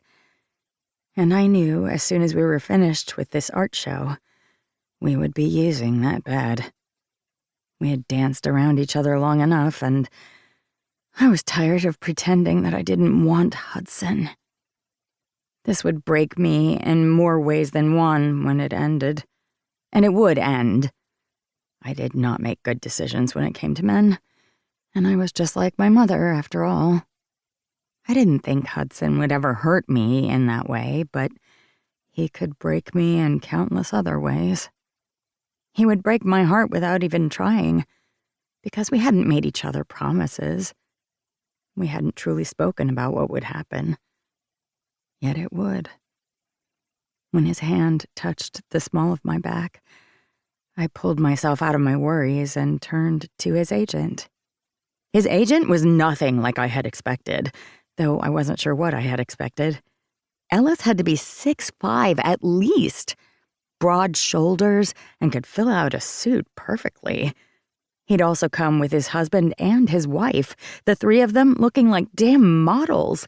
In fact, all three of them had modeled for other artists in the past, and I knew their story had to be interesting as hell. One of Hudson's brothers was in a poly relationship, so it didn't surprise me at all that Hudson's inner circle was welcoming. The other generations of Cages may have been bigoted assholes, but this generation, they were open, honest, and surprising. It wasn't any wonder I was falling for him. No, I wasn't. I could not fall for Hudson Cage. If I did so, I would make such a mistake that there would be no healing from it. I couldn't hide from Hudson as it was. Running away from him after finally giving in to what I'd tried to hide would shatter everything that I had tried to build since Ronan and my father. So no, I wouldn't fall for him. But as I met his gaze and licked my lips, noticing the way his eyes went to the action, I would be going to bed with Hudson Cage tonight. Scarlett, I'm so glad that you could make it, Ellis said as he held out his hand. This one has been quite secretive when it comes to you. I rolled my eyes. There are no secrets needed. I'm the one that he annoys when it comes to the resort I manage. I don't annoy you. You annoy me, Hudson grumbled. Ellis looked over at his husband, who in turn leaned down and kissed their wife on the cheek. I annoy both of them on a daily basis, Ellis put in. But that's how our relationship started. I opened my mouth to tell him that Hudson and I weren't exactly in a relationship, that I didn't know what we were. But then again, here I was at his art show when his family hadn't even been invited. I wasn't even sure they were aware it was happening. Not telling Isabella or Harper had been painful, but what was I supposed to tell them? That I was leaving town with Hudson and I had no idea what I was doing? That would have been my truth, at least.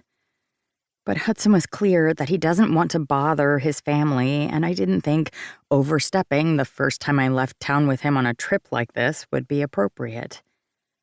Or maybe I was just terrified as to what the others would say. I didn't want to have them worry about me or Hudson. I can't believe you're trying to keep the family a secret, A slightly familiar voice said from behind us, and I turned as Hudson cursed under his breath. Theo Cage strode toward us, wearing a suit without a tie. He winked at me before glaring at his brother. You don't call, you don't write, you don't look at the group chat. Hudson laughed, his whole face brightening. How the hell had that made him even more handsome?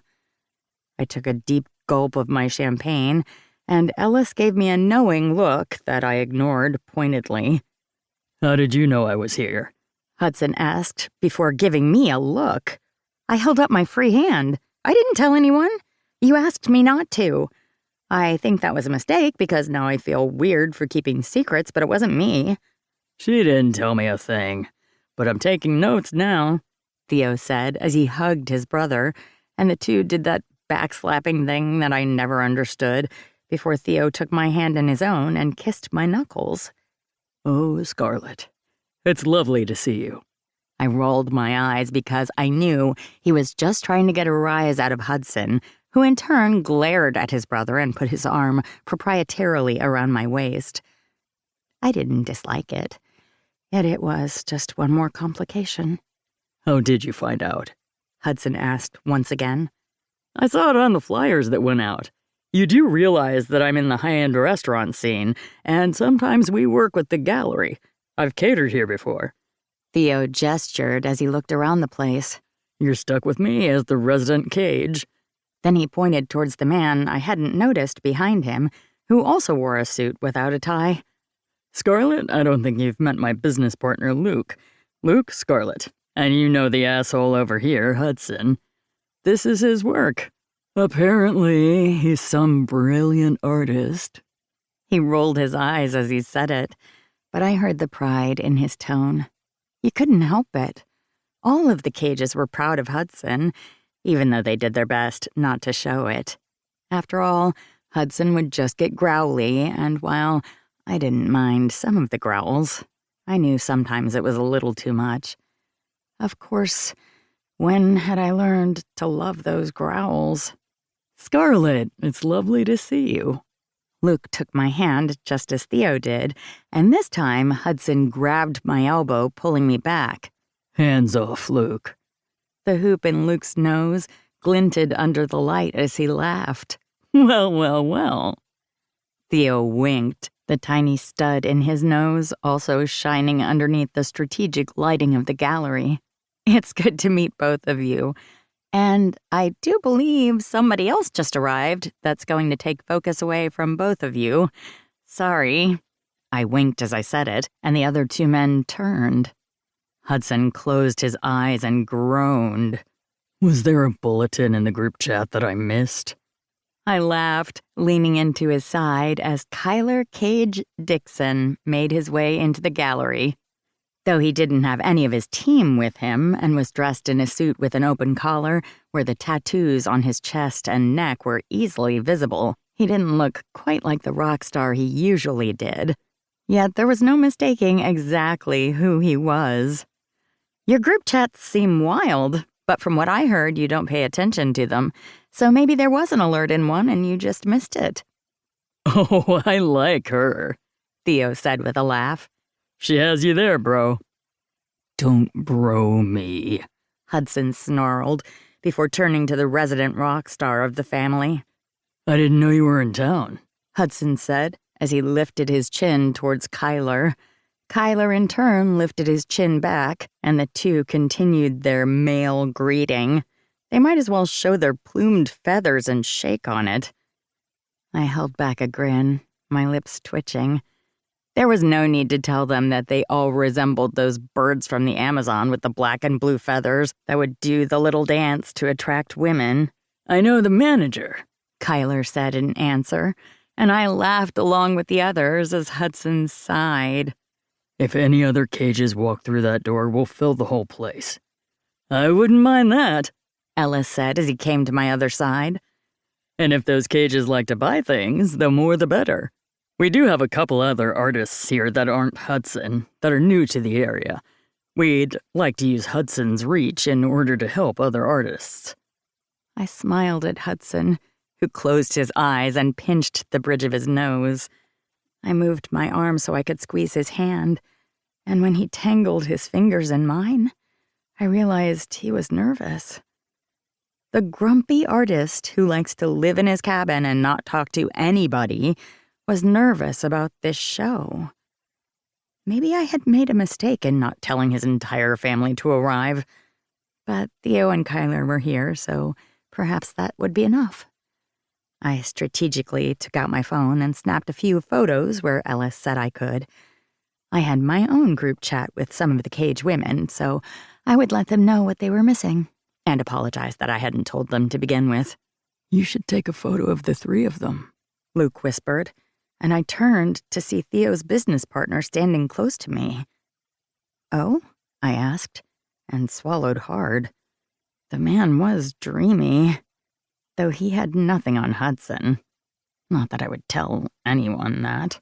I'm pretty sure they don't have a photo of just the three of them.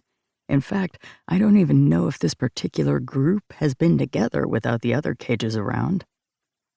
I thought about that, and sadness slipped over me. The expression must have shown on my face because Luke reached out and squeezed my shoulder. I've always hated Theo's dad. Not that I would ever tell the man to his face. Oh, wait, I did. He winked, and I smiled. Really? You told him that? Of course I did. He was an ass to my best friend, though he was worse to the others, at least from what I saw. But come on, capture this moment for one of the group chats, or at least for Hudson. I think sometimes the old man forgets that he does have family. I swallowed hard and snapped a few photos as the three spoke, looking so alike it was startling.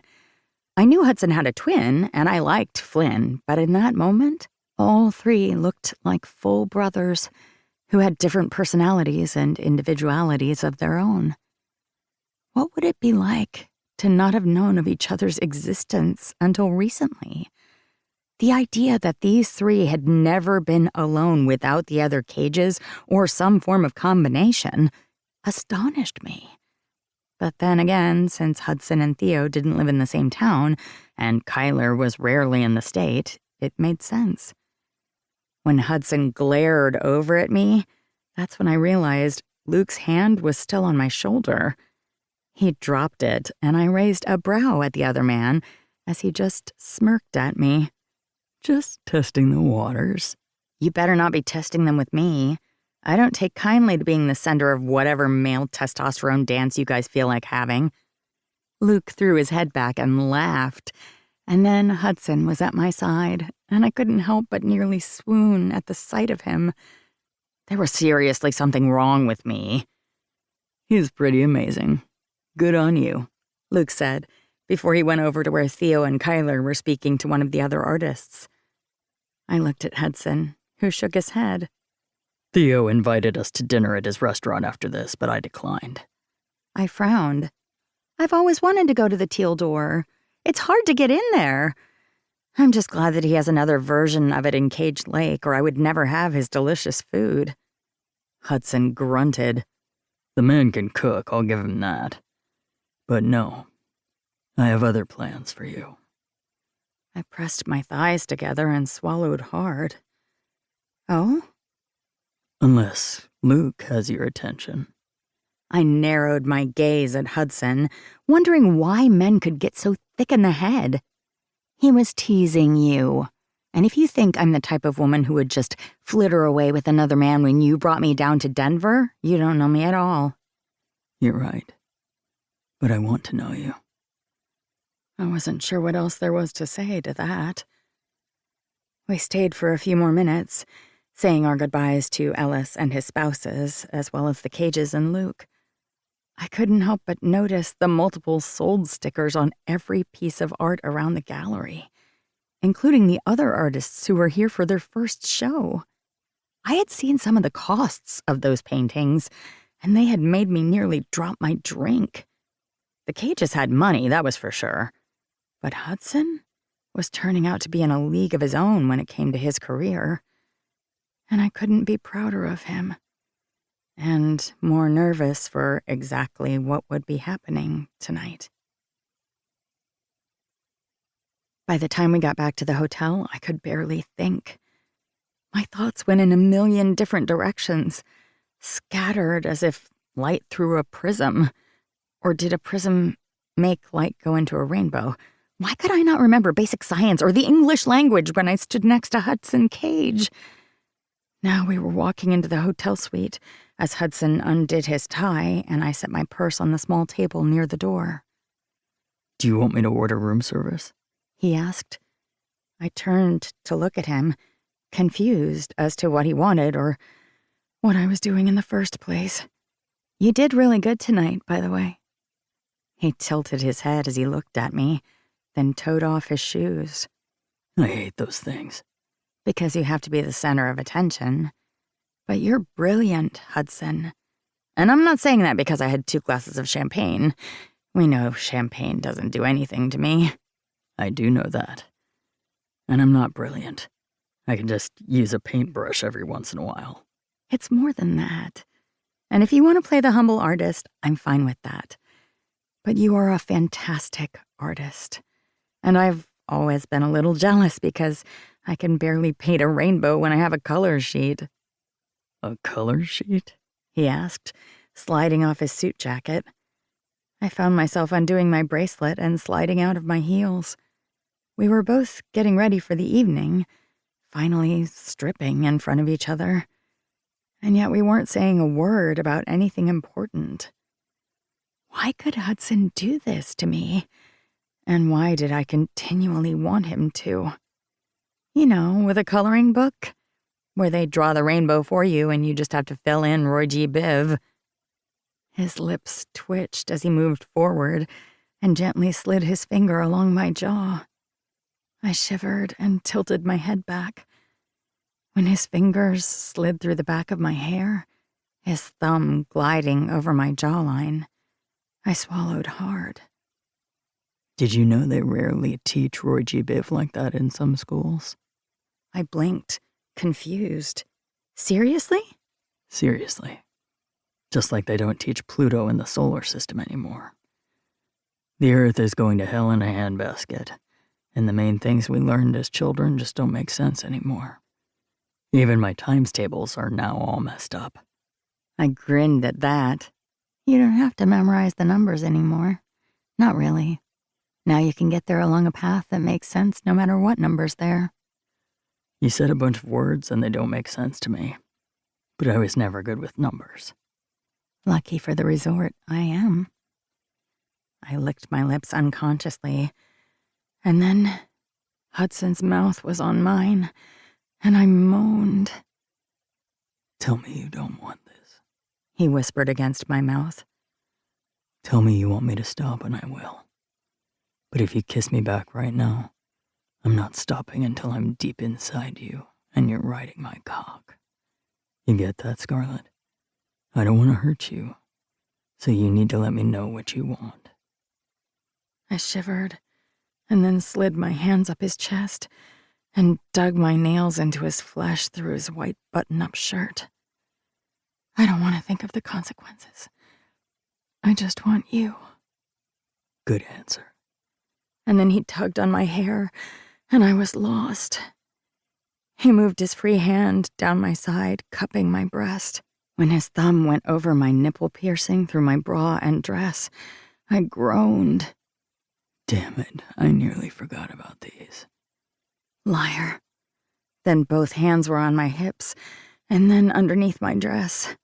When he palmed my ass, he froze. You're not wearing any underwear. It was confining. He let his head fall back as he groaned, rocking his erection against my belly. Before I could say anything, he lifted me up with such ease that I gasped. I wrapped my legs around him, and he carried us to the bed. I need to taste you. I nodded, unable to speak. I was on the bed, dress at my waist, and I could barely think. He knelt at the edge of the bed, my thighs pressed around his face, and then he was moving.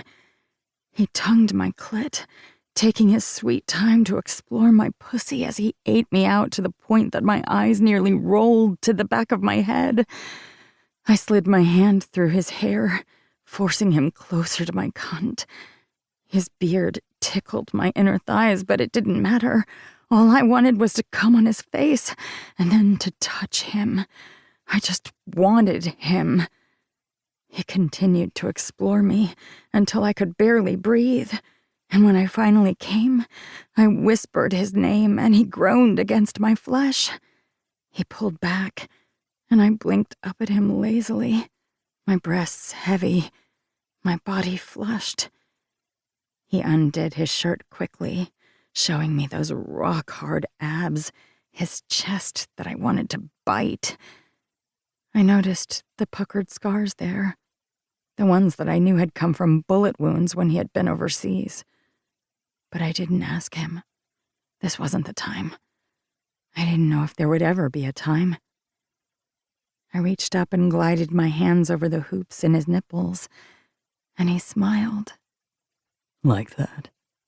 I nodded and reached back to unzip my dress. I need to get out of this. Let's work on that. He undid my dress, and I wiggled out of it, both of us tossing it to the side. Then he was undoing his pants, shoving them to the floor, and we were all over each other, our hands roaming, our mouths unable to stop moving. I reached between us, gripping his cock, and realized that my thumb and forefinger didn't meet. I groaned, sliding myself along him, leaving my wetness along his length. "How long have you had your barbell there?" I asked, gently playing with the jewelry at the tip of his dick. A while now, he said softly, looking at where we met. He had one hand on my side, drawing circles with his finger, the other gently fingering me. I rocked into him, needing a moment to catch my breath. "Will I hurt you?" He shook his head. I can get myself off going pretty hard, Scarlett. You're not going to hurt me with those dainty hands of yours. I rolled my eyes. "I don't want to hurt you, Hudson." And there it was. The truth on multiple levels. But we did what we did best and didn't talk about it. Instead, he slid his fingers out of me and tapped them against my mouth. Open. I did so and tasted myself on him. I nearly came right then, wondering what exactly this man did to me. Instead, he leaned back, and I straddled him. Further up, he ordered, and I frowned, slowly rocking myself along his cock. "Excuse me?" Sit on my face, Scar. I don't want to have to tell you again. Eyes wide, I crawled up his body, pausing as he lapped at my nipples, tugging at the piercings. He spanked me, and I laughed before moving forward to the edge of the bed. Hold on to the headboard if you have to, but sit on my face. I looked at my legs, at that bearded face of his, and pressed my lips together. You're not going to suffocate me, Scarlett. And even if you do, it's not a bad way to go. Laughing, I gripped the headboard and did exactly what he asked, and sat on his face. He held onto my thighs as I rocked myself over his face, knowing that I was going to come again and probably fall into a puddle. I couldn't breathe, couldn't think. Instead, I just rocked my hips, letting his tongue spear me, and before I could think, I was coming again, this time falling back. Somehow Hudson caught me, keeping me in his arms. I had never come on a man's face like that. Hadn't known it was even possible, truly. But Hudson was something else. And then I was on my stomach, thighs pressed together, and he was sliding deep inside me. We both froze, and I realized what we had forgotten. Fuck, He growled. let me get a condom. I reached around, unable to speak for a moment as I caught his wrist. I was so full, nearly stretched to the limit at this angle. He had filled me with one thrust, and it felt like I could burst. You don't have to. I'm on birth control. I'm clean. I promise.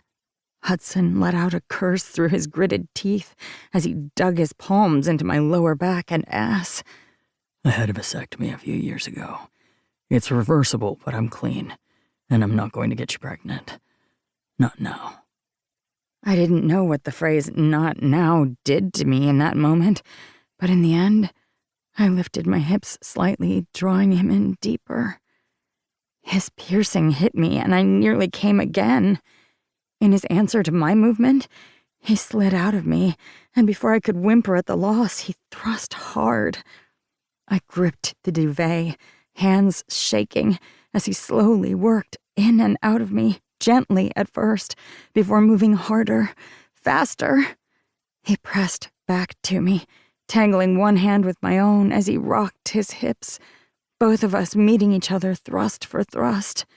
You're so fucking tight at this angle, Scarlett. I can't, I whispered. He pulled out of me then, pushing me onto my back and sliding into me before I could even think. I've never fucked anyone bare before.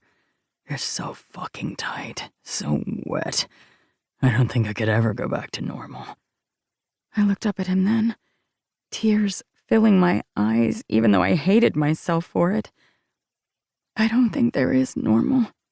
He didn't pause as he continued to thrust, but as he slid one of my legs up so my ankle was at his shoulder, he moved forward and took my lips. Never normal. Just us. And then he moved. When I came again, clamping around his cock, he sped up, the bed rocking, and both of us clutching for each other. He finally came, groaning into my neck, his breath warm, his body heavy along mine, and I let myself come down from my orgasm, holding him as tightly as I could. I hadn't asked for Hudson Cage, and as he kissed me softly and wiped my tears away, I knew he hadn't asked for me. But in that moment, he was my obsession, and walking away would break us both. Chapter 12. Hudson. It'd be better just to gut everything and start over. I ran my hand through my hair and looked over at my contractor, Frank. The man had been in the business for longer than I had been an adult and knew what he was doing. He was also the father of one of the men I had fought beside. He'd lost his son the same day I took 2 bullets to my side and shoulder. I'd only spoken to the man a few times since because what else were you supposed to say when you weren't quick enough to save your friend? But Frank wanted to be a part of this project, not for me, but for his son. It would have been good for everybody if his son would have been able to stay here. Instead, his ashes lay on his mother's mantel. And she dusted and polished the wood every day and told her son exactly what had happened the day before, as if he could hear her. She spoke to his ashes more than she had ever been able to speak to her son, and that was why his father did this, because Frank and his wife deserved to stay here as well. Or maybe to just be able to fucking breathe after finally learning what grief was. The outbuildings and a few parts of the foundation are still good. The mudslide didn't take those away. You're right, and breaking into the side of the mountain like that to build something sturdy isn't going to be good for the land itself. So let's see what we can do. How many cabins are we thinking of? I took his tablet and tapped a few buttons on the screen. I'm not the builder, you are. I can slap a couple coats of paint on after. Frank gave me a look over that large mustache of his. From what I know, you can do more than just slap on a couple coats of paint. I want to thank you again for letting me have that painting, though. You should have let me pay. I shrugged as I handed over the tablet, then put my hands into my pockets. Josh's sister was having a baby, and she'd always wanted something other than a print in her house. I remember Josh mentioned something like that. Katie loves it, and I gotta be the best damn father out there for getting it for her. In reality, I lucked out. It was just a couple of weeks of work, so I don't mind. You need to start valuing yourself more than that. He let out a breath. You seeing anyone yet? I frowned and turned to the older man. What? You settling down? I hear things about your family. Hard not to when they're always in the news. He raised a brow, but I didn't say anything. I see some of your siblings out there getting married, having babies, protecting the Cage legacy. I snorted. Some legacy? You're making your own. They hardly talk about your dad anymore. Now it's about the new set of Cages. My siblings are procreating enough for the rest of us, don't you worry. So, you're still single. I opened my mouth to say something, and a small smile spread over Frank's face. Damn, what's her name? I shook my head. It's new, and it's not what you think. It never is until it slaps you in the face, but good for you. You deserve happiness, you know. I was happy before. It was Frank's turn to snort. We both know that you weren't, so you don't have to lie. You out here doing this thing for us, for your people? This is what will bring happiness to others. So maybe do it for yourself, with whoever this woman is. She has you confused and stuttering over your words. I like her. You don't even know her, I paused. But I like her too. It's probably why it won't last. Because you like her? Because she's fucking amazing, and it's early yet. I'm not good at keeping women. You know that. Frank knew the story, but not many others did.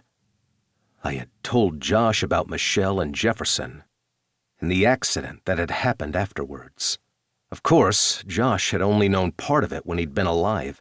I had to tell his tombstone the rest, but in a moment of weakness and far too much whiskey, I had told Frank, and he hadn't judged me for it.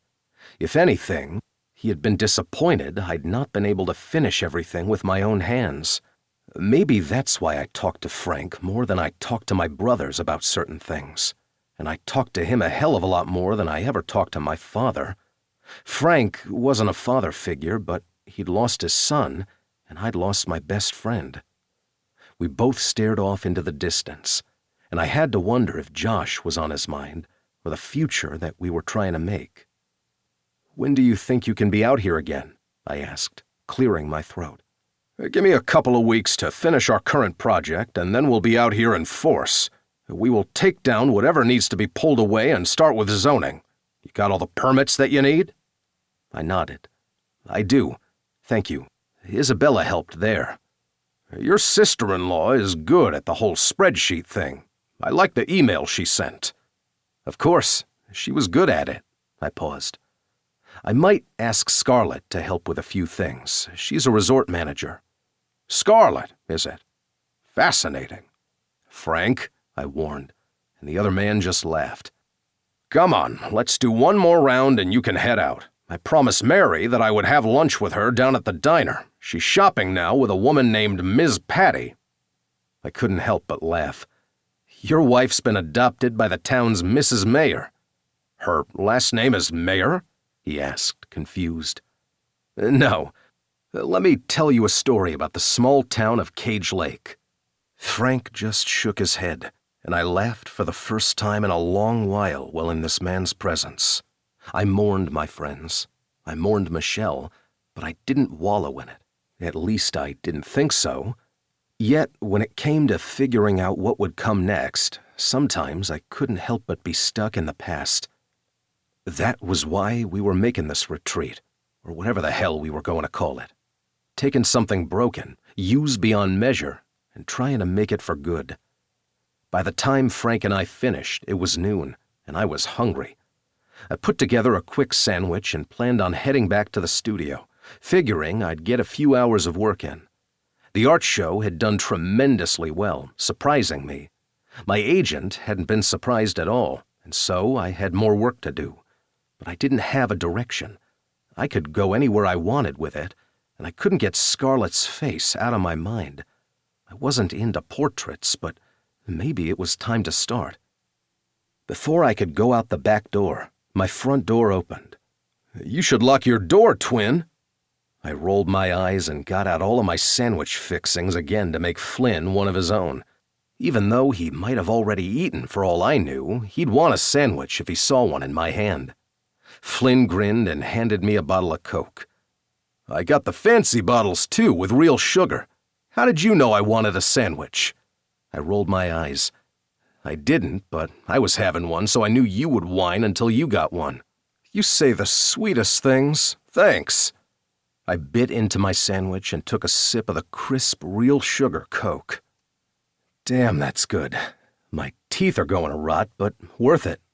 "It's like candy," Flynn grinned. I rolled my eyes. "You are the vice president of a billion-dollar corporation, and you're over here with a deli sandwich and a Coke like a kid." "Hey, this is way better than Wonder Bread and off-brand Coke." "True. This shit is fancy." "Damn straight." "Not that I don't love having you here, but why the hell are you here?" I asked, confused. It was the middle of the work week, and it wasn't like Flynn to show up like this. Oh, he showed up unannounced all the fucking time, but he usually didn't take off work. "I was going through my mail and realized that I had something for you." I frowned, confused. "What? People get us confused in person, but not when it comes to mail." "I have a feeling our lawyer did it on purpose, probably on Dad's request, just to fuck with us some more." I stiffened when I realized what Flynn held in his hand. Our father had mixed us up constantly. It wasn't like with Sophia when she was exhausted and had to blink a couple of times to get the girls situated. And even then, now that the girls were getting older and their faces were changing ever so slightly, even though they were identical, Sophia didn't make that mistake anymore. But our father had purposely not cared enough to figure out who was who.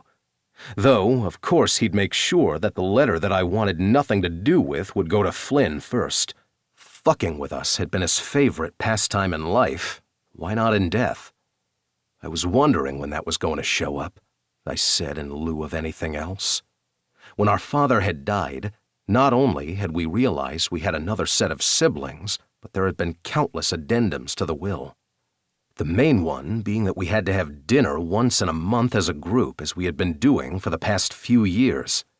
If anything, we'd made it our own, and I'd even participated enough that I'd learned to like them. There were other parts of the will that some of my siblings had to deal with personally, ones that I knew they were keeping close to the vest or not wanting to speak of at all. I didn't blame them, not when my father could be so manipulative. Another major component were these letters. Each of our siblings had received letters from our father, some more than one. Our father could barely stand talking to me when he'd been alive. Why would he bother when he was dead? Other than to find some way to hurt us, which was something he was so good at. "Did you read it?" I asked, not bothering to reach for the letter. "No, I thought about it. Not because I was curious and wanted to have a one-up on you. You're not like that, Flynn. You may joke, but you're not cruel. You're not him. You have no idea what it feels like to hear that. The only reason I wanted to read it was to make sure that he didn't fuck with you. But then I realized if I read it ahead of time, it'd feel like a betrayal." "You could have read it, Flynn. You're allowed everything that I have. We shared a womb, for God's sake." Flynn grinned, though it didn't reach his eyes. "Womb to tomb. Damn straight. Will you take the fucking thing now? We can burn it together, but I thought you should get the choice." The will doesn't specify that you have to open it, just that it has to get to you. But of course, they went about it in a long fucking way because they're dumbasses that like to break us, or at least pretend they're trying. I snagged the letter from his hand and stared down at the handwritten addressee. At least he didn't call me a dumbass on this, I said, trying to be funny and yet falling flat. Let's just burn it. I don't even know why I brought it here. You could have burned it on your own, but then you would have felt guilt, because you have integrity, unlike our father. With our parents, it's really shocking that we turned out in any form of normal. I love that you think I'm normal. Flynn didn't rise to the bait, and I wasn't surprised. Neither one of us knew what we were truly doing. Are you going to open it? I nodded, but didn't move to open the damn letter. He typed the others. Did he handwrite their names too? I know Aston's was. I'm not quite sure about the others. I don't even know what most of them say. Probably not the best thing. All he does is berate us, find a way to cut us from beyond. He wasn't a good man, Flynn. Why should we care what he says? I don't. Flynn paused. I do. Talk about needing therapy. Do you go? I asked, honestly curious. Flynn shrugged. Sometimes. You? Not anymore. It got to be repetitive. Flynn just gave me a look that I didn't bother answering. We all had our own reasons. With a sigh, I tore open the envelope and pulled out the single sheet of paper. Looks like he spent a lot of time on this, I said, looking at the small paragraph. It could be worse. Could be the receipts of your wrongdoing. No, Father just decided to do that himself with his own guilt and wrongdoing. Flynn shook his head, and I cleared my throat and began to read aloud. Hudson, you failed me. You always did. But you proved yourself in the end. You fought for our country, and that was something to be proud of. At least they say I should be proud of you as your father. The one thing I'm truly proud of is that you were never caught. In order to survive as a man in this world, you have to get your hands bloody. And you did so, and they never found you. That is what fills me with pride over your other siblings. Maybe you're more like me than you ever knew. Lauren Cage. I looked down at the note and burst out laughing. Well, he told me that he was proud of me. It's practically a declaration of love. Flynn took the letter from my hand and shook his head. So, was he proud of you for being in the military or not? I have so many questions on his stance on the military and appointments. I have 0 questions for that man. I have my own issues when it comes to that, and he never entered the arena of people that I cared about or their opinions when it came to military service. I can be as conflicted as I fucking want to be about what happened over there, and he has nothing to do with it. But the fact that he's proud of me because he thinks I killed a man? What the fuck? So he never knew the truth? Flynn asked, and I ran my hand over my chest. What truth is there? Michelle and Jefferson are dead. I might not have pulled the trigger, but he sure as fuck thought I did. Turns out I just need a hint of a felony and breaking one of the commandments for him to love me. Who knew? I should have been taking notes this whole time, Flynn said, laughter in his voice, though it didn't quite reach his eyes. We were both failing and trying to make this light-hearted, but hell, our father had been insane. There was no other word for it. Without another thought, I did what I planned on doing when I saw that letter and tore it into pieces before tossing it in the trash. Fuck him. Seriously. I got over Dad being a dick to me long ago. I have my own issues outside of him, thank you very much. I have a feeling you probably shouldn't have tested the gods when you said that, Flynn muttered. I frowned, then turned as footsteps echoed in my living room. The day was a day of family reunions because it looked as if hell had frozen over, and Melanie Cage had decided to walk on Cage Lake grounds after swearing to never come back to this hellhole, her words, again. I'm so glad I caught you. Her gaze went to Flynn. You too. "What are you doing here, Mother?" I asked, confused. Flynn took a step to me, and in that moment, we were doing our twin thing again, 2 against 1. And honestly, with this woman, I needed the support. We needed the support. I'm here because I'm asking for help. If she would have said she'd murdered a man, I would have believed that before asking for help. "Why on earth would I help you?" I asked. "What do you think we could do for you?" Flynn added right after. I've made mistakes, and I don't know how to fix them. Everybody has cut me off, and I need to fix this. We cannot be a proper family if I don't fix this." "How do you think I could help? It's not like you and I have ever gotten along," I said dryly. "Hudson, that's not the case. And Flynn, I'm your mother. I love you both, all of you." "You know, I've really had too much family for the day. Dad has already fucked up our family enough, and you've made mistakes. You have been cruel to people in our family." "I might have misstepped, but there has to be a way for me to atone," my mother added, and I shook my head. "I'm not the one you need to apologize to. You decided that you didn't care about me long ago." "That's not true, Hudson. I might not have understood why you joined the military, or why you came back to Cage Lake, or why you decided to be your own land baron out here by owning this property and the properties around you. But it made sense. You're a cage. I might not understand everything, but I've never not loved you." My mother kept speaking, but Flynn had stiffened beside me, and I realized that today was a day I really should have fucking locked my door. Scarlett stood behind my mother in the open doorway, a linen grocery bag in hand and a frown on her face. I wanted to pinch my nose and groan, because Scarlett didn't know I owned the land. But as the wheels turned in that brain of hers, she knew now. Secrets were never good. I knew that. They always broke those around them, but for once, why couldn't the world just let me breathe for a minute so I could handle things? "Mom? Mom? Mom!" I repeated as my mother ignored me. "I'm not the one you need to deal with. That's on the others that you hurt.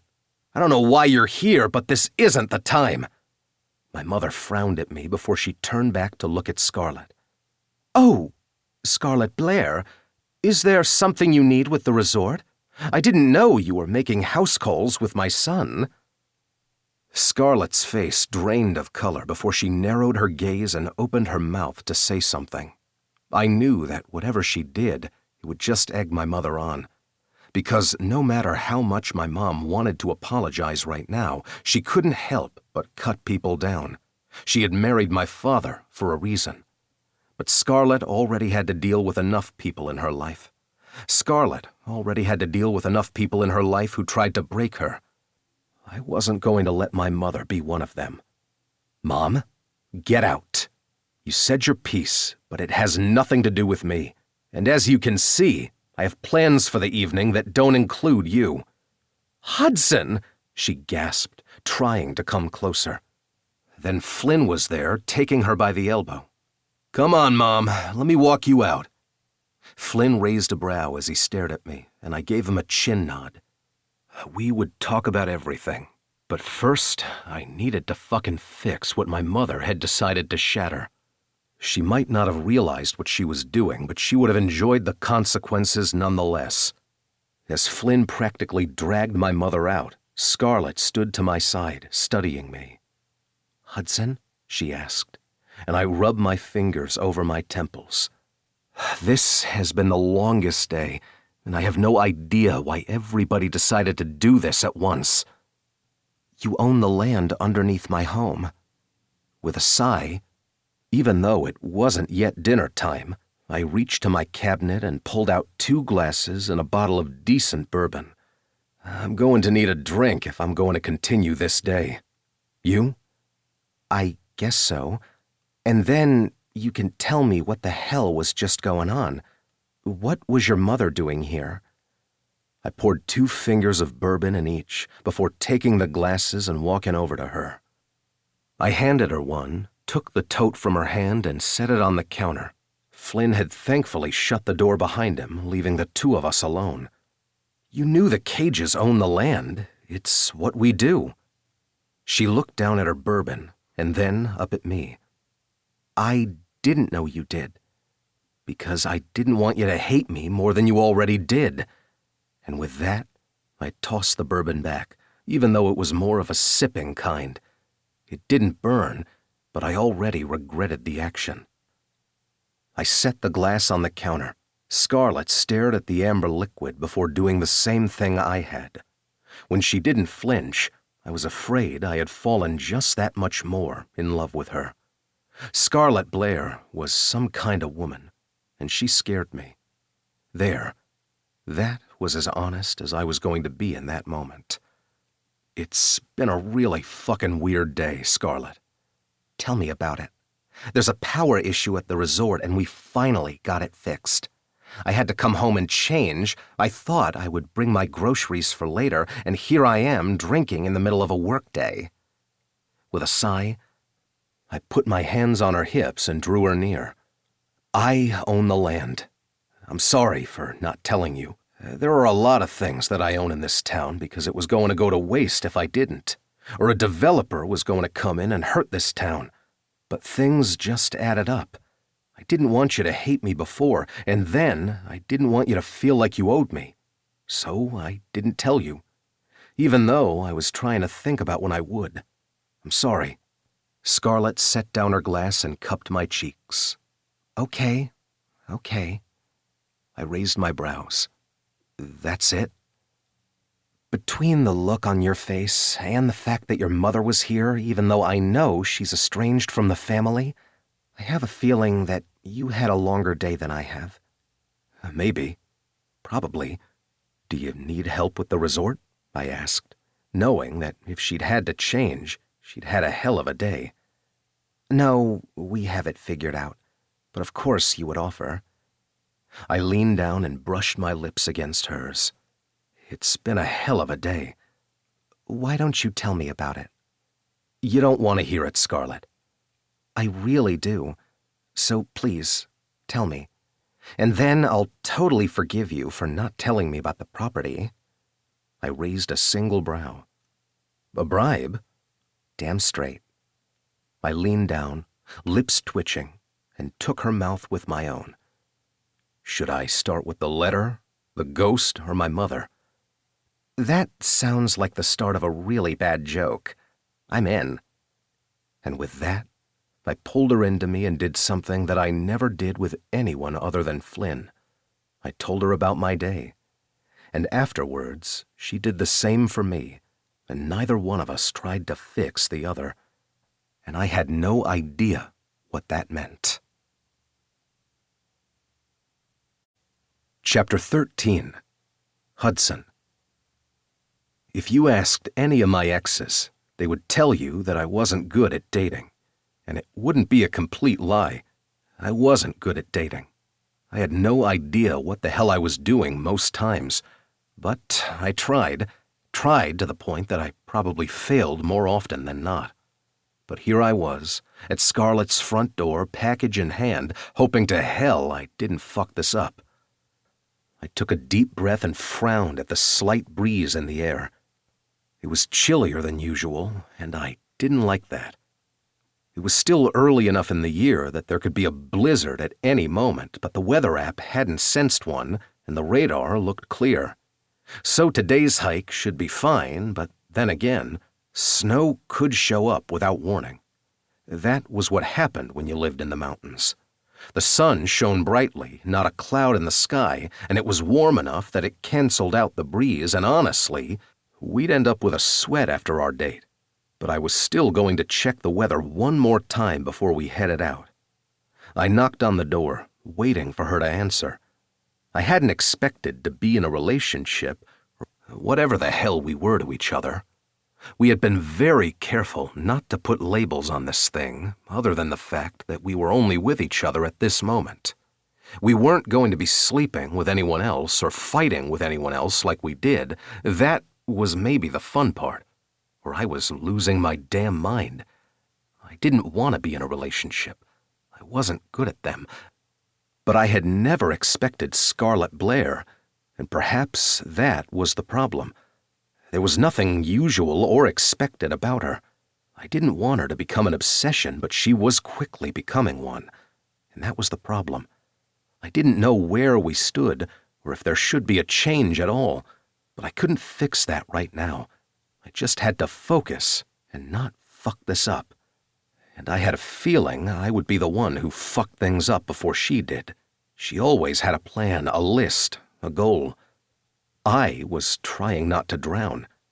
We weren't equals, and I knew she was better than me, but that was just fine.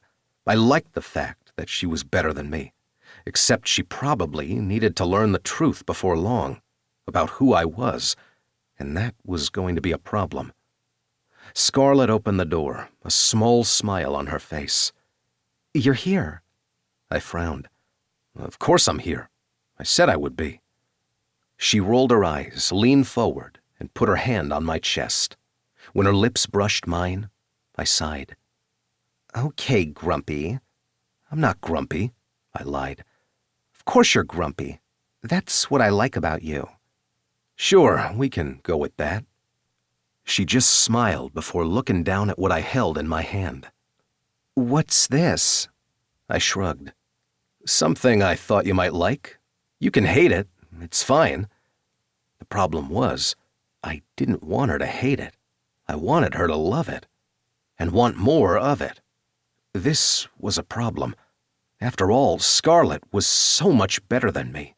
I knew that, the town knew, and my family would know if they actually paid attention. Yet yelling at them wasn't going to help anyone. She needed to know the truth about me, about everything that had happened. She might not believe she did at this point, but I knew it. Pretending the worst hadn't happened wouldn't help anyone. It would just make it harder for me to leave when the time came, so I needed to tell her the truth. And maybe today would be the day. Or maybe I'd be just as much of a coward as always. I finally blinked out of my own thoughts and looked up at Scarlet, who frowned at me. "What's wrong, Hudson?" "Nothing." I cleared my throat. "Do you mind if I set this inside before we go out?" "Of course not. What is it?" "It's nothing much," I said with a shrug. As I moved past her into her home, it smelled of coffee, fresh flowers, and that scent that was all Scarlet. When she finally left me after she realized the type of man I was, it would take forever for me to get that scent out of my brain. "Can I open it?" she asked, her hands outstretched. I nodded, suddenly self-conscious that she'd hate it, and wondered what the hell I was doing before she finally took it from my hands. She gently set the large rectangular package on the kitchen island and began to slowly undo the brown paper wrapping it. "You don't have to be too careful with the paper. It's not fancy or anything." "I just don't want to damage what's beneath it." There was an odd note underneath her tone, and I realized her hand shook. "Scarlet?" "No, I'm fine. Totally fine." As she began to blink quickly, I realized she now stared at the front of the painting. "Hudson." Her voice cracked, and I cursed under my breath. "You don't have to like it, or even take it. You just mentioned that you wanted a painting, and I like to paint. It's sort of what I do. So, here you go. It's yours if you want it."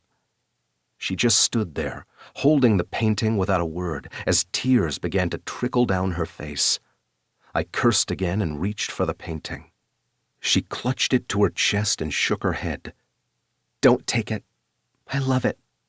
Mine. It's all mine." "What?"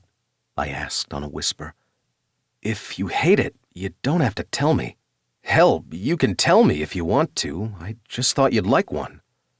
"You are such a generous, amazing man, and I hate you for that." I blinked, confused as always when it came to Scarlet. "What did I do?" "You painted me our afternoon." She turned the painting so I could see it, even though I knew exactly what was on it, as I'd been the one to create it. The mountains, the path next to the creek, the picnic bench where we had eaten, and I had taken her mouth with such an abandoned ease that I'd nearly taken her body right there. "I thought you'd like it, but you don't have to keep it, I promise." "You are not taking this away from me," she said, shaking her head.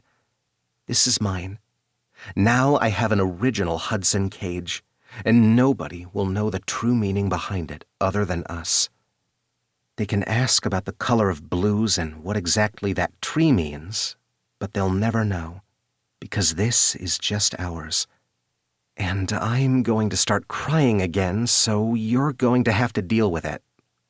With a sigh, I gently tugged the painting away from her, set it on the table, and then pulled her into my arms. "You're a menace." "And I love it so much. So if I cry a little bit, just let it happen." "Like I can stop you from doing anything. We both know that's a lost cause." She snorted against my chest and wrapped her arms around my waist. I rubbed my chin on top of her head and breathed in that scent of hers that I couldn't get enough of. "You're ridiculous, you know," I said after a moment. "You are, but that's fine. I'll let you call me that because I love it so much." "You love that we're ridiculous together?" I asked, trying to lighten the mood since I had no idea what the hell was going on. "I love that you thought of me, that you painted that on a whim just because I've said I wanted to buy one when I had enough money. You never have to buy anything from me, Scarlett." Then you say things like that, as if I'm not supposed to fall at your feet in tears." You know I hate tears. Don't cry. "I promise never to use them as a weapon, but I am going to cry."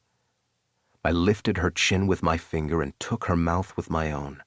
She moaned into me as my tongue slid against hers and the tension eased out of her shoulders. My cock stiffened, but I ignored him.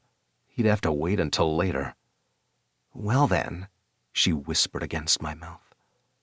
"I know we have a plan for the day, but if you'd like to show me exactly how thankful you are," I trailed off. She pulled back, laughing, and shoved playfully at my shoulder. "Menace," she said again, before kissing my jaw. "Let's go for our hike, and then, when we come back, I can show you exactly how thankful I am." My cock paid attention once again. "Okay then. Sounds like a plan." She reached between us, rubbed her hand along my shaft. I closed my eyes and groaned. "That's just mean." "I really am mean. I hope you can hike with a heart on." In answer, I reached between us and rubbed the seam of her jeans over her clit. She let out a shocked gasp, and I grinned, loving the way her eyes dilated. "Payback's a bitch, and that clit of yours is going to be rubbed every time you take a step. Poor baby." "I should hate you right now, but I can't really catch my breath." "And now we're even." I smacked a kiss on her lips and took her hand. "Let's start our hike. I'm going to drive to the edge of the trail. That way, we don't waste most of our hiking time getting through the property." "You're the one who knows what he's doing. I'll just follow along." "I like the sound of that." She shoved at me again before she picked up her backpack. "I went through the checklist that you gave me, as well as one that I found online. I should have everything for an afternoon hike." I frowned and lifted the bag. "It's a little heavy. You going to be okay with that?" "Of course. I even practiced on my small treadmill to see if I could handle it." My lips twitched. "Of course you did.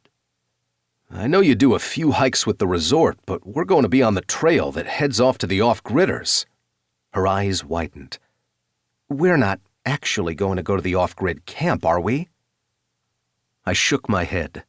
"No, these guys aren't the dangerous ones. They are off-grid when it comes to most things, but they're not the scary guys that believe they're forming their own independent country within the United States, or any other shit like that."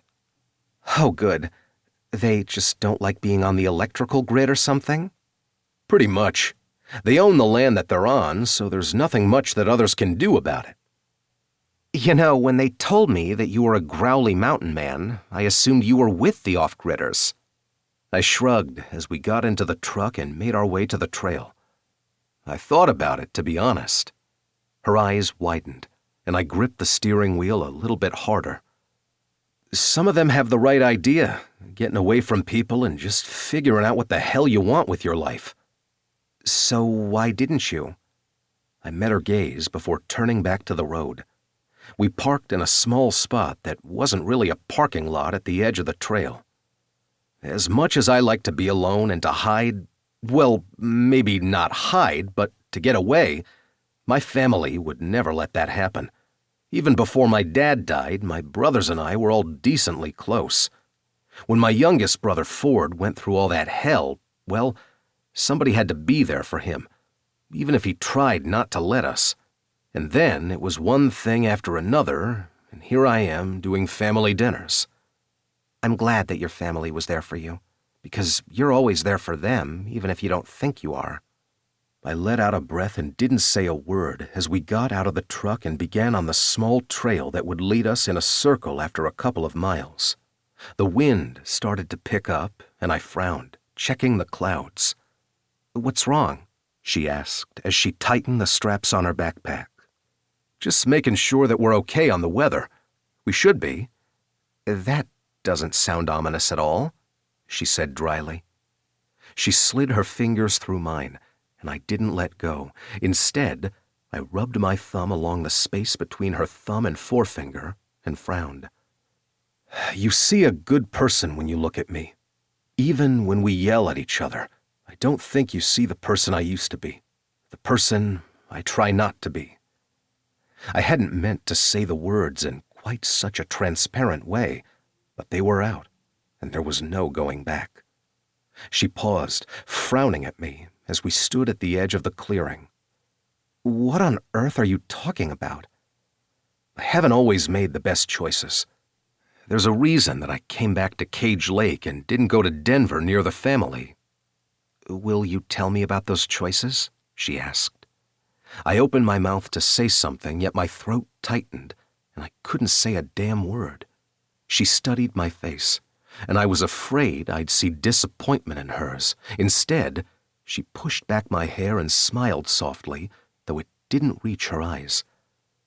I know all about making poor choices. I thought Ronan loved me. I thought I'd finally found someone that was perfect for me. And then he hit me that first time, and I didn't walk away. Scarlett, you don't have to talk about him if you don't want to. And frankly, if I kept hearing about him, I was going to find him and murder him, which wasn't the best thing in the world. I sometimes need to talk about him, because I didn't walk away. I'd always internally blame my mother for not doing that. But then I realized that she had tried. She had tried so hard, and my dad had pulled her back in. She hadn't even realized she'd been closed in until it was too late, and I had found myself down that same path. I talked to my therapist all the time about this, but I'd somehow become a statistic, and yet every statistic has a story. There's a depth and a breadth to those points in a spreadsheet. We aren't just numbers, we aren't just tragedies. We're human beings who make mistakes and yet realize that those mistakes were also made upon us. I found myself in the same strange life that my mother had been in, and I found a way out. Yes, he's still around, and I want to scream every time I see him or my father. You haven't seen him recently, have you? I asked as I gripped her shoulders. No, I haven't, I promise. I'd have told you. Even though I like to deal with things on my own, you're growlier than me. Damn straight, I growled, adding emphasis to the words which made her smile, exactly what we had both needed at that moment. The fact I'm even here with you right now freaks me the fuck out. I froze. Why? Though I was just as freaked out. Because I'm afraid I'm making those same mistakes. Not that I'd believe you'd ever do that, but Finding trust in a way that I could believe in myself again isn't something I thought I'd allow myself to do. He irrevocably changed me, and yet I have to find myself forcing a new change, altering who I am so he isn't the last mark upon my soul. I leaned forward and did the one thing I could do in that moment. I brushed my lips along hers. I hate the word strong, because they always put it on somebody who's trying to dig their way out from hell, as if strength is the only thing that matters. But you are strong, and you're erasing those marks from your soul, from everything he touched. You do know that, right? There will always be scars left behind. As someone covered in scars, maybe that's okay. I like when you speak with wisdom. It's kind of hot since you're such a brute. I rolled my eyes and took her hand, continuing the trail. Will you tell me about what you meant before? She asked after a moment, and I let out a breath, letting the sounds of nature do what they were meant to do. I'm not a murderer, but sometimes I feel like I am. She nearly tripped over her feet, then turned to me. Because of the deployments? She asked, her words so careful. Not exactly. I ran my free hand over my face and finally at least tried my best at speaking the words that refused to come. I did what I had to do over there, what I was ordered to, and there will always be horror in my heart and soul over what I did for somebody else's actions. But that's not what I'm talking about. She didn't say anything, giving me a moment to breathe. I've had one serious girlfriend in my life, and her name was Michelle. Scarlett's eyes widened, and I had a feeling she hadn't known what direction this conversation was taking. Okay. We met in high school. We were sweethearts, voted most likely to get married and be boring in our school yearbook. All of the little things like that. Her lips twitched, but she didn't laugh, and neither did I. I didn't know what I wanted to do when I graduated high school. Everyone had assumed I would go to college, continue the Cage legacy, but I was so mad at my father for so many things, and I didn't want to go into business. I wanted to paint. I wanted that artistic lifestyle that had nothing to do with being a starving artist.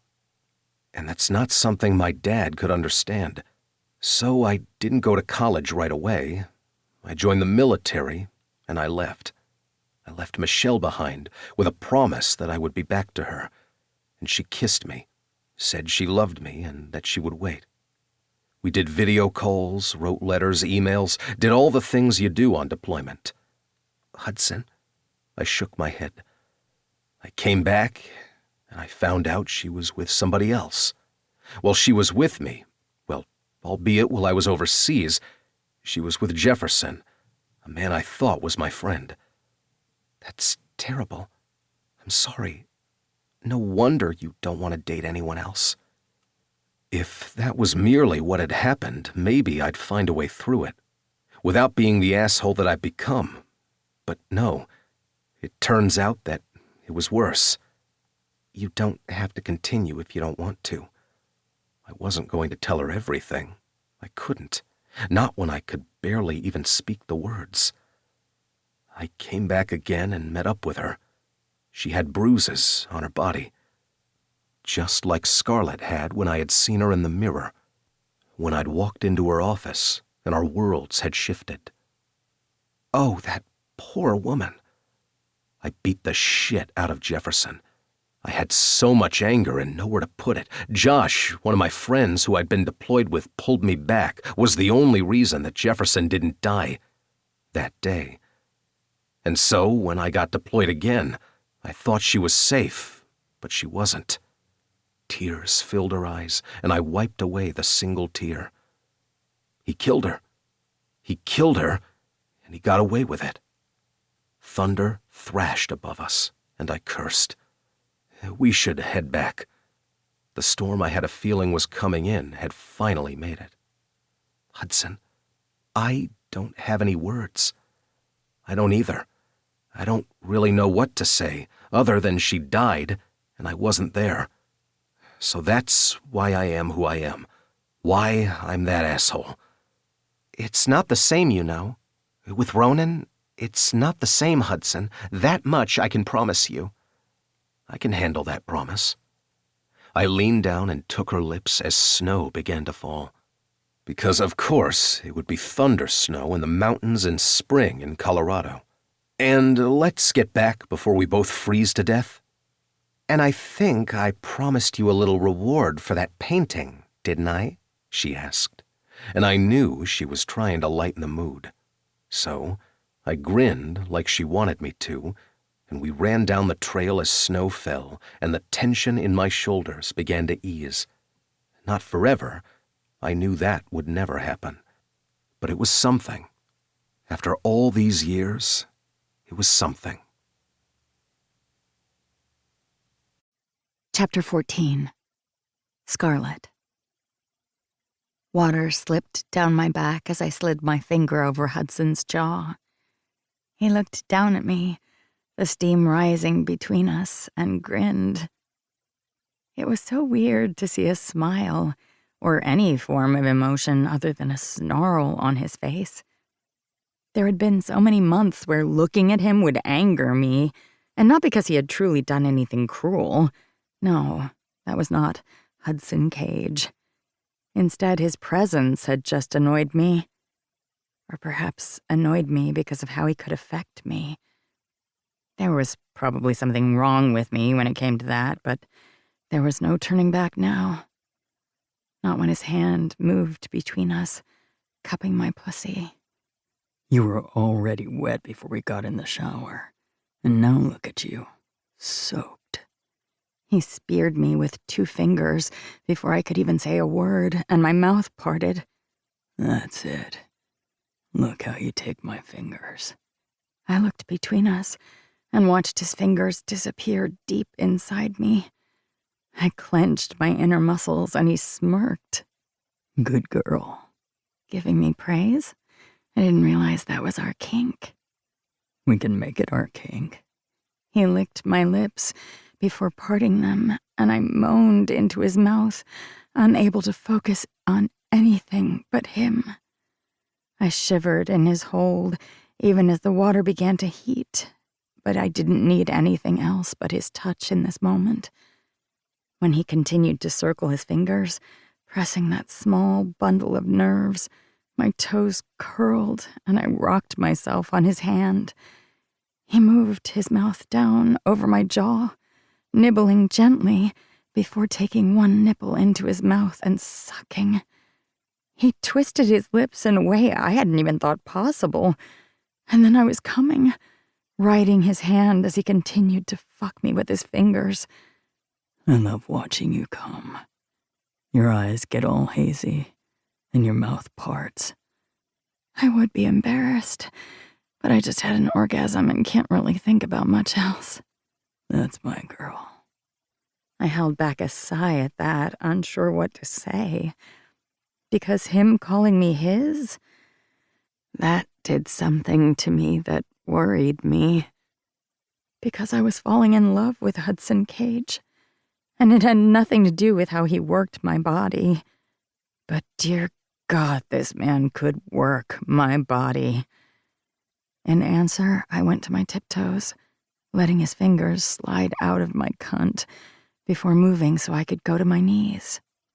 I don't want you to hurt yourself in here, he warned as he took my hair in his fist, guiding me to his rock-hard cock. You say that as if you're not eager for my mouth on your dick.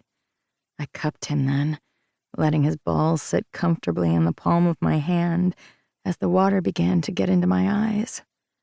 Without another word, he shifted slightly, blocking the stream of water so I could see, and my heart did that pitter-pat thing again. Of course he would notice, and of course he would fix it, because that was Hudson, always trying to fix things, even when it wasn't his fault. It was no wonder that I was falling in love with this man. He leaned down and played with the piercing on my nipples, and I remembered the last time he had done that with his tongue, making me come from that alone. I had never come from breast play before, but here I was, continuing to do so. This man was my menace, my drug, and I wanted more. Only I was afraid of what would happen if I asked for it. With a grin on my face, I licked at the ring at the tip of his dick and he moaned. His fist tightened around my hair, and I continued my exploration. I loved going down on Hudson. Yes, his cock was slightly too big for my mouth, and my jaw always ached afterwards. But then he'd take care of me, and I wouldn't care about the inconvenience. But whenever I was on my knees in front of him, he let me pretend I was in control for those few moments. And as someone who constantly needed to be in control of her own life, at work, in reality, and everything connected, it was nice to give in. Because I was the one leading his orgasm, but he was the one guiding my head. As if he were reading my thoughts, he tilted my head slightly, and I opened my mouth, letting him guide himself in. I flattened my tongue as the tip of his cock and the ring hit the back of my throat. I'll have to take that out if we ever want to go harder, he teased. I nodded, even as my mouth widened around the length of him, and continued to bob my head. When he angled my head once more, keeping me steady, I looked up at him, mouth wide, as he fucked my mouth slowly, and then a little harder. The piercing didn't hurt when it was angled. It didn't catch on anything. If anything, I loved the fact that I could slightly feel it as I swirled around his dick. And when I contracted those muscles, he moaned, as if nearly on the edge. Kneeling at his feet, I spread my legs and then slid my free hand down to cup my breast, tugging on my nipple rings. He grinned at me, moving quicker, as he ran his fingers along my jaw, then my neck, as if gently preparing me for his onslaught. When I knew he was nearly there, I sucked harder, hollowing my throat. But then he moved back, not letting himself finish. I wanted to pout, but I couldn't think. Instead, I was on my feet again, breasts pressed hard against the glass of the shower, and before I could say anything, I was on my tiptoes, and he was spreading me. He slammed into me from behind, one stroke that nearly sent me over the edge, and I placed my palms on the glass, trying to keep steady. I want to come inside you. While I love coming down that pretty throat of yours, I want you to feel my cum in that sweet cunt, knowing I'm the one that filled you up. Do you want that? Do you want my cum dripping down your thighs? Just get on with it, I bit out, teasing. He leaned forward, gently grazing his teeth along my shoulder, before he pulled back out and slammed into me again. I gasped, trying to find a purchase on the wet wall, but then he was there, keeping me steady. I knew Hudson would never let me fall. And when he pounded into me from behind, I arched my back, needing him to go even deeper. He licked up my spine, and I shivered, needing more. I'll keep you steady. Use one hand to play with your clit. I want to see your ass move as I fuck you. My pussy clenched as my breath quickened. The way that you talk makes me want to come right here and now. I'm not stopping you, Scar. I closed my eyes, loving the way that he filled me, stretching me with his cock. And then I couldn't think. I slid my middle finger over my clit, and before I could even say his name, I was coming, my pussy clenching around his cock as I tried to catch my breath. Hudson moaned before pulling back and sliding out of me.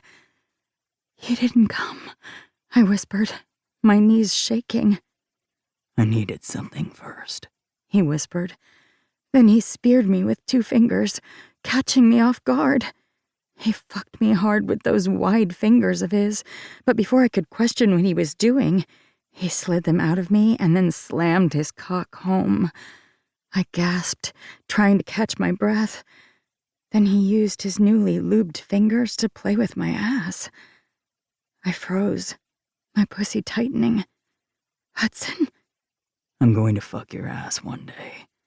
We both know it. But first, let's get you ready.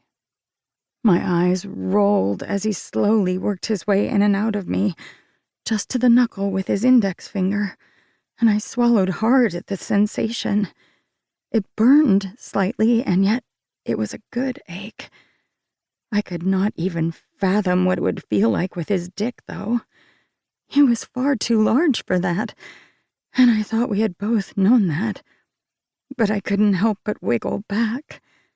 That rough chuckle made my toes curl, and then he moved his finger away, gripped my hips, and continued to shift. Our breaths came in pants as he worked me, and before I could reach for him, or ache for him further than I ever thought possible, he was leaning forward, face buried in my neck as he came. He cupped one breast in his hand as he wrapped his arm around me, his hips tilting up as he filled me with his cum, both of us shaking in the now cooling water. I stood there, trying to catch my breath as I leaned back against him. "Good morning," I teased.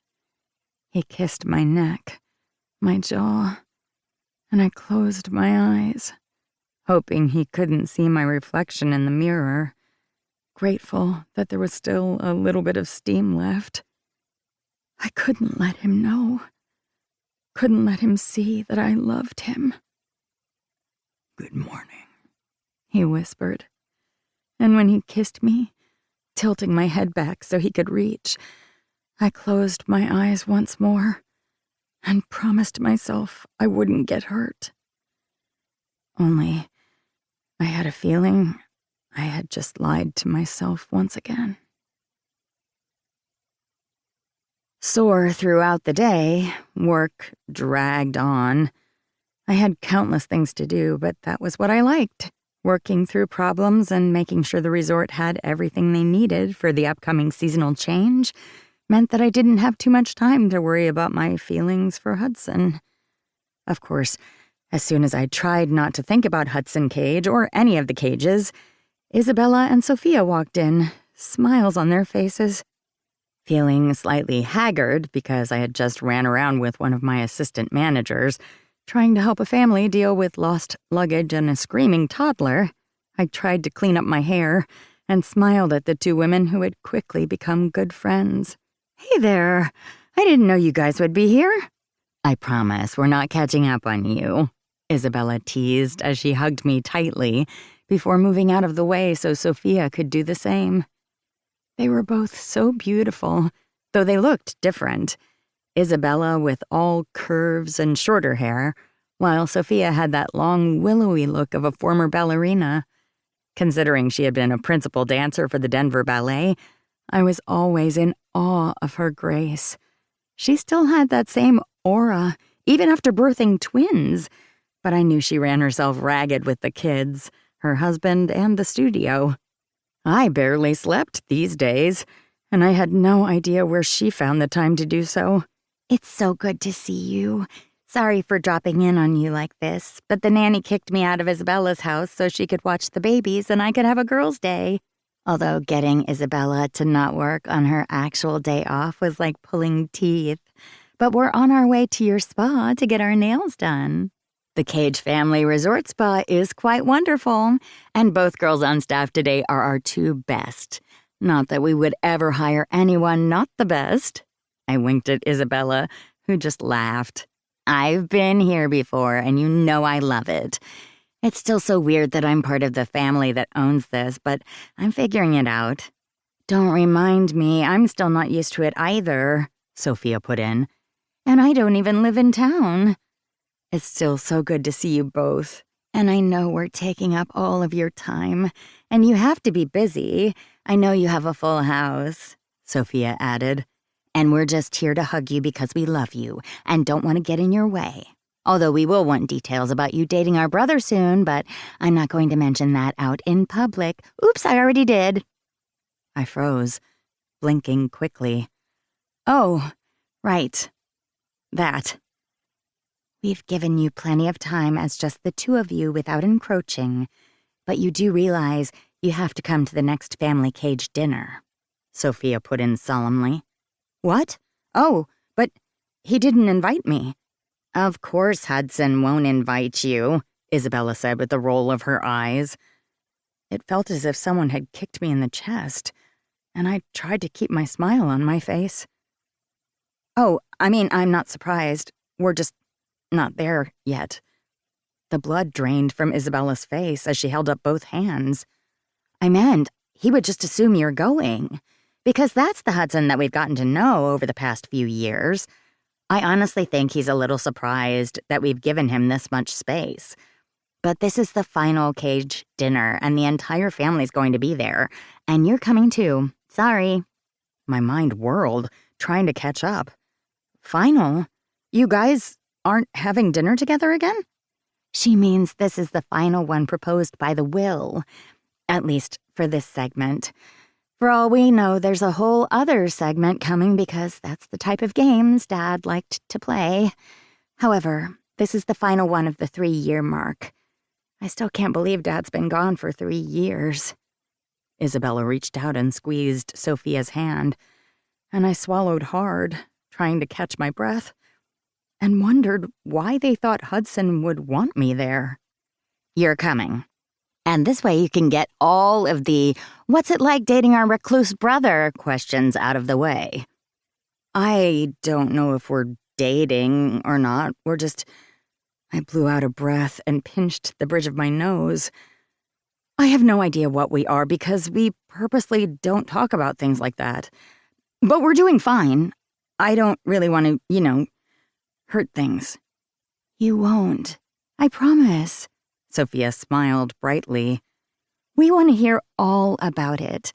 You look so happy, if not stressed out that we're here, but that's neither here nor there. I just let out a laugh and stared at the two women who had become so close to me, and yet I felt like a chasm separated us in this moment. It had nothing to do with them, though, and all to do with the fact that I was falling in love with their brother and couldn't tell anyone, because everybody that I would tell was somehow connected to him. I could talk to Ivy and Luna. Yes, I would go to that group chat. But how was I supposed to put that into a group chat? In a text?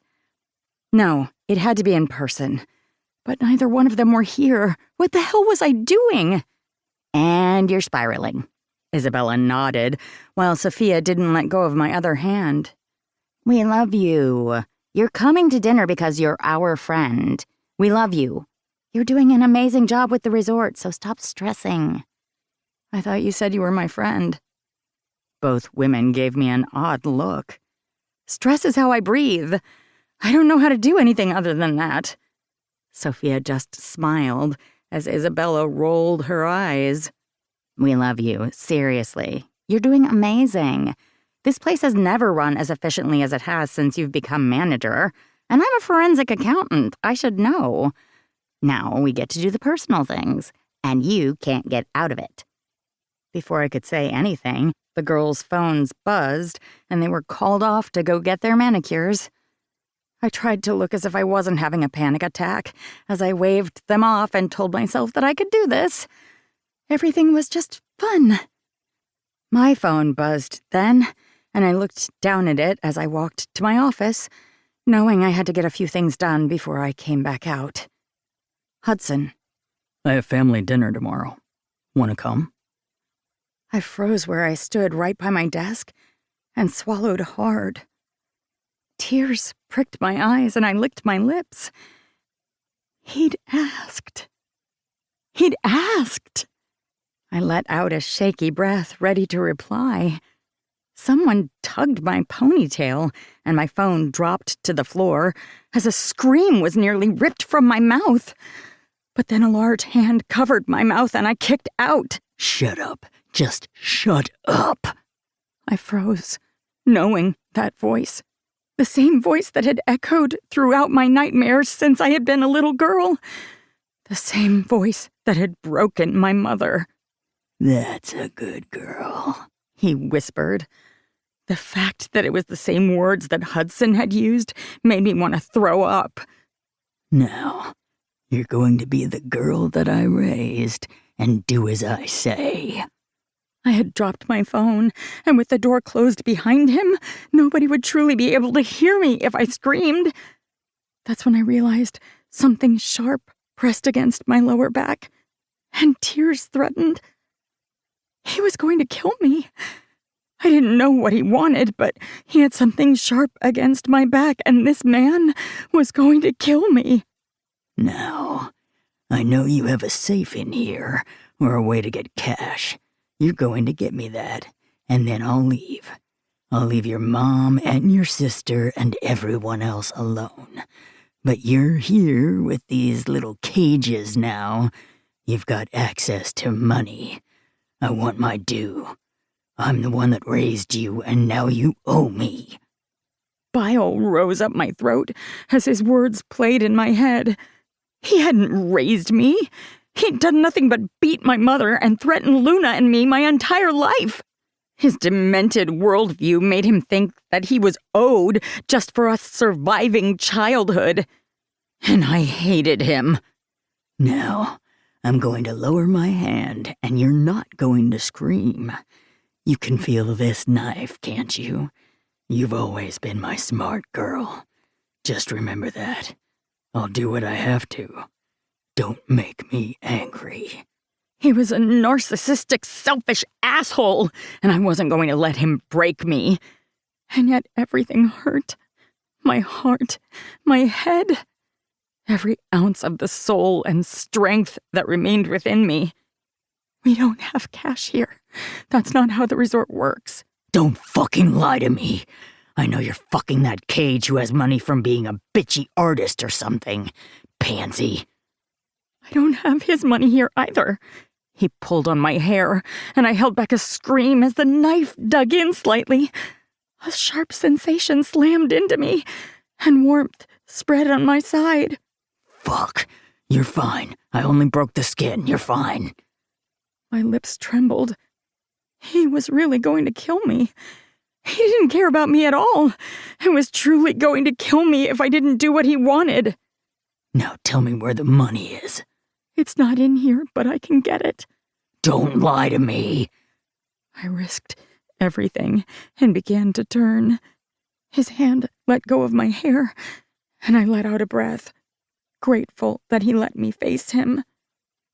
His eyes were bloodshot, and he looked a decade older than he was, while my mom had aged thanks to the terror that he had put her through.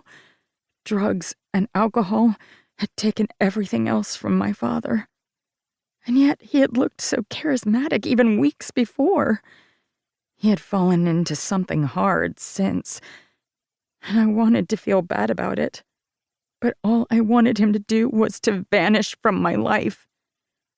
Okay, it's in the room next door, where our financial officer is. All lies, and I had to hope my father couldn't see through them. He narrowed his gaze, and terror slid through my veins. I'll be right behind you. I nodded, wondering what the hell I was going to do now. I took a step past him, aware that the knife was close, and hoping to hell that the cut on my side wasn't too deep. Then he was behind me, the knife right against where he'd already cut me, and I moved a little quicker, trying to get away. I went to open the door, and he tugged on my ponytail. Don't fucking lie to me. Without thinking, I slammed my head back into his face, the crunch of bone satisfying, if not terrifying. The knife slid through my side deeper this time, and I called out, a scream ripping from my throat. You bitch! I whirled, punching out like Hudson had taught me, slamming my fist into his jaw. He staggered back, swiping out with the knife. I moved out of the way, barely avoiding being grazed by the blade as I turned again and reached for the door. He pulled at my ponytail, blood spraying from his hand as he whirled it in the air, and I threw open the door, hitting him in the face again. My office was situated at the end of the hallway, and unless someone was in their office, they weren't going to be able to hear me. So I screamed and ran smack into a wall of muscle. Shaking, scared that my father was behind me and was going to hurt this person too, I looked up to see Hudson. He gave me one look, lifted me by my elbows, and set me to the side before stomping towards my father. My dad let out one high-pitched scream before he thudded to the ground, and Hudson hit him once, twice, and kicked him in the side for good measure. Before I could say anything, Sophia and Isabella were there, Isabella on the phone while Sophia pressed her palm to my side. I tried to figure out what the hell had just happened, but then I realized I was having a panic attack, my breath coming in so quickly I couldn't catch up. Scarlett, A deep voice said from beside me. I turned to see Hudson, the glare on his face frightening, and yet I knew it had nothing to do with me. breathe. I opened my mouth to do so, and then black spots settled in front of my eyes, and before I could say anything, Hudson cursed and caught me as I fell. She's fine. She's going to be just fine, Isabella said for the 5th time. I finally opened my eyes and realized I was now in the hospital. What happened? I asked as I reached out and noticed I had an IV in my arm. I could barely feel any pain, but something felt off. You're awake. I'm going to go get the nurse, Sophia said as she left the small room, and I frowned at my best friend. What happened? You fainted. I think from adrenaline, not from blood loss, thankfully. You didn't even need stitches on your side. And we're going to add so much fucking security to the resort, it's going to be insane. People are going to complain about the amount of security, and I won't care. And then Isabella burst into tears before reaching forward and cupping my face. Never do that again. I promise I won't. I can't believe I passed out. I can't believe I didn't, Isabella said right back. The rest of the family will be here soon, as will your sister, so don't worry. They should let you out of here soon, actually. They said you had just passed out and you would be fine, and you came to a couple of times, but I've been worried. You know me. I always worry. I frowned again and stared at Isabella. Where did Hudson go? I asked, trying to figure out everything that had just happened. Isabella froze, and worry covered me. He left, didn't he? He had left. I had been too much for him, and he had left. I didn't blame him for that. How could I? But some part of me had broken. Hudson had left. He isn't here right now, but I'm sure he'll be right back. What happened, Isabella? Even I could hear the lack of emotion in my voice. Isabella didn't comment on it. Instead, she just squeezed my hand. You had your phone open to your text with Hudson, and it called him instead of texting back somehow. I do that sometimes with Weston when I press the wrong button. And so when he answered, he heard your dad's voice and his threats. He had already been on the way to the resort to grab you for dinner tonight or something. I'm not sure, I kind of missed that part of the conversation. But he heard what happened, called the police, called us, and then he was there. You had apparently already saved yourself because I love you and you're amazing. So he knocked your father out, made sure he was tied up thanks to Weston and some of the staff, and then helped you into the ambulance. My mind whirled. And yet, Hudson had come. He had tried to save me. And then he left. Isabella winced. For a good reason. I wasn't even sure she believed that. Before I could say anything, the nurses and doctors were there, telling me that I was just fine and I could go home. I listened to them and they explained things, and then I spoke with the sheriff, and I knew I would have to talk with him again. And it felt like I spoke to countless people, except for the one person I wanted to speak to. Nearly ready to be checked out, nausea whirled, and I realized I was going to have to go home. Alone. Because it wasn't as if Hudson would be there for me. Before I could say anything, there was a knock at the door, and it felt like the floor had fallen out from beneath my feet. Hudson stood there, a scowl on his face, a storm in his eyes. But he wasn't who had surprised me. My mother walked towards me, her face deadly pale, eyes wide. But then her arms were around me, and I was holding her, and I broke into tears. "I'm so sorry. I'm so sorry. But I'm here now. I'm out of the house, and I'm here now. You are safe, and I love you so much." "Mom!" That was the only word I could say, my voice cracking. And as we held each other, I looked up and met Hudson's eyes and realized why he had left. He had brought my mom to me. The one person in the world who would understand. And I knew right then and there, I loved Hudson Cage with all of my heart. And I would never get over him. Chapter 15. Hudson. We shouldn't have come. We should have just stayed at the house so you could have your feet up and you didn't have to deal with the stress. My family is more than enough for anyone, and after everything you just went through, you seriously don't need this right now. Scarlett merely turned to me while we sat in the cab of my truck, idling in front of Aston's lake house, and blinked slowly. I'm fine. If I have to sit down and keep my feet up, I will be bored out of my mind and will wallow in everything that just happened. I would rather move on. Can we please just move on? You can't even turn to me fully without wincing, Scarlett.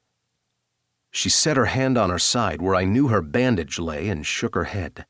Yes, that's true, but I didn't get stitches and I'm perfectly fine. Don't lie to me. I gripped the steering wheel tighter, the whites of my knuckles showing. You were hurt, and if I hadn't been there in time, you could have been hurt even more. Everything worked out, and I'm already stressed out. Your entire family knows the fact that my father is a terrible person, so I would rather put this past us and not think about it, okay? Considering we're going to a family dinner that's going to continue to go over all the bullshit that my jerk and adulterer of a father has put us through, you don't need to be worried about standing out with father issues. Scarlett's lips twitched, even as her eyes softened. That's true. We can do shots later about who has the worst daddy issues, and I honestly don't know who would win right now. I leaned forward and brushed her hair back from her face. Let's just go inside, to this huge dinner with people that I should know all of their names and I haven't figured them out, and then go home. Okay, let's do that. Mostly because I know I will never be able to convince you otherwise. You're learning so much. I'm so proud of you. She fluttered her eyelashes and then let out a scream as I flinched when Flynn rapped on the window with his knuckles. Is there a reason that you're in here and not in the house? I assumed you were making out, but no. So confusing. I flipped off my twin before reaching down to undo Scarlett's seatbelt. Let's go inside before I have to murder him. Do you mean let's go inside so you don't murder him? I said what I said. She grinned then, some of the tension on her face finally easing. I got out of the truck and stomped my way around to the front of it, pushing past Flynn so I could help Scarlett down. The fact she had waited for me instead of jumping down as usual told me she was in far more pain than she'd let on. I gently sat her feet on the ground and then took her hand. Flynn looked down at the gesture and smiled. You guys are so precious. I love it. Flynn, I warned. What? I'm just stating the obvious. Precious. This time, Scarlett moved forward, slapped him on the shoulder gently, then hooked her arm with his. Okay, boys, lead me inside. I'm having an out-of-body experience right now. What? I asked, confused as Flynn threw his head back and laughed. The twin thing? Exactly. 2 strong men leading me into the house. I mean, what more does a girl want? I have so many questions. If you ask any of them, I will break you, I warned my twin. Flynn merely winked before leading us into the house. Aston's lake house was the largest of the Cage family homes. It made sense since he was the eldest, and when we had built it, it was because we knew whenever we visited, we would most likely do our dinners at his place. We hadn't taken into account the extra set of siblings and all of their spouses, but we were learning. It was odd that my parents didn't have a home here. Yes, Dad had owned the Ackerson place, but it hadn't been for Mom. Mom did not have a place here, and frankly, she was never going to.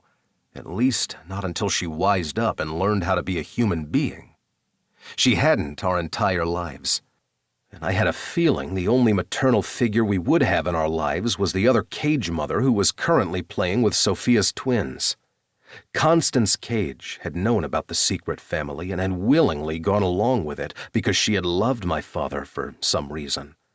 I wasn't sure if every one of her children had forgiven her, but she was here now, and the one grandmother for everybody. Hell, she even had Ford's son Micah with her.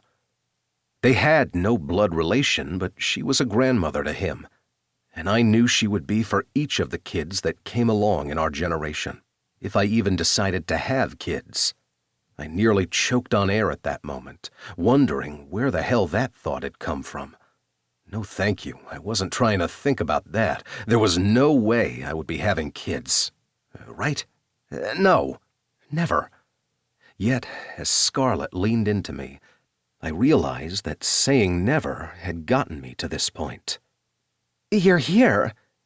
Isabella moved forward and stole Scarlett from me, and suddenly I found myself with a beer in hand and James and Flynn on either side of me. You ready for this? James asked, as he studied the rest of the family. You continually force me to come to family dinners, so no, I'm never ready for this. But you brought a woman, Flynn added. I raised a brow. And?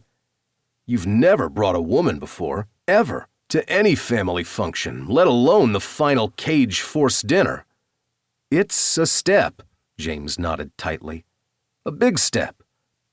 You guys have been working together for so long that you're starting to sound like twins who finish each other's sentences. It's a little weird. I shook my head. And everybody here knows Scarlett. Of course I was going to bring her. I don't want her to be alone. Worry washed over James's face as Flynn let out a deep breath. He's behind bars? Flynn asked softly. Yes, and will be for a long while. I think this was the final straw in terms of the legal shit. I gritted my teeth. At least it better be. I'm surprised you didn't rough him up a bit, Flynn said after a moment. My hand squeezed on my beer bottle, and I forced myself to relax. I did, a little, but Scarlett needed me more. Flynn whistled through his teeth. Noted? No, nothing to note. We're just, I don't know. I have no idea what the fuck I'm doing, okay? Do you love her? James asked, and I cursed under my breath, looking around in case anybody had heard. We're not, I don't know. That seems like a big, I waved my hands around, thing. Let's just have this dinner, read the ridiculous next step of the will, and go home. Whatever you say, Flynn drawled out, and I shoved at his shoulder before stomping towards Aston. Can we get this part done? I asked, interrupting Aston and Kyler's conversation. The fact that Kyler had even been able to take time off his tour to be here spoke volumes. We all wanted this will to be done. Having our father hovering over us for any period of time was our own circle of hell. Sure, we can make that happen. Aston cleared his throat. And just like that, the noise in the room lowered. All 12 siblings, the spouses, and even the kids quieted to a murmur. Constance held Ford's son in her arms while the twins played at her feet, and yet everybody's attention was still on Aston. I have the final paperwork here, Aston said after a moment, staring down at the envelope in front of him. Blakely moved to him, her hand on the round of her stomach as she came to lean against her husband. "The lawyer didn't need to be here?" Theo asked from his seat on one of the couches next to Emily and Phoebe. Phoebe's husband stood behind her, his hands on her shoulders. Dorian and Harper sat on the love seat next to them as others began to mill about. Cale came forward and stood next to his wife, an odd expression on his face I couldn't read. This whole thing was a farce, and a weird fucking way to begin a dinner, but that was our father, making everything far more complicated than it needed to be. I looked around the room once more and took a few steps to the right to be near Scarlett. She slid her hand into mine, and I didn't miss the fact that others had seen.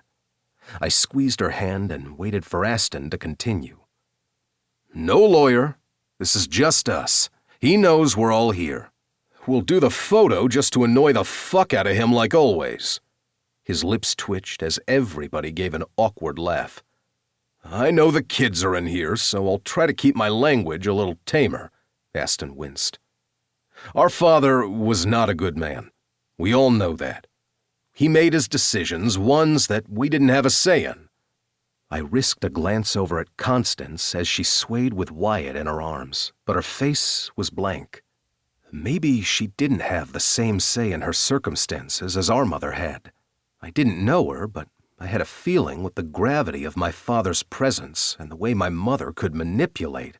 Perhaps Constance hadn't had a choice in the way that we had all thought, though I didn't know why that idea had just come to me in that moment. She met my gaze, gave me a sad smile, and then slowly began to take the kids out of the room. Aston's shoulders relaxed at that moment, and once again, I was grateful for a woman that I didn't know. "In front of me is the next step of the will, because there's always hoops to go through when it comes to Lauren Cage." "Do you want me to read them?" James asked, his voice low. "Or we can just burn everything." "And break the company? No, never." Although there was an odd humor in Aston's voice as he said it. "This man was a liar, a manipulator, but we're here, together. Maybe it's what he wanted, or maybe he never thought we could, but we found a way to make this work. We are a family, all 110 of us." I smiled as others laughed, Scarlett squeezing my hand. "So let's read the next phase." He opened the envelope as Blakely wrapped her arm around his waist. Aston cleared his throat and began, the legal jargon going over my head in some cases, but some things made sense. Lauren Cage was truly a maniacal asshole. "So the dinners are done," Aston said after a moment. "We have a few charity and committee options that we need to perform in order to keep the town and company intact, but we no longer need monthly dinners where a ratio is important." Aston met each one of our gazes in turn, and I cleared my throat before raising my beer in a toast. "To figuring out a dinner plan on our own, because I have a feeling you guys are never going to let me leave the group chat or these family dinners." And with that, the tension that had risen broke ever so slightly, and people laughed, standing up to hug, and continued the conversation. Because there was no way we'd be ending these family dinners. Maybe we wouldn't have to focus on how many of each family line was here, but we weren't cutting ties anytime soon. Hell, my brothers were right. I had brought Scarlett to this, and that meant things were changing. Only, I wasn't exactly sure what would happen next. By the time we had dinner and made plans for the next family dinner that would be in Denver, I was exhausted, and I knew Scarlett was beyond tired. She might not have needed stitches, but she was still in pain. We made our way back to my house, driving up the winding road past her smaller place. "So, are you going to be on a charity committee?" Scarlett asked, her voice fatigued but still teasing. "If they know what's good for the family, they won't. Isabella and Blakely will probably have fun organizing it. They like their spreadsheets." "Spreadsheets save lives. I'll help them too if you want." She paused. "If that's not stepping on toes. I mean, I am not family. And, well, you and I are... You know what? I'm too tired for this conversation. I reached out and gripped her hand, squeezing.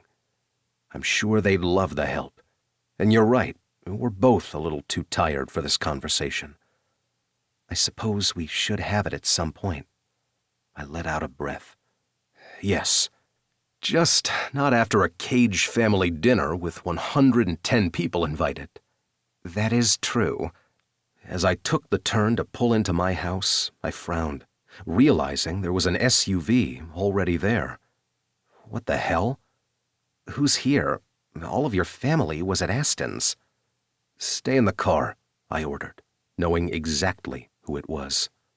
I frowned, trying to figure out why the hell they would be here, and then the date clicked. Shit. Grief slammed into me like a 2-ton semi as I slid out of the truck and ignored Scarlett's questions. Michelle's mother got out of the SUV, her face ragged, her eyes red. Then Michelle's brother got out of the driver's side. How could you forget? How could you do this to her? In 2 quick steps, Michelle's mother was there, her palms swiping across my face as she slapped out. I didn't move, and I let her have that one hit. After all, I deserved it. Shirley, Robert, you should have saved her. You knew what was happening to her, and you did nothing. How could you? Then she began to scream, and I could barely understand the words. Scarlett got out of the truck, and I nearly closed my eyes in resignation. She hadn't known the whole story, had only known parts of it, but not all of it. And now she would finally realize what kind of monster I was and walk away. Maybe that was for the best. You forgot her birthday, Robert snapped as he moved forward and took his mother into his arms. How could you? I'd say I'm sorry, but you've never believed me when I said it before. The lack of emotion in my voice echoed throughout the area, but I ignored it. Scarlett stood behind me, and as Shirley locked eyes on her, her gaze narrowed. You've moved on? Just like that? With her? I took a step to the right to somewhat blocking Scarlett. You both need to go. I'm sorry it's Michelle's birthday. I'm sorry about everything, but it was a long time ago, and there's nothing we can do now. You coming here and the pain that you are in is not going to help you grieve. What do you know about grief? You let our baby die. You knew what he was doing to her, and you left her there, Robert added. Each word was like a blow to the chest, but when Scarlett put her hand on the small of my back, bile rose in my throat. I didn't deserve her trust, her comfort. I thought she was safe, I said after a moment, not knowing what else there was. She wasn't, and you let her die. And with that, Robert forced his mother back into the SUV as he spun out of the parking area. I stood there, not realizing my hands were shaking until Scarlett wrapped her arms around me. And that was why I had never deserved Michelle, or Scarlett, or a future. I had been too late before, hadn't seen the signs, and the woman that I had once loved was dead, and her family would never heal. I'd almost lost Scarlett, just like I had lost Michelle. I'd nearly been too late, and I knew there was nothing left, as I wasn't the man Scarlett needed, just like I wasn't the man I had needed to be for Michelle. Chapter 16. Scarlett. There is a moment in every person's life where a transition meant the end, the beginning, or an absence of both. I hadn't said a word when that mother and her son had been there. There hadn't been anything for me to say. Hudson had stood up for himself in a way, and yet he hated himself in every other way. I had wanted to do something to help, but what was there for me to do? The day was Michelle's birthday, the woman he had lost. He had lost her long before she had died, but some part of him still reached for her, still grieved for her. And I didn't blame him for that grief. How could I? I grieved the person I had been before Ronan, the person I had been before I realized life wasn't fair. But it wasn't the same. And as Hudson refused to look back, to turn towards me, I realized that this could be the end. All of this could be the end. So he would walk away now because he didn't think he was good enough. It was funny because I had been the one to think that for so long, that I wasn't good enough, that I made terrible choices. I had fallen in love with him, and there was no going back. But if he didn't turn around, I knew he would walk away. So I reached out and pressed my palm to his back. His shoulders stiffened, flinching, and I nearly pulled away. Hudson. I forgot it was her birthday today. It's been how many years? And I forgot. I didn't even think about her today. He turned then, and the ravaged anguish on his face nearly undid me. I'm so sorry. I have no idea what to say other than, I'm sorry. I didn't even realize they knew where I lived. Silly, because it's not like I hide it. I hide from the world, but not from everyone. It's pretty easy to find me. Do you want to go inside? Let me make you some coffee. I don't need coffee, Scarlett. He snapped. My hand dropped, and he cursed under his breath before reaching for it. I'm sorry. I'm not angry with you. I'm not anything. I just can't think right now. Then let's talk it out. Please, anything, just talk to me, Hudson. Though I didn't say those words out loud. What has talking ever done? Maybe it's doing something. I don't know. But you've told me so much. And yet there has to be something I'm missing about why they're here to begin with. It wasn't your fault. You didn't hurt her. But I wasn't there. I didn't kill him when I had a chance. My hand went to my mouth, and I shook my head. You wouldn't have killed him. Though I wasn't quite sure if that was the case. Because if somebody had hurt someone that I loved, I wasn't sure what I would do. If my father came after my mother again, I was afraid I would be the one to end him. What did that make me? Maybe the person that I needed to be, but then again, this wasn't about me. Not right now. I'm sorry. I'm so sorry. I didn't tell you everything about Michelle. Chills slid up my spine, and I nodded. Okay. You can tell me now. You can tell me anything. I love you. But it wasn't the right time to say that, and I worried that there would never be a time. When I found out that Jefferson killed her and got off on a technicality, I was livid. I was still in a damn sling from being shot, and Flynn couldn't even hold me back. So I found him and beat him. I tried to kill him, and in the end I couldn't do it. I couldn't kill him. I wanted to. I held his life in my hands, threatening to choke him until he quit breathing, just like he had done to Michelle. But it wasn't enough. I couldn't do that. Because you're not a murderer, Hudson. You're not the darkness that you think you are.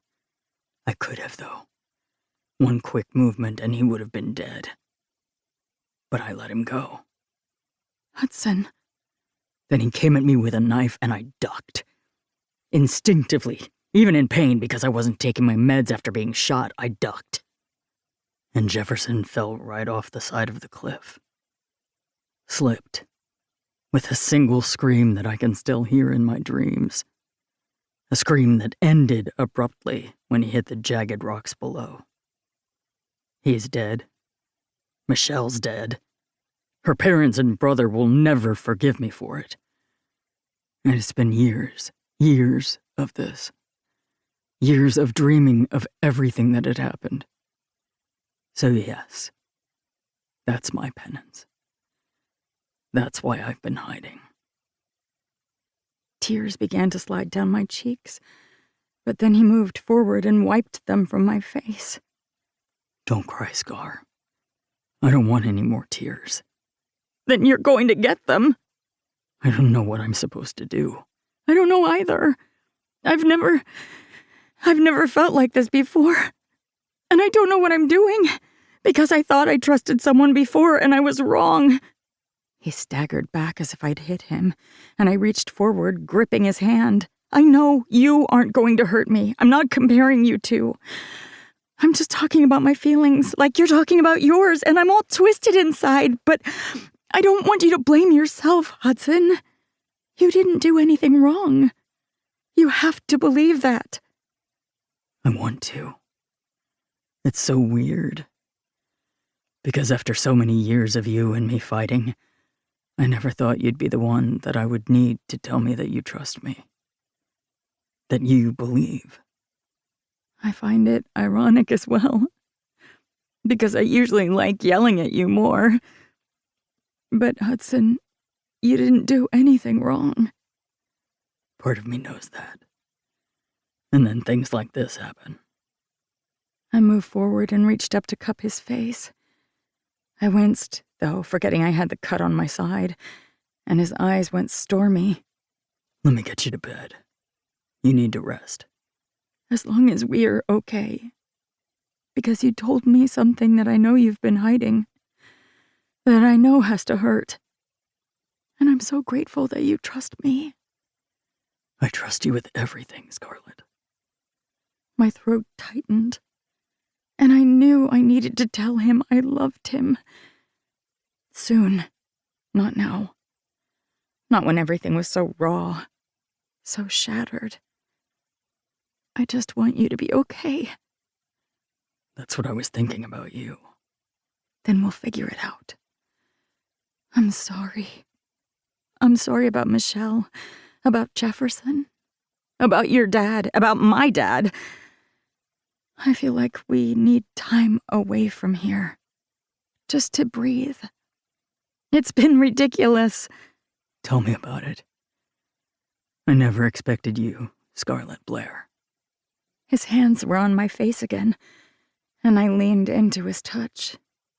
You are more than unexpected, Cage. He smiled then, and brushed his lips against mine. I moaned into him, needing him, trusting him with everything. It was odd that I could trust him, and yet sometimes couldn't trust myself. But maybe that's what love was. I'm going to tuck you in, okay? You need rest. Are you going to rest with me? I asked, a frown on my face. I will. I need to paint. He took a step back, running his hands through his hair. I know that's stupid, but whenever things are like this, I just need to paint. I hate being the whole temperamental artist thing, but sometimes it's just there, you know what I mean? I'll talk to you. I swear I will. Once I figure shit out. I didn't take a step back. I didn't even feel a blow, because he was telling me his truth. Something I was afraid that he had never told anyone else, because he trusted me. So I cupped his face and took his lips with mine. Okay. But can I sleep in my own bed? After everything that's happened, I just want my own bed. He opened his mouth to say something, and I kissed him again. And then you can meet me there later. He smiled, his shoulders finally relaxing. Okay. Let me tuck you in, and maybe give you an orgasm, just saying. I threw my head back and laughed, leaning into him. And so we walked hand in hand down to my home, and I let him tuck me in, gently kissing me until I felt safe, at home.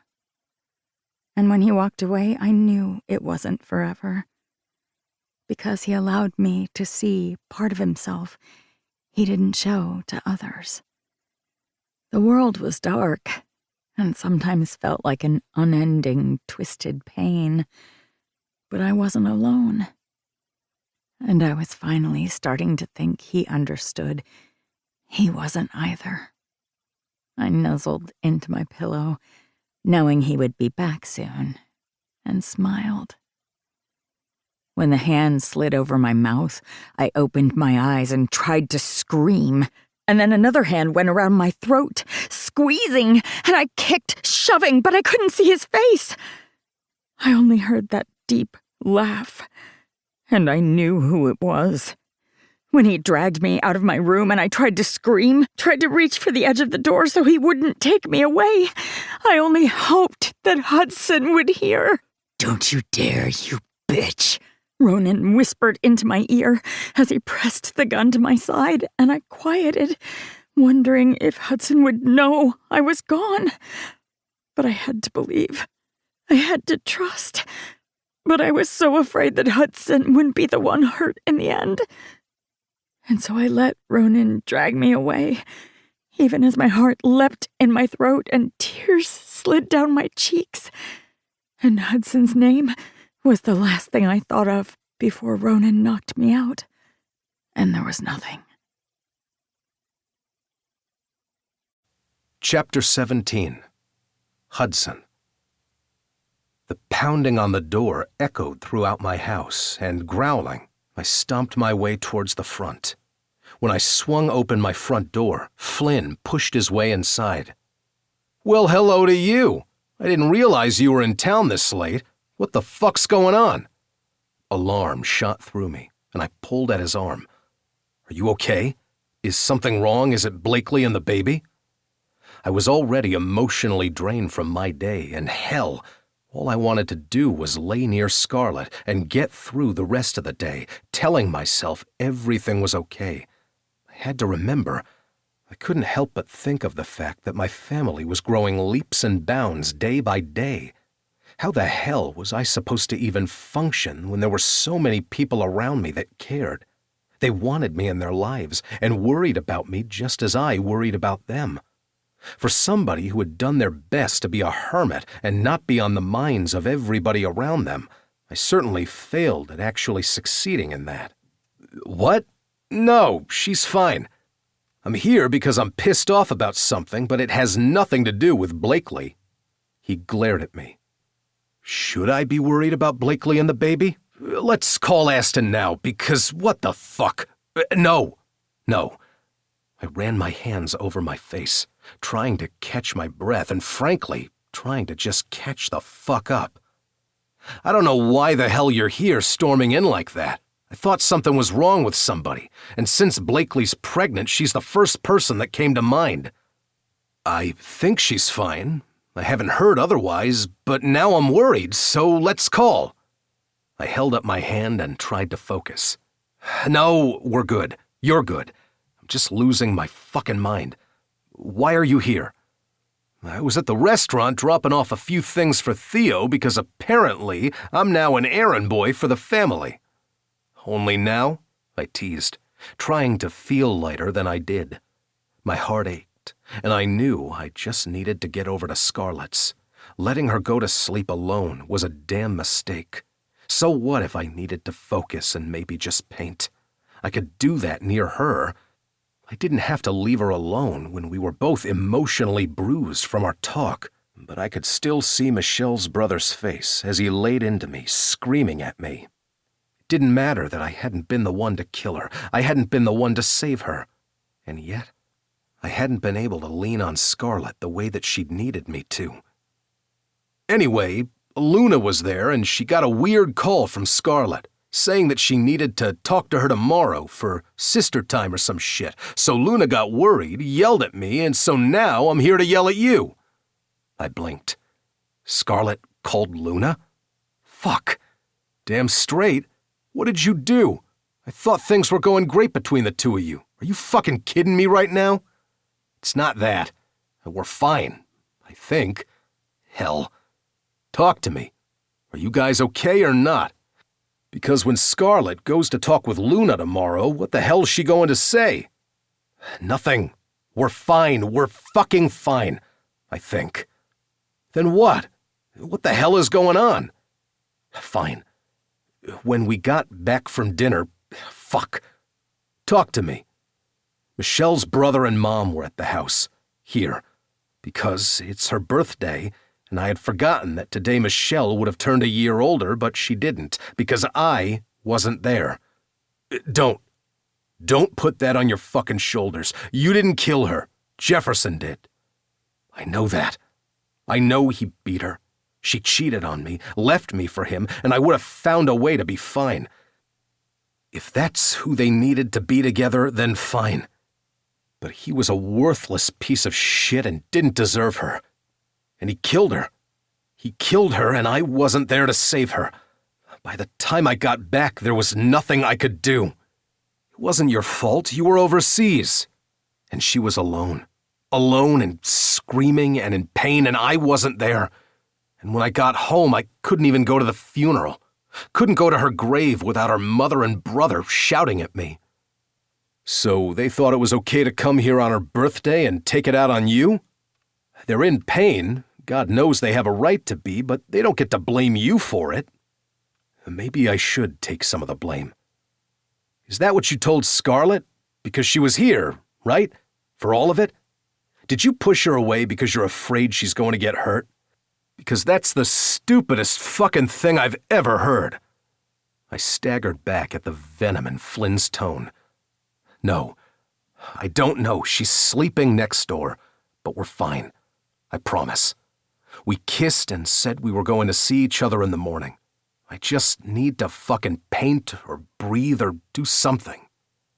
Then why is Scarlett trying to talk with Luna? Because it was a lot to deal with? I don't know. We're not over. Panic settled in my chest. We better not be fucking over. So you're going to fight for her? Damn straight. I didn't fight for Michelle because I thought that's what she wanted, and she's dead. I might not have been the one to kill her, but I didn't see Jefferson for who he was.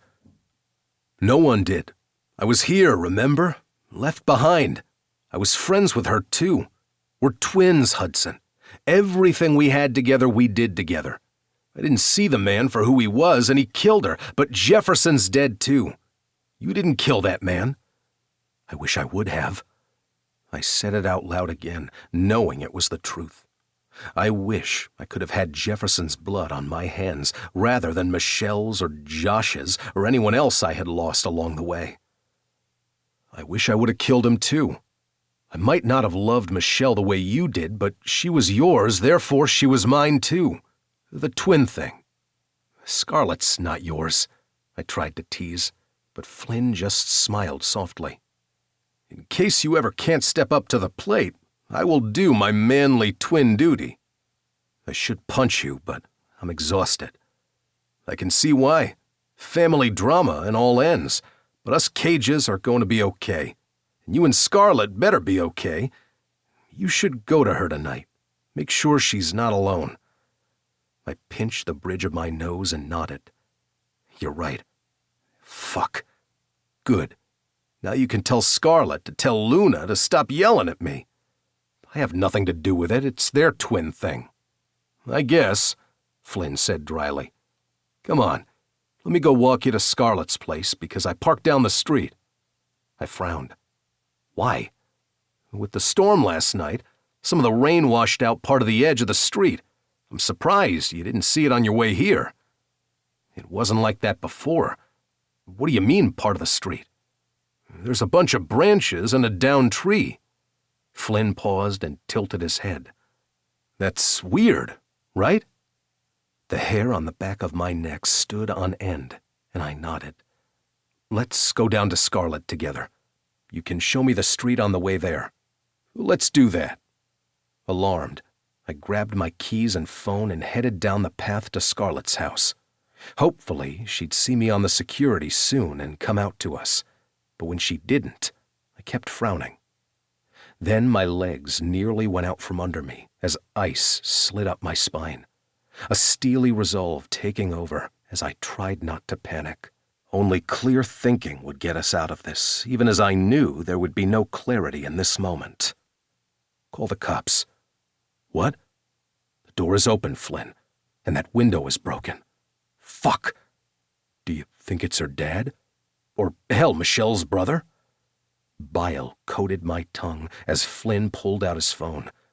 I immediately went down the deck stairs and tried to see if there were any tracks. It's gotta be Ronan. He's the only one left. I knew he was being too fucking quiet. Hudson? The ice in my twin's tone nearly broke me, and I finally followed his gaze to the smoke slithering through the tops of the trees. Fuck! That's the Ackerson place. I'm already on the phone with the cops. Then I'll call Sheriff Macon. Fuck! I'm going. I'm right behind you. Can't be a coincidence. I shook my head, even though he couldn't see me as we ran through the trees, and I had to pray that I wasn't too late. It wasn't that far down the path. Branches slammed into us, little twigs slicing into our skin, but we kept moving, and I was damn glad that I had worn my boots. Flynn wore nicer shoes than me since we had been at dinner, but he didn't slow down, and I would forever be grateful for that. As we broke through the side of the property, I cursed under my breath. The entire original structure, at least what was left of it, was on fire. Holy fuck! If we don't take care of this, it's going to take a shit ton of forest, too, Flynn whispered, and I pulled out my phone. I need to tell the authorities that they're going to need to send everybody. A scream echoed through the clearing, and ice froze my blood. Scarlett. That was Scarlett. And then I was moving, phone in hand, as I ran towards the burning building. Flynn was right on my tail, but before I could do anything, a body shot out of the side of the building and slammed into me. Ronan's fist connected with my jaw, and I twisted, kicking at the man. She's mine, you asshole. Don't you see? You cages think you know everything, but now you're not going to get anything. You have nothing.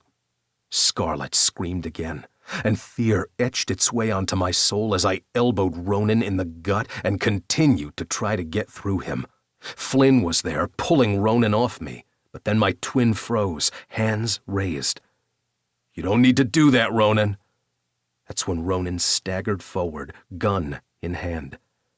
But I really do. She ruined everything. She got me fired. My family hates me. Nobody will have me, so now nobody gets to have her. I stood up as Ronan swayed, gun in hand, but I knew if I wasn't quick enough, we were going to be too late to save Scarlett, and I'd be damned if I lost someone else. Out of the corner of my eye, I saw Flynn move. I wanted to tell him to stop where he was, that I could handle this, but Ronan lifted his gun towards me and fired. Everything moved so quickly, but as the body slammed into me once again and I rammed into the ground, Flynn let out a shout. Scrambling, I stood up and slammed my fist into Ronan's jaw. The other man staggered back and fell, the gun dangerously swaying from his hands. I took the gun, tossed it away, and continued to ram my fist into Ronan's face. When Ronan finally stopped moving, though his chest rose and fell, telling me he was at least alive, I forced myself to stand up and look towards my brother, hoping to hell I hadn't just lost the other half of me. Flynn lay on the ground, clutching his leg. I'm fine, I swear, he gasped, his face deathly pale. I reached out, knowing Flynn needed me, as Scarlett's scream echoed through the air once again, and I turned towards the burning building.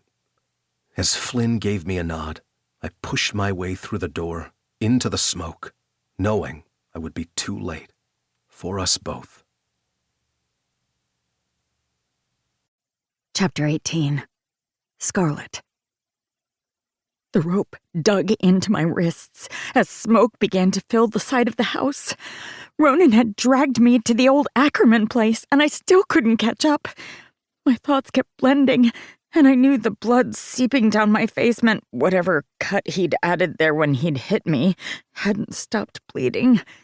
I didn't think I had a concussion, but for all I knew, it was worse than I allowed myself to believe. The place Hudson had bought was still somewhat erect, though half of it had been destroyed in the mudslide. The other half had been torn apart while they had done their best to save as much of the materials as possible. Ronan had found the dirtiest place of it all and tied my arms around one of the metal poles that were keeping the roof up. At least, that's what I thought the point of those were. Honestly, I couldn't quite figure it out, and as smoke continued to fill the room, everything hurt, and I knew I needed to get out of here soon. If not, I was going to die of smoke inhalation long before the flames hit. Coughing once again, I tugged on the rope, using whatever strength I had to pull and try to make a way out of here. Nobody knew I was here. Nobody knew that I was going to die in a place filled with memories that everybody kept burying. And they should. Hudson was going to make this place full of life and love and happiness. Now I was going to die within its walls. And he would blame himself for not being there. Because after everything that had happened, we had needed a moment to breathe. Because we trusted and loved each other enough for that. And I was going to die here, weak and unable to protect myself because I couldn't figure out how to get out of the tightening rope. I tugged on the binds again, trying to get myself loose. No one was going to save me. I needed to do it myself. Come on, you can do this. Why can't I be like one of those people in an action movie that always has a knife or a shard of glass on them, even in their pajamas? I coughed again, the room beginning to heat up. Sweat and blood leaked down my temples as I continued to work on the ropes, rubbing them at the corner edge of the hole. It wasn't going to be enough. There were no jagged parts of the metal for the rope to snag on, and I couldn't break my wrist or dislocate my thumb or do anything that an action star would be able to figure out. I was going to die. Ronan was going to have the last word after all, and I was going to die here. I would never forgive myself for what this was going to do to Hudson, because I knew that he would never let himself feel again. Damn Ronan! Damn this house! And damn everything! The sound of a gunshot echoed through the room and the forest, and I froze, smoke seeping through the walls. I coughed again, my nose itching, eyes burning. Hudson! I screamed. Because it had to be him out there. I just knew it. Who else would Ronan be shooting at in this moment? Maybe I was delusional. Maybe it was the smoke. But Hudson had to be out there. We had saved each other before. Maybe we could figure out how to do it again.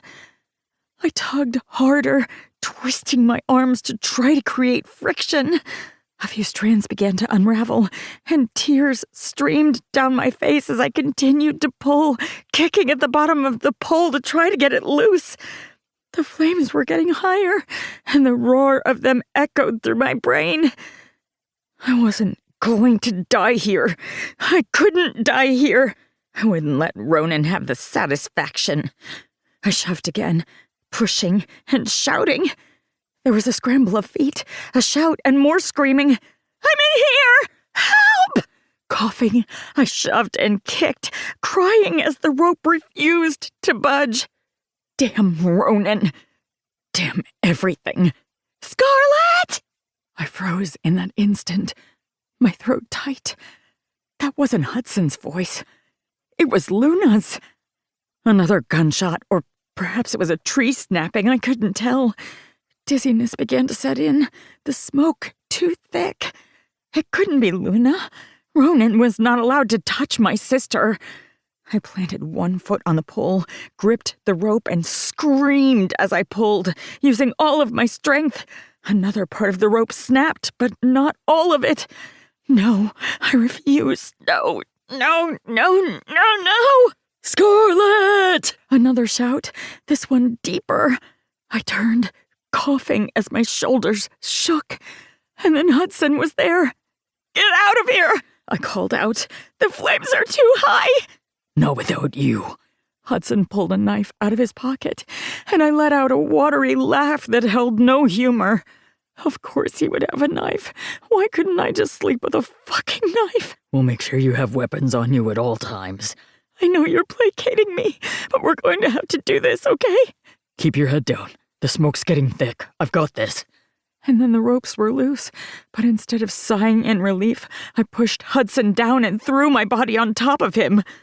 What? He began as part of the roof caved in, landing where Hudson had just been kneeling. Then he rolled us over, covering me as well, as we both tried to stagger to our feet. We have to get out of here. He called out over the flames, coughing. He shoved off his flannel and covered my head with it. Keep low. What about you? I asked, my throat so raw that dizziness started to seep in. I've got you, Scarlett. I've got you. My knees buckled as the smoke was nearly too much.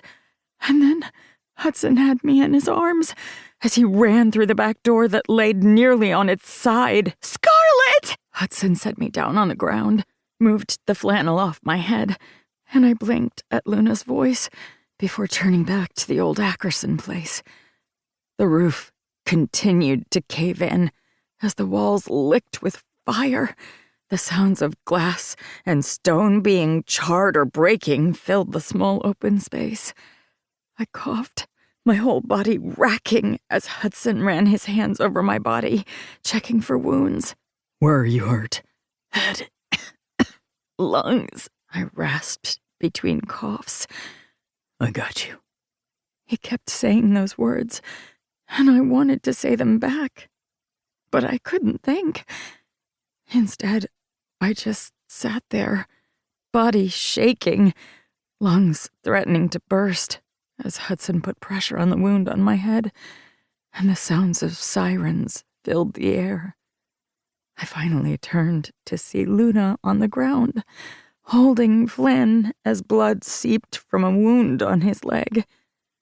I had no idea what had just happened or where Ronan was, but we were out of the fire, at least for now. As the authorities worked on the now unsalvageable home, Sheriff Macon came forward, a frown on his face. Get in the ambulance. He snapped at Flynn, who waved him off. Scarlett first. I just have a slight flesh wound. You were shot in the leg, dumbass, Luna snarled. And there are 2 ambulances now. Get in the damn thing. You do like me, Flynn said with a grin, though I knew he had to be in pain. I'd like you much more if you stayed alive, so please, listen to the paramedics. It's okay, I'll just knock him out. We went to school together. I'm allowed to do that. One of the male paramedics said with a wink, and Flynn narrowed his gaze. Jack? He asked, as he leaned against the back of the stretcher. Oh, good. You remember me. You always did like to one-up me in school when it came to grades, so I decided to move to your town and annoy the fuck out of you. I believe that's true. He also married Rumor, who's a townie, Luna explained, and I realized they were talking about things that didn't truly matter in this moment to distract Flynn as they carted him towards the ambulance. Sheriff Macon stood between the 2 stretchers, hands on his hips. Scarlett, they're taking you to the hospital in the next town over. Same with Flynn. If we have to take you down to Denver to see specialists, they will. Damn straight we will. Hudson growled. I reached out and gripped his hand as I wasn't allowed to speak. They put oxygen over my mouth, and since it was the only thing keeping me awake at this moment, I wasn't going to move the mask. We'll talk about everything soon, Sheriff Macon ordered. But Ronan's not going to be a problem. He said the words with such finality, I realized that while Ronan might not be dead, he wasn't going to step foot in Cage Lake again anytime soon, if ever. My father and Ronan weren't our problems anymore. Though I knew my mother was probably worried out of her mind, She would meet us anywhere that we needed now, because she loved us more than our father scared her. Or maybe it was just the idea that our brains could finally let us breathe after years of trying to suffocate us. I watched as Flynn was put in the ambulance, and Luna stepped in with him. I frowned, and Hudson shook his head. The family's on their way, but I said I would ride with you. Luna will ride with Flynn. She offered to flip a coin to see who would ride with you, but I love you, so I win. My eyes widened as they stuffed me into the back of the ambulance. Sheriff Macon spoke with some of his deputies, and I finally lowered the mask. You love me? He scowled, even as the paramedic helped put the mask back on my face. Of course I love you. You saved my life in there too, you know. I pulled the mask back and waved off the paramedic. I love you too. But I thought we would say this in a way more romantic way. I don't know. Stayed with each other through a fire and a kidnapping sounds pretty romantic, the paramedic said, and I narrowed my gaze at her. The other woman just winked. If you keep the oxygen mask on, I promise I'll stop with the commentary. And then she was sliding an IV into my arm, and Hudson rubbed the back of his knuckles on my cheek. You scared the hell out of me. But I love you, Scarlett Blair. And from now on, you don't sleep outside my bed. Those are the rules. Because I swear to God, I'm never going to let anyone hurt you again. I scowled at him before slowly lowering the mask, despite the paramedic's glare. Fine. We can sleep in our bed together from now on. But I love you too. Jerk. You don't need to growl at me all the time. I think I do. Mask on. I rolled my eyes and did as I was told, as my entire body hurt. Ronan had almost killed the both of us. Had almost killed Flynn, and maybe Luna from what I could see. I wasn't sure how the timeline had played out, but I did know that the people I cared about most in the world had nearly died because of a man's anger and addictiveness.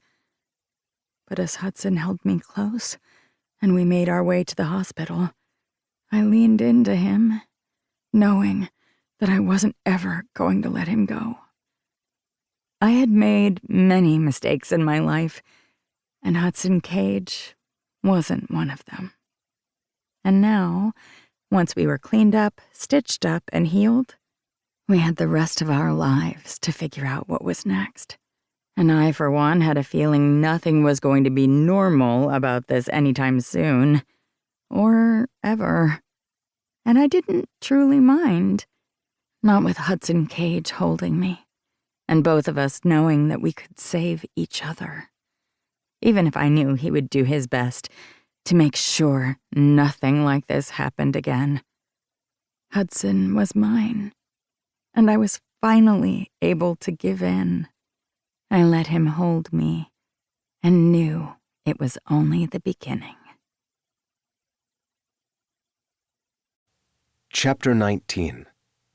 Hudson. Sometime later. I gripped Scarlett's hips, squeezing tightly as I thrust, sweat slicking down my back. That's it. Take me. Take all of me. Hudson! You're almost there. Almost there. I leaned forward and slid my fingers over her clit as she let out a moan, grinding herself into me. Lips twitching, I leaned back and smacked her on the ass. Needy, aren't you? I swear to God, if you don't let me come soon, Hudson Cage, I'm going to scream. We both know you're going to scream anyway, and I let you come right before I started fucking you. I thought we were doing okay. You're ridiculous. That is true. I pulled back before slamming hard into her again, and we both let out a groan. And then we were moving, and there were no more thoughts. I'd never been the person to laugh or even think about laughing during sex like this. That wasn't really what I had thought we needed. It wasn't what I thought I deserved. Happiness? Hell no. A connection with someone where it felt like we could take on anyone? Never. Scarlett moved back, both of us kneeling as she pressed her back to my front, and I slid one hand down, flicking my middle finger over her clit, the other holding her close as I cupped her breast. Come, you earned it. So greedy, she teased right back. And then she was coming, her beautiful cunt clamping around my cock as I slid in and out of her, both of us shaking from the exertion. But I wasn't done with her yet. I slid out of her and then moved her to the side. With wide eyes, she reached for me, and I lifted one leg and slid deep into her. That's it. So fucking tight. I'm going to have to do more Pilates and yoga, I think, she teased. But then she was moaning, her eyes rolling in the back of her head as I slid in and out of her, this position deeper than usual. We rolled into each other, and I found myself on top of her, cradled between her thighs as I moved slowly, taking her lips with mine as we continued to move. And when she finally came again, tears sliding down her cheeks, I slammed home one more time and filled her. We laid there, my hips slowly working in and out of her as I continued to fill her with my cum, and I took her lips. You're sleeping on the wet spot, she teased. Smile deepening, I kissed her hard on the lips and then rolled us so we were at the side of the bed, still joined. We don't have time to sleep. We have a full day and then the dreaded family dinner. Oh yes, the family dinner. Nestled in my arms, neither one of us really wanted to get up, but then our alarms went off, and I groaned. Yay for to-do lists, but you get to wash the sheets. I reached around and smacked her ass, loving the way that her inner muscles clenched around my still semi-hard cock. You can spank me all you want, but you're still doing the sheets. With a grin, I slid out of her and then moved her so she lay over my lap. If you say so. Hudson Cage. Now I have your cum running down my inner thigh, and you better not spank me. Ouch! She screeched as I smacked her hard on the ass once, twice, and then she moaned. Oh, look at that. So pink and ready for me. I speared her with 2 fingers, and she wiggled on my lap. Are you kidding me right now? She asked, panting. The alarms are going off, and you don't really think that you're going to... She moaned again as I slid my thumb over her clit and continued to fuck her with my fingers. And when she came again, squeezing me tight, I pulled out of her, smacked her on the ass just once more for good measure, and pulled her into my lap as she sat there, shaking. If I fall asleep because I did not get any last night, I will blame you. You say the sweetest things. Of course they're going to blame me. They know that I keep you up all night with my cock. I mentioned something along those lines to Ivy once, and your brother overheard, but you really need to stop repeating that around. What do you mean? That my cock is so amazing that you just can't sleep at night? Hudson Cage. I love it when you get all grumpy with me. I smacked a kiss on her lips and stood up, carrying her to the bathroom so we could get ready for the day. I turned on the shower and let her begin her process that took far longer than mine before going back, shutting off the alarms, and stripping the bed. Like I would let her do laundry while she was walking bow-legged like that. I tossed everything into the washer, began a cycle, and then headed to the shower. She was finishing up when I walked right in and took her mouth. Good morning. You and your cock better stay 5 feet away from me right now. I cannot be late for my half-day at work. I can't believe you're taking part of a vacation day. She shrugged, a small smile on her face. I promised Luna and Mom that we would go shopping together, and if Mom's going to leave the house, I'm going to be there. I kissed her softly and nodded. No words needed. Her mother wasn't healed or 100% the way she used to be. She never would be. None of us would. We each had scars of our own. The ones on my shoulder, always going to be ridged. The scar on Scarlett's hairline, forever hidden by her bangs, but still there if you looked hard enough. But Mrs. Blair left the house more often than she ever had, all because she loved her girls and was trying. That was a damn strong woman, and I liked her a lot. The cages may overwhelm her, but they overwhelmed me, so it wasn't like I could say much about it. However, she was great and did her best to try to be in her daughter's life, and for that, I'd love her to the end of my days. In the months since the fire, things had moved quickly in some areas, but slowly in others. Scarlett had moved in with me because there was no way I would let her out of my sight. She rented out her home to people with long-term rentals because the town wouldn't allow short-term rentals. And I knew she was thinking about selling the place, though since I own the land itself, it would make sense just to keep it as another place for the cages. Not that I had been the one to think that. No, that had been Flynn and his ever-present wanting to make sure the cages owned everything and increase their connections. He was like our dad that way, but in the best ways possible, and not the ways that made you want to tear your hair out. After the authorities were finished with the Ackerson property, my friends had come in with their bulldozers and the contractors had leveled everything that needed to be. And although part of me had wanted to sell the damn place and never allow any part of that memory back, it had been Dorian, of all people, the one with the most connections to the place, that had convinced me to continue on with my plan. A few of the cabins were already set up and ready to go, and a few others would be starting soon.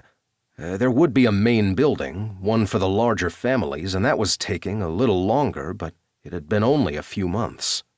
Some of the people that I served with who made it home were already requesting time to stay, and I knew that seeing them wasn't going to be easy, but introducing Scarlett to them, that would make the awkwardness worth it.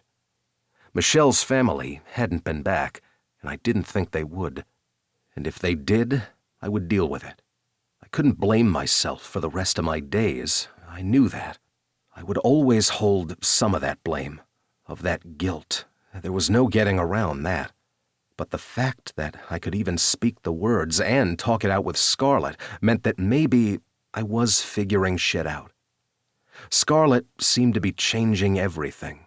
Not only was the resort adding more events that were gaining recognition among certain circles, but she was now working on a charity aspect of the resorts, and Isabella and James had jumped right into it. I loved that woman, and one day she would be my wife, if she let me, that was. But she was already a part of my family. I ran my hand over my heart as I stood in my studio, knowing I had work to do, and wondered how the hell I'd gotten here. I had hidden in Cage Lake for a reason, and those reasons would always be there. But now, I wasn't hiding. I was here because I wanted to be, because I loved a woman who loved Cage Lake, and maybe being a cage of the infamous cages wasn't all that bad. My phone buzzed, and I ignored the text from my agent, wondering when we would talk about the next showing in a month, but I would get back to him soon. See, that was growth. My phone buzzed again, and this time, while I wanted to ignore it, I knew I couldn't. The infamous group chat, one of the thousands, lit up my phone, and I sighed. Flynn, 6:00 p.m. at Aston's? Aston. Yes. You're welcome to be there early. You know the code in case we're not there yet. Isabella, we've already opened it up for you guys, though, just to make sure that it was ready to go. Sophia, I have the list. We're good here. James, all of us will be there, and we're bringing food, though I know that Aston already has food there, right? Dorian, Harper and I are bringing the food that needed to be cooked ahead of time. Don't worry, we have a plan. Ford, should I be afraid of the plan? And I'm sorry that the family can't be there, but with the sniffles going around, We didn't want to travel with the whole crew. Isabella, poor baby. I'm glad that you'll be there, though. Phoebe, and you're hitching a ride with us, so we'll talk about that in the other group chat. Theo, that makes me sad that I'm not a part of the group chat. Kyler, you do realize that my body has no idea what time it is and I was currently sleeping. How many texts do you guys do a day? Emily, way more than you would ever know, but don't worry, I'm forcing you to come with me so you can't escape a family event. Flynn, and look at that. Kyler's joined the group chat along with Emily. We have now reached everyone. Aston, except the person that has lived in Cage Lake the longest. Me. I'm looking at the group chat now. Stop freaking out. I'll see you tonight. Don't know why we need to have an entire conversation before we'll all be together for the first time in months. Just saying. Flynn, it's a miracle. James, he's alive. Kyler, oh good. They can make fun of you now. Emily, don't worry, I will always make fun of you. Isabella, I'm going to text Scarlett with more of a list, okay? Me. Okay. Not quite sure why you needed to tell me you're going to text her. Dorian, it's a girl thing. The group chat continued to explode, so I muted it like the good brother that I was. Well, we didn't have to have these family dinners anymore. It was nice to at least continue part of them. I didn't know why the entire group was going to be there tonight, but I honestly didn't mind. That really was growth. Though, as soon as they annoyed me, I would probably get grumpy and leave. That would mean I would leave Scarlett behind, however, so maybe I'd be forced to stay. Well then, I shook my head and got back to work. By the time my alarm went off that told me I needed to get ready for dinner, I felt good about the painting in front of me, and had even texted my agent back. With a sigh, I walked back to the house, showered, and smiled as Scarlett walked into the house. Oh good, you're ready to go.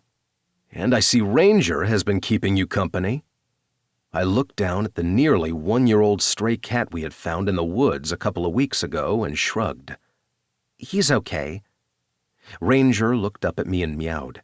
He then shook slightly, lifted his leg, and began a stretch that I wasn't even sure Scarlett could do. You love that cat. You know it. I think he needs a friend, I said with a shrug.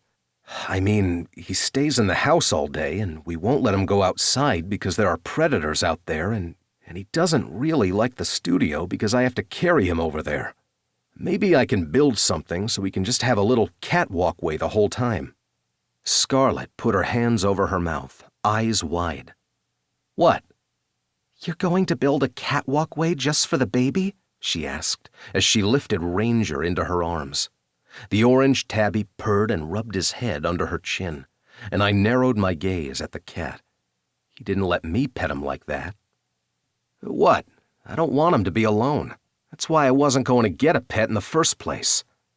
The cat distribution system made sure we got this one. But you're right. He does need a friend. Would you like that, Ranger? Another cat? Or maybe a dog? No, another cat, and a boy cat. This way they can be friends, and you don't have to deal with dominance things that you do when a female cat enters the house. And we don't know if he's going to get along with dogs, and I don't want to have that be an issue right away. Scarlett just blinked at me. What now? I asked. You've done research on this. You know things. I'm just so confused. What? Ranger's a family member now. A cage. A Blair cage, she corrected. Whatever. I'm just not going to screw up this cat's life. Right, Ranger? Ranger yawned, showing me his teeth. Okay. We'll find him a brother. A little cage brother. Who knew? Okay, enough with that, I said with a laugh before I kissed Sophia hard on the mouth, rubbed Ranger's chin, and went to get ready for the day. After leaving Ranger with his dinner, water, and a new toy, we headed to Aston's lake house. There were far too many cars parked around the area, and I knew Aston was already thinking about a way to make this work for the long term, but I would leave it up to him. I didn't have the space for that many cages, so I didn't have to worry about it. At least, that's what I told myself. As soon as we walked inside, everybody said their hellos, and Scarlett was immediately enveloped into the family. I leaned down, lifted Hazel onto my hip, and grinned. "Hello there, Hazel." She smiled and rubbed my beard with her tiny little hand. Hi, Uncle Hudson. When Violet pulled at my jeans, I leaned down and lifted her onto my other hip before making my way into the living room. I ignored Blakely taking a photo of me holding the girls, but only because she had to be hormonal considering she was ready to pop any day now. "Where's your mama?" I asked, searching for Sophia. As if I'd conjured her, Sophia came around the corner and grinned. Hello there. I see you've attacked your uncle. The girls hugged me tightly, babbling about something, and I just shook my head. They let me pick them up, unlike Ranger. That cat will let you pick him up one day, she teased as she brushed Violet's hair from her face. Maybe. We'll see. Where's Cale? I asked, searching for my brother-in-law. Oh, work trip, she said with a shrug, and I frowned but forced myself to blank my face since the girls were in my arms. When Hazel was plucked from my arms and tossed around the room in her Uncle Kyler's embrace, I didn't scowl. He didn't get to see the girls as often as I did, and considering I didn't live nearby, that was saying something. Everybody milled about, looking happy, as if we had done this countless times before. Maybe we had, just not in this sense. I knew this wasn't what my father had envisioned when he had forced this upon us. He had expected us to fail. There was no doubt about that, but he had been wrong. I set Violet down, and she ran over to Theo, who picked her up and continued his conversation with Emily. There was a bountiful amount of food and drinks around the house, and the volume increased with each laugh and joke. As Scarlett wrapped her arm around my waist, continuing her conversation with Phoebe, I took a sip of the beer offered by Flynn. I hadn't expected this type of family, this type of future, had never thought I deserved it. And now, I was never going to let it go. Scarlett and I had fought for each other and come out scarred, and yet whole at the same time. She was my everything, and my family was just the same. We had community projects to attend to and countless other small things that were required of a cage, but I was no longer running from it. I would do what I had to in order to keep my family safe and to keep us together. And as I placed an absent kiss on top of Scarlett's head, and she smiled up at me before continuing her conversation, I knew I would fight to hell and back to keep Scarlett in my life. She had been my obsession, my desire, and my enemy. And now, she was just mine, forever. Chapter 20. Sophia. Leg extended, I leaned into the stretch, my joints aching for more than one reason today, but the world didn't need to know why. I let out a breath and sank deeper into the stretch before moving out of the angle and deepening my breath so I could continue my movement. It had been a long day of classes, the twins needing 1,000 things, and just exhaustion in the head. School had just finished, and that meant everybody's priorities were shifting. Oh, many students would come back for their favorite classes and continue on during the summer, but others wouldn't return until the fall semester. Some of my middle schoolers would begin a path toward advanced classes and even private tutoring, while I was no longer a principal ballet dancer for the Denver Ballet. I still danced to my heart's content as much as possible. So, I didn't have as much time as I once had, but that made sense. I was a mom of 2, owned my own business, and was doing my best to make my marriage work. I rubbed my temples, telling myself that it was working. Yes, I made a few mistakes here and there, but those couldn't be helped. I wasn't the sweet, affable Sophia that Cale had married so few years ago. I was no longer dancing full-time or in the same shape I had once been. I had let myself go when the babies had come and was working on strengthening everything that I could. It's what Cale needed from me. He worked long hours and went on countless business trips to provide for our family. When we had gotten together, I'd had a decent savings from my time dancing, but it wasn't until my father's will had been read that I'd been able to be financially solvent enough to find balance in everything that we'd wanted. But that was okay. We were learning this new life of ours. I did a few of the moves, letting the music sing its way through my bones. I loved dancing. Ever since I had been a little girl, I had tried to stand on my toes, plie and jeté. I wanted to be the graceful dancer in a skirt and tutu, gliding and flying over the dance floor as if I could walk on air. I had been blessed in my career and had gone out on top. I still danced with a local troupe, one filled with retired dancers who no longer wanted to dance professionally, but still had the bug.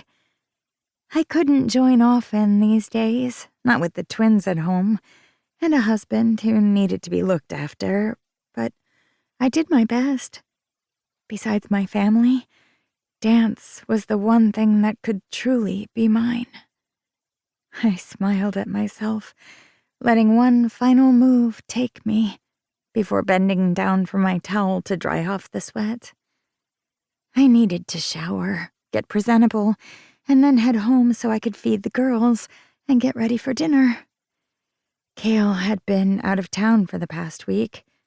He'd had a tough trip, with his bags being lost on the way there and having to change hotel rooms halfway through, so I knew he would be excited to get home and see me and the twins.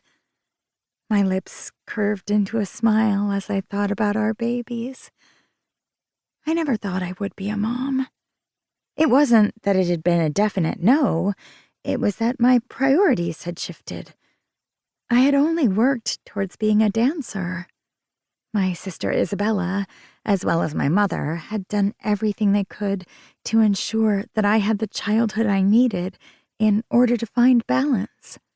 I had been competitive and determined. Much like my brother Kyler, we had gone into the arts and never turned back.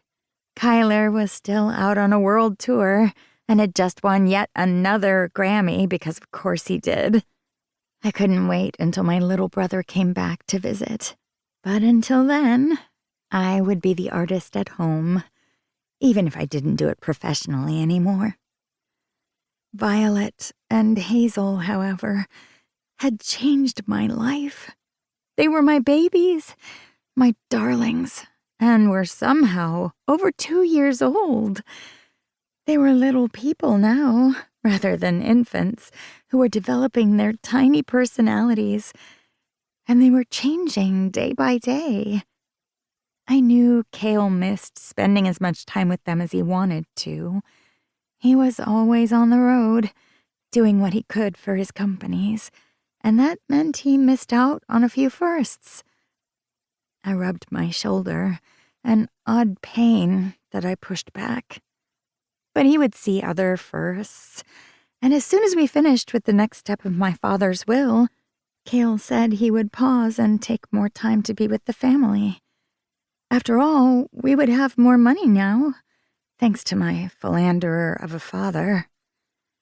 I pressed my lips together, doing my best not to think about that.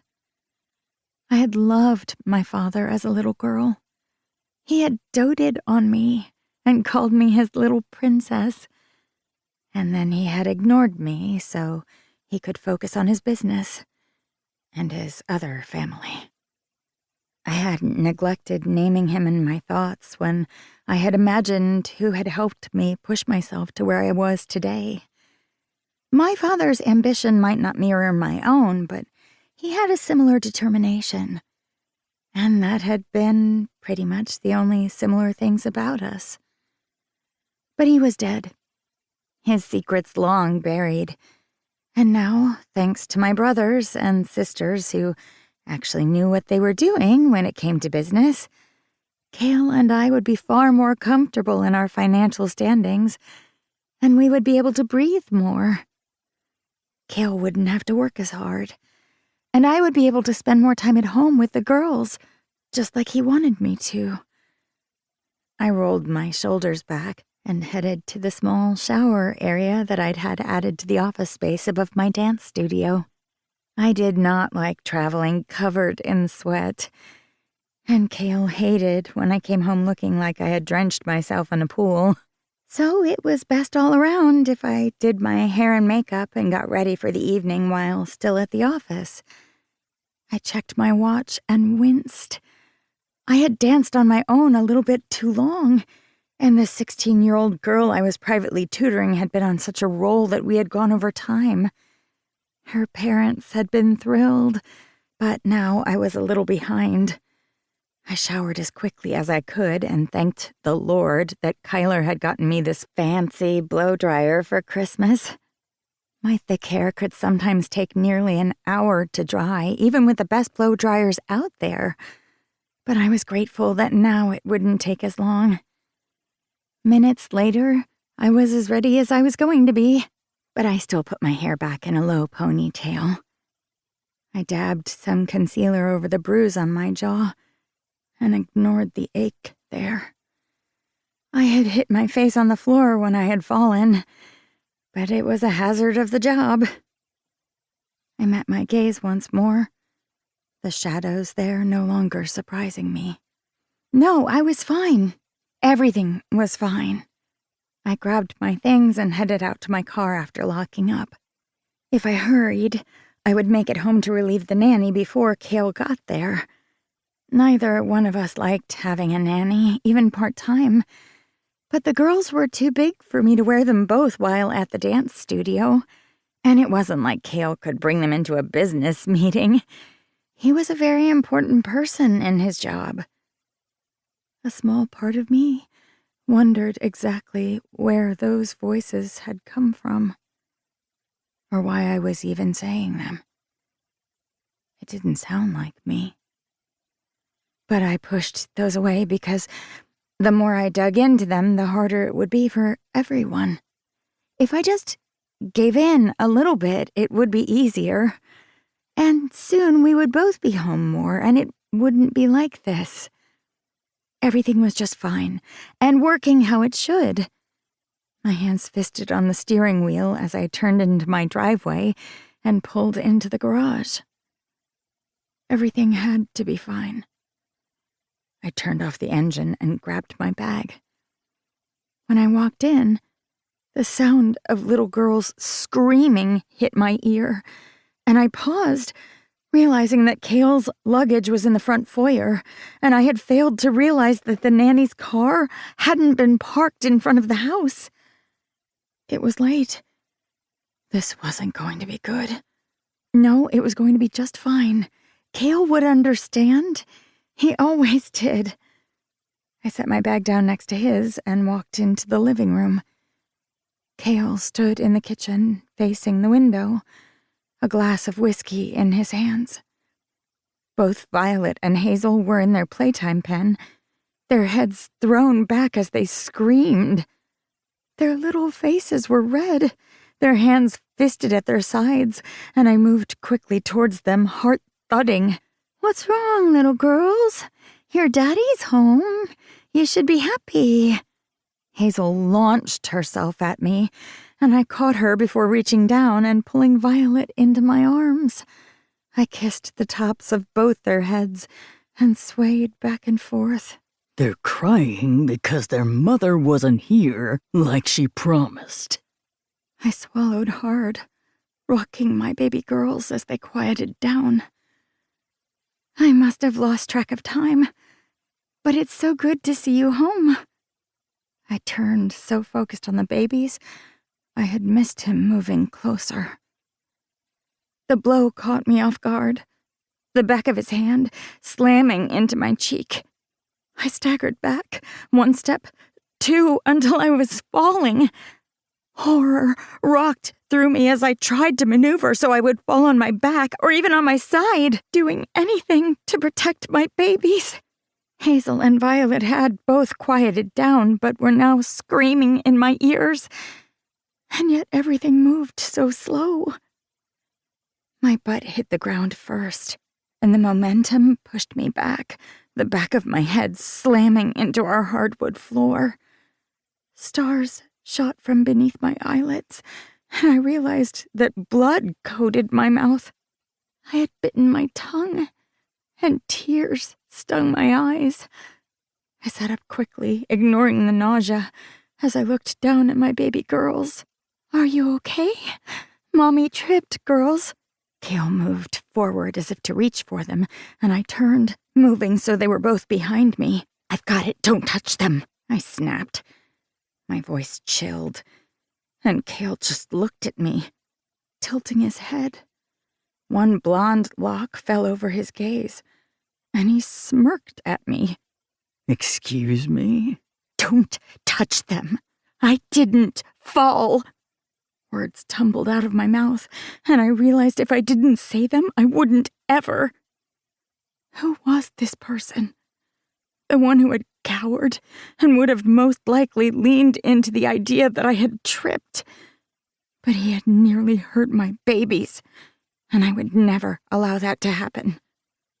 I ignored the thoughts that whispered to me that I had already done so by staying, by trying. Don't be so melodramatic. The girls crawled behind me, and I stood up, still woozy. "Don't touch me. Or my girls." Our girls? You forget that I'm the father, don't you? Or were you spreading your legs for someone else? I blinked, wondering exactly how many drinks he'd had before this, and when exactly had I allowed his venom to pierce me. "Get out! Just get out!" Why? Why should I leave when it's my house? Oh, wait, it's not. Your family money helped us with the down payment, didn't it?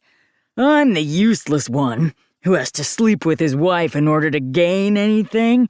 Is that what your family thinks? Why they allow me to be in their presence? The beautiful and brilliant and billionaire cages. They don't care who they step on to get where they are. You're nothing. You're the left-behind cage that's getting the scraps. Why the fuck do you think I've stayed this long, though? Because those scraps are worth far more than you. And they'll be mine soon.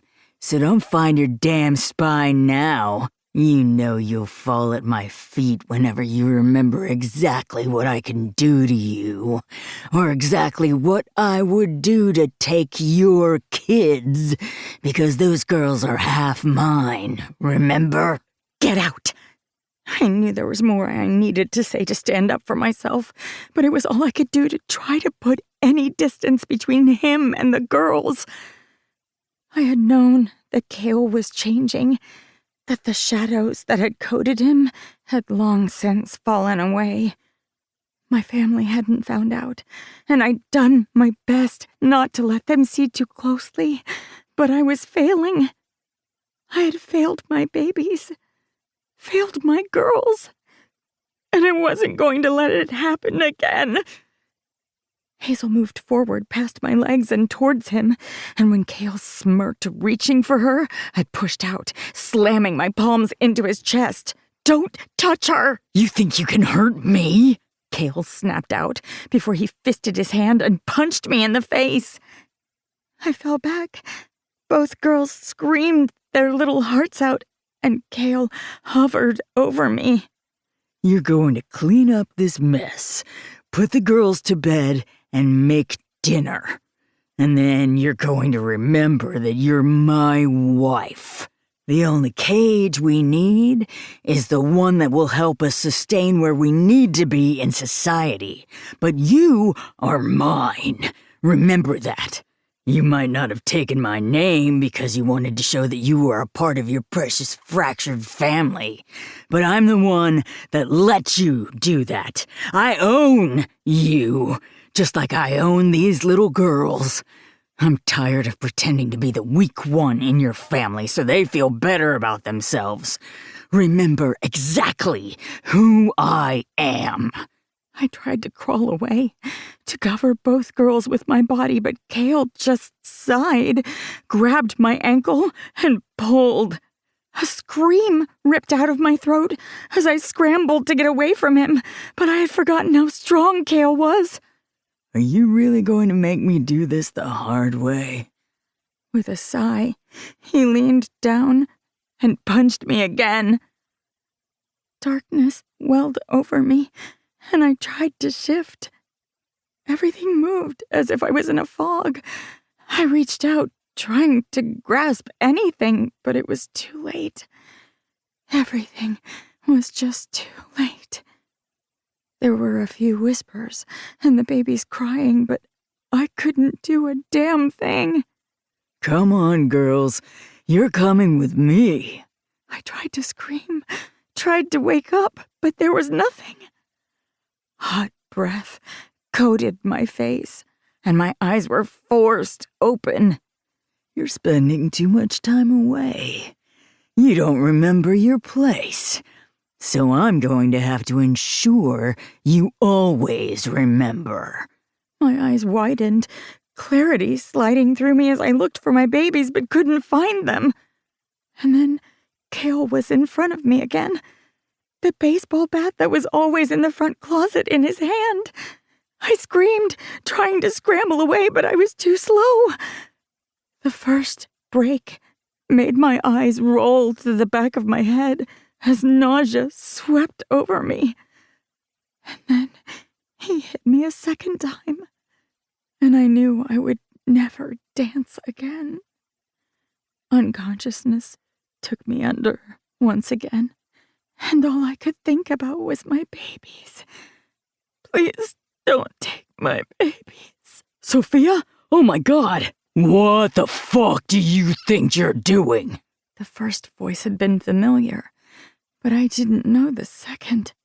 One of my eyes was swollen, but I could still crack open the other. My brother, Flynn, was here. Horror etched on his face as he touched my cheek, but I had to warn him. Cale, I rasped. It's okay. The cops are on their way. Babies, girls. Why couldn't I talk? Why couldn't I say what I needed to? Carson took care of Cale, and he's getting the girls. The girls are safe. You're going to be okay. Flynn whispered, though his voice cracked. I didn't know who this Carson was, and I didn't trust him with my babies. I didn't trust anyone.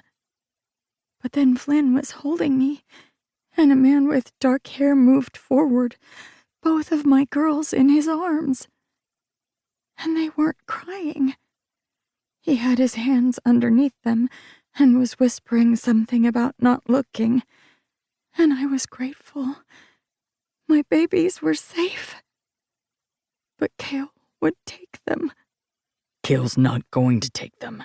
He's tied up, and the cops are right here. Stay with me, Sophia. Stay with me. I tried to fight, tried to stay awake for Hazel and Violet. And I met the gaze of that stranger, those green eyes piercing.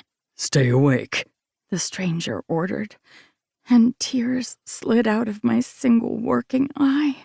I'm going to go let the cops in. I'll be right back, Flynn said, and then he was moving, and nothing made sense.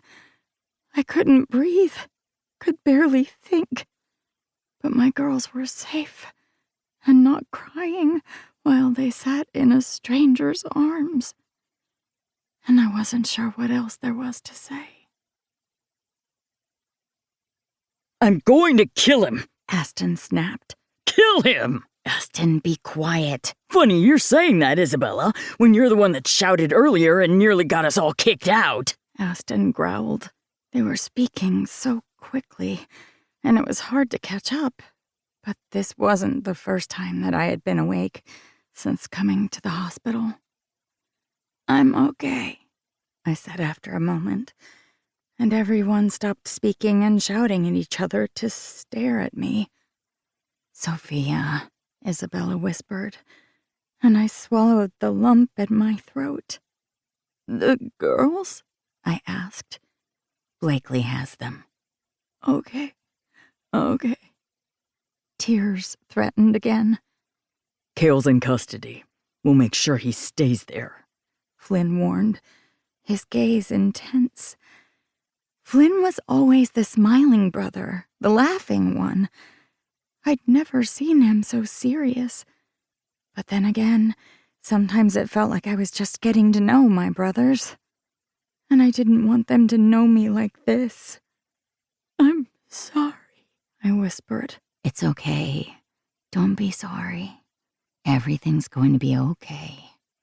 Isabella reached out as if to cup my cheek, and I flinched. I wanted to crawl in a hole and die at the pitying look on her face. But I wouldn't. I had already failed Violet and Hazel before, and I wouldn't do it again. Unconsciousness swept over me again. By the time I woke up again, there was only one man in the room, and for an instant I thought it was Cale.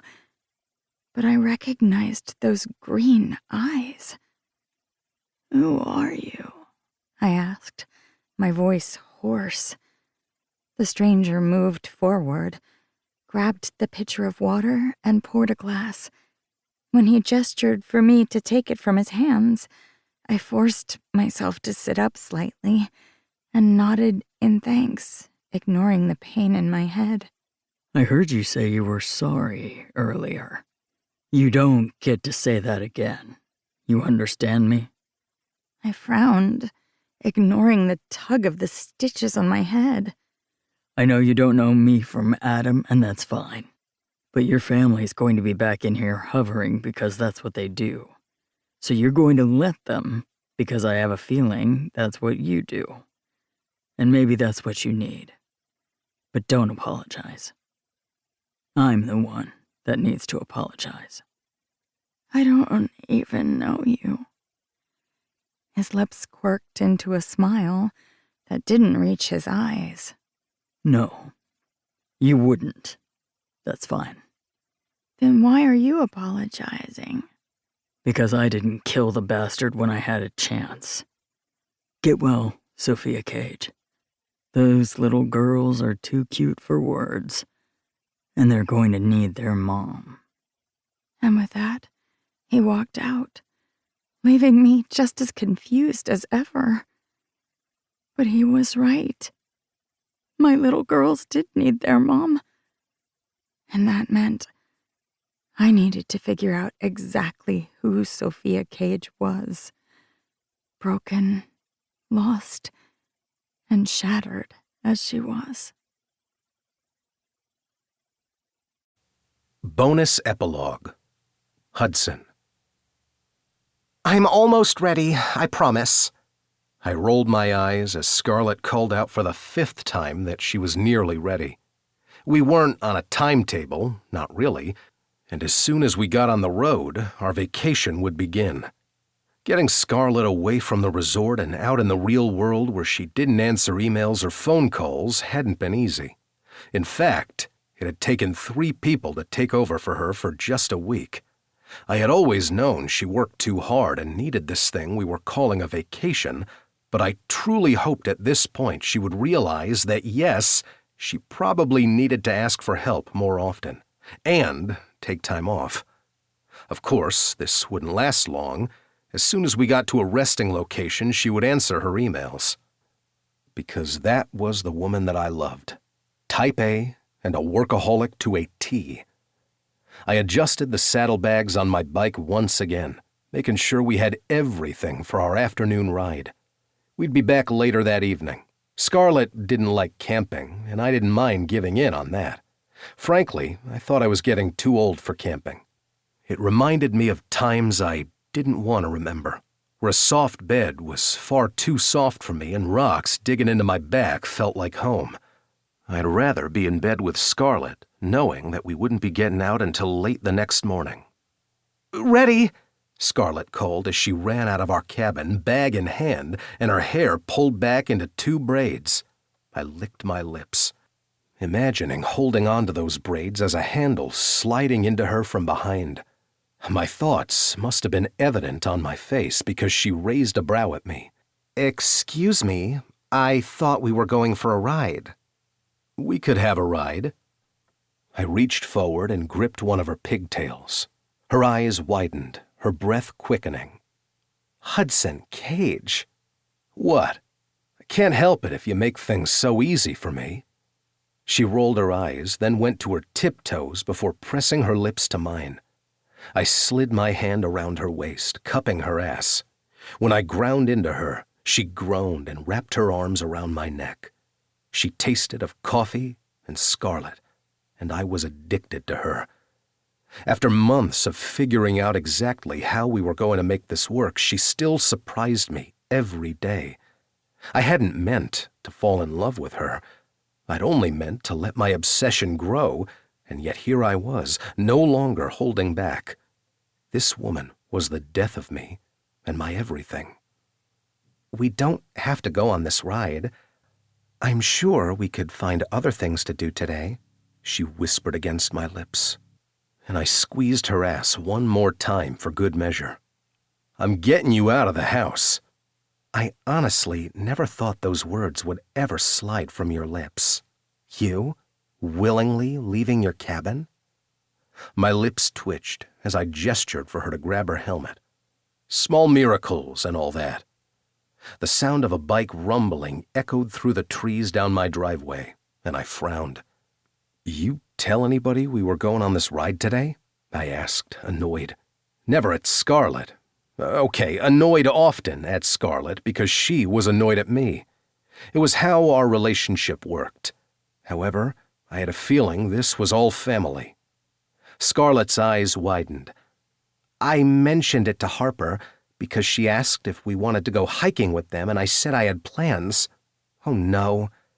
She leaned against my bike and groaned. With a sigh, I turned as not one but 2 bikes made their way down the path. Dorian beamed at me with Harper behind him, cringing. Flynn sat relaxed on his bike, and I couldn't help but look down at his leg, hoping to hell he knew what he was doing. Sorry, Harper called out over the roar of the engine, and I made a cutoff gesture. Both of my brothers turned off their bikes, but didn't bother getting off. I would ask if you were invited, but we both know that was a no, I said with a growl. Good morning, twin of mine. Flynn just smiled at me, and I glared at my twin. Excuse me, but weren't you just shot a few months ago? Why the hell are you on a bike? I hated the words as soon as they left my mouth, because I knew they would hurt Scarlett.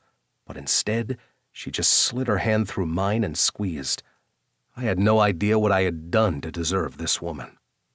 I'm fine. I have a clean bill of health, and other than my doctor berating me for being on a bike at all since apparently they're death traps, I'm doing okay. Just breathe, and know that we are here to annoy you as always. Dorian barked out a laugh. You say that as if we're not your favorites.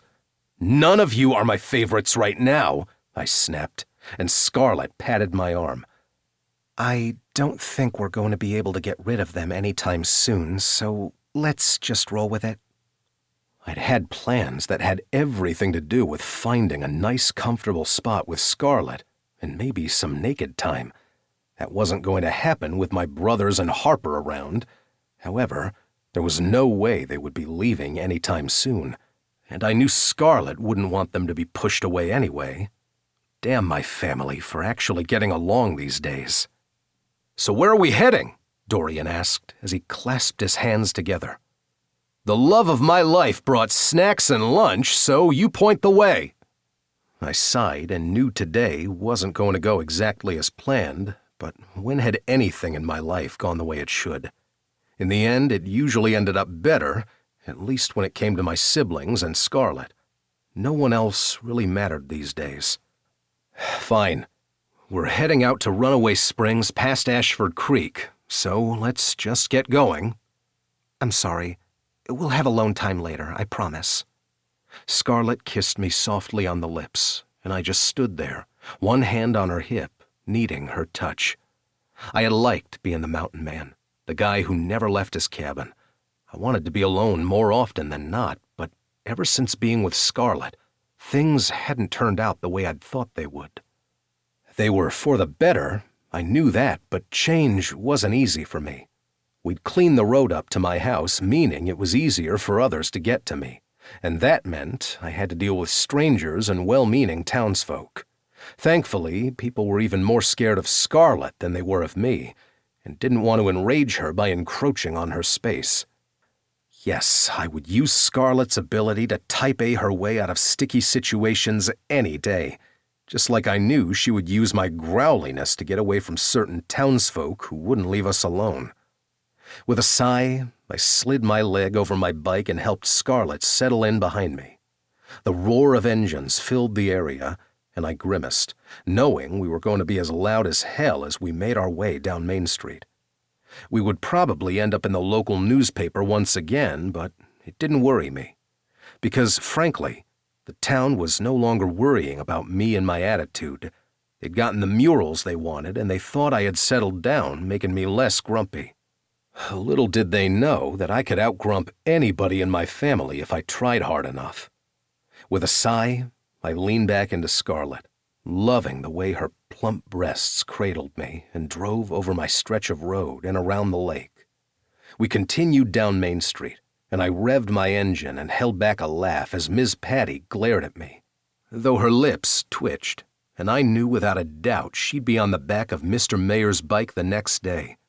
She was a surprisingly agile motorcycle mama when she wanted to be. That made me smile just thinking about it. And we traveled through the rest of the town, over the bridge and through the mountains so we could take a long stretch to the small towns of the mountainous Colorado and try to find a little sliver of happiness in an otherwise dreary week. My family had grown over time, with babies being born and people marrying into the family, but we were still the core group, even though I was doing my best to ignore all those group chats. Things were going to change again soon. I knew that with the arrival of another cage in town, but I didn't mind as much as I used to. Residing in Cage Lake as long as I had probably hadn't been the best idea, but in the end it was what I needed to do. And now all of the cages were slowly making their way to town and taking over. Perhaps our small town might not want that inevitably, but now I wasn't the only cage that they needed to bug. We were building, growing, and if today went anywhere near how I wanted it to, we would continue to do so.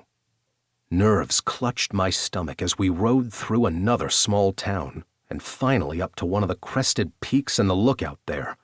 I turned off my engine, settled the bike, and held out my hand so I could keep Scarlett upright as she swung her way off the bike. "My thighs are killing me," she teased before kissing me soundly on the mouth. "I'll massage them later," I mumbled. "I did not need to hear that," Flynn droned. "You wouldn't have if you hadn't encroached on our date." "It's so beautiful up here," Harper said, and I wasn't sure if she had heard me or not. I didn't blame her for telling Dorian about the ride. Dorian had moved in on our time because that was my brother, always wanting to be together these days, and the part of me who had resented it was long gone. Now, I was just learning how to be this new person. It was odd, to say the least. "There are a couple of picnic tables over there so we could eat lunch and enjoy the scenery," Scarlett said after a moment. "Let me grab my camera." She winked at me and reached for her bag. "I'm no Ivy when it comes to photography, but I can do okay." She reached in the saddlebag and I cursed, nearly pushing her out of the way. "I'll help you." She frowned at me and waved me back. "I've got it, Hudson. Are you okay?" Sweat broke out down my back, and I tried to reach for the bag before she did, but when she stilled, I realized she had found what I had wanted to hide. The others were staring at us, confused, and I really wanted to be alone for this. Instead, I watched as Scarlett's throat worked as she swallowed, and she pulled out the velvet box, hands shaking. "Hudson?" she asked, eyes wide. "Oh, shit," Flynn muttered, and Harper let out a squeak. Dorian immediately put his hand over her mouth, and I realized this was one of the most insane ways for this to have happened. But we were cages, so I wouldn't expect anything less. "I had plans, and they weren't just naked ones," I muttered.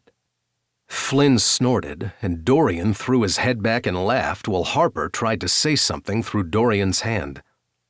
I like naked ones, but wow, I sort of ruined the surprise, didn't I? I moved forward, ignoring my family as I cupped Scarlett's cheeks with my hands. "You don't ruin anything, Scar. The only plans I had were to get you out here or close to here and try to figure out how to tell you that you saved me." Harper let out a cry behind Dorian's hand, but I knew that the three of them wouldn't be leaving us any time soon. Out of the corner of my eye, I realized that Flynn had his phone out, and he had been recording the thing. No doubt this would end up in the group chat. Nothing was sacred or secret with the cages anymore. "I didn't have a plan. You were never part of those plans.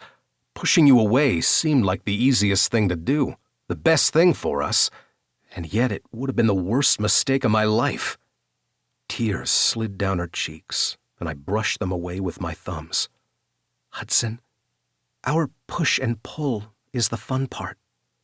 "Damn straight. You saved my life the moment that you yelled at me for the first time." Her eyes widened, and I took a step back, kneeling down onto the rocky ground. A shard of rock stabbed my knee, but I ignored it. I could barely feel any pain at that moment, only the nerves of what the hell I was doing.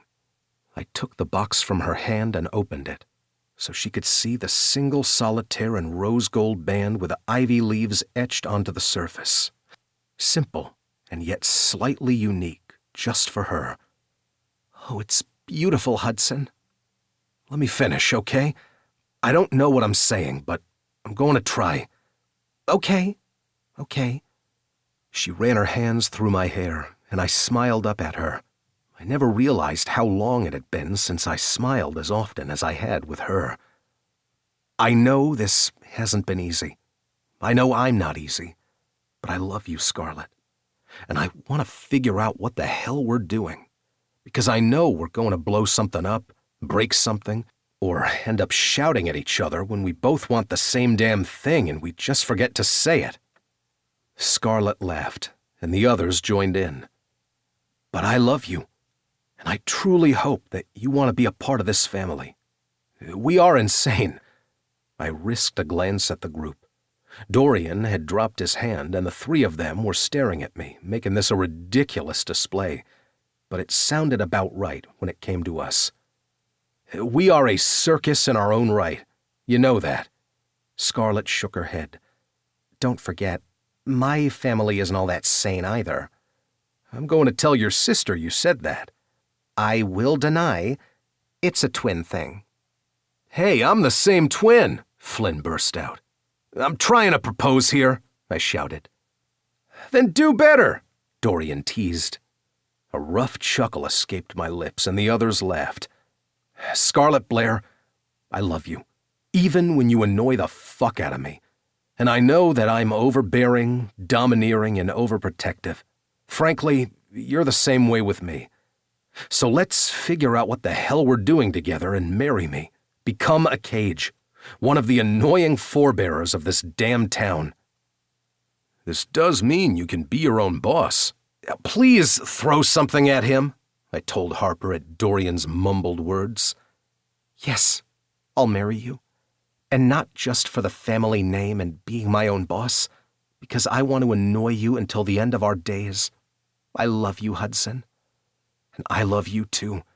Even with my family filming. Seriously, Flynn?" You do realize that everyone in the group chat needs to see this, and Scarlett's mom would never forgive me if I didn't show her. Hell, Luna would break me. With a laugh, I just shook my head and slid the ring onto Scarlett's finger. Marry me, and frankly all of them. We can never get rid of them. I love you, despite the Cages and the Blairs. I stood up then, wrapped her in my arms, and spun her around as the others cheered. And when I crushed my mouth to hers, I knew all was right. This was the beginning of this ridiculous, momentous, and unending surprise of a life. I had not meant to fall for Scarlett, and I knew she sure as hell hadn't meant to fall for me, but I was never letting go. And if my family had any say in it, they were never going to let us even try. And that was just fine with me. This has been One Quick Obsession, Book 4 in the Cage Brothers series. Written by Carrie Ann Ryan. Narrated by Kit Swan and Lance Greenfield. Produced by Wilder Audiobooks. Post-production by Chrissy Farrell. Text and production copyright 2026 by Carrie Ann Ryan.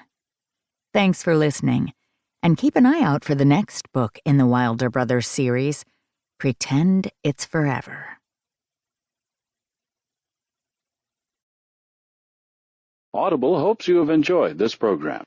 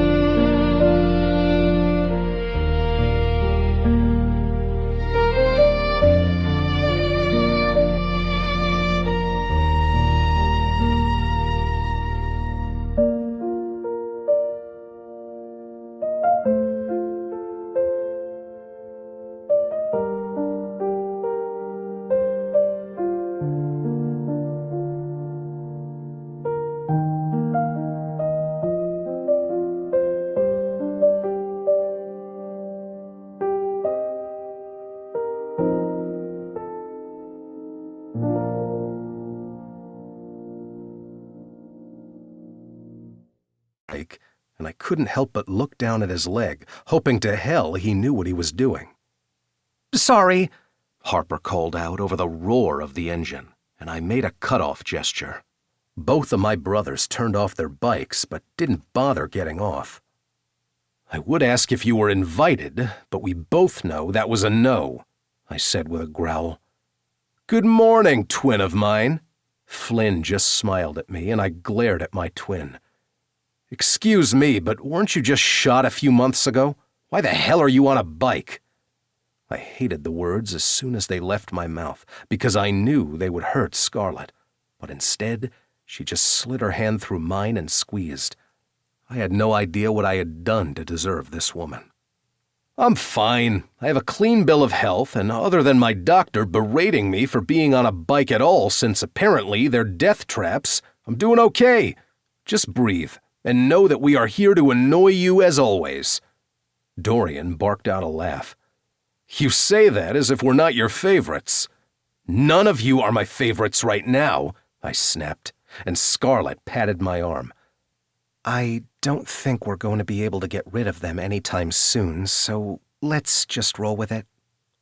I'd had plans that had everything to do with finding a nice, comfortable spot with Scarlett, and maybe some naked time. That wasn't going to happen with my brothers and Harper around. However, there was no way they would be leaving anytime soon, and I knew Scarlett wouldn't want them to be pushed away anyway. Damn my family for actually getting along these days. So where are we heading? Dorian asked as he clasped his hands together. The love of my life brought snacks and lunch, so you point the way. I sighed and knew today wasn't going to go exactly as planned, but when had anything in my life gone the way it should? In the end, it usually ended up better, at least when it came to my siblings and Scarlett. No one else really mattered these days. Fine.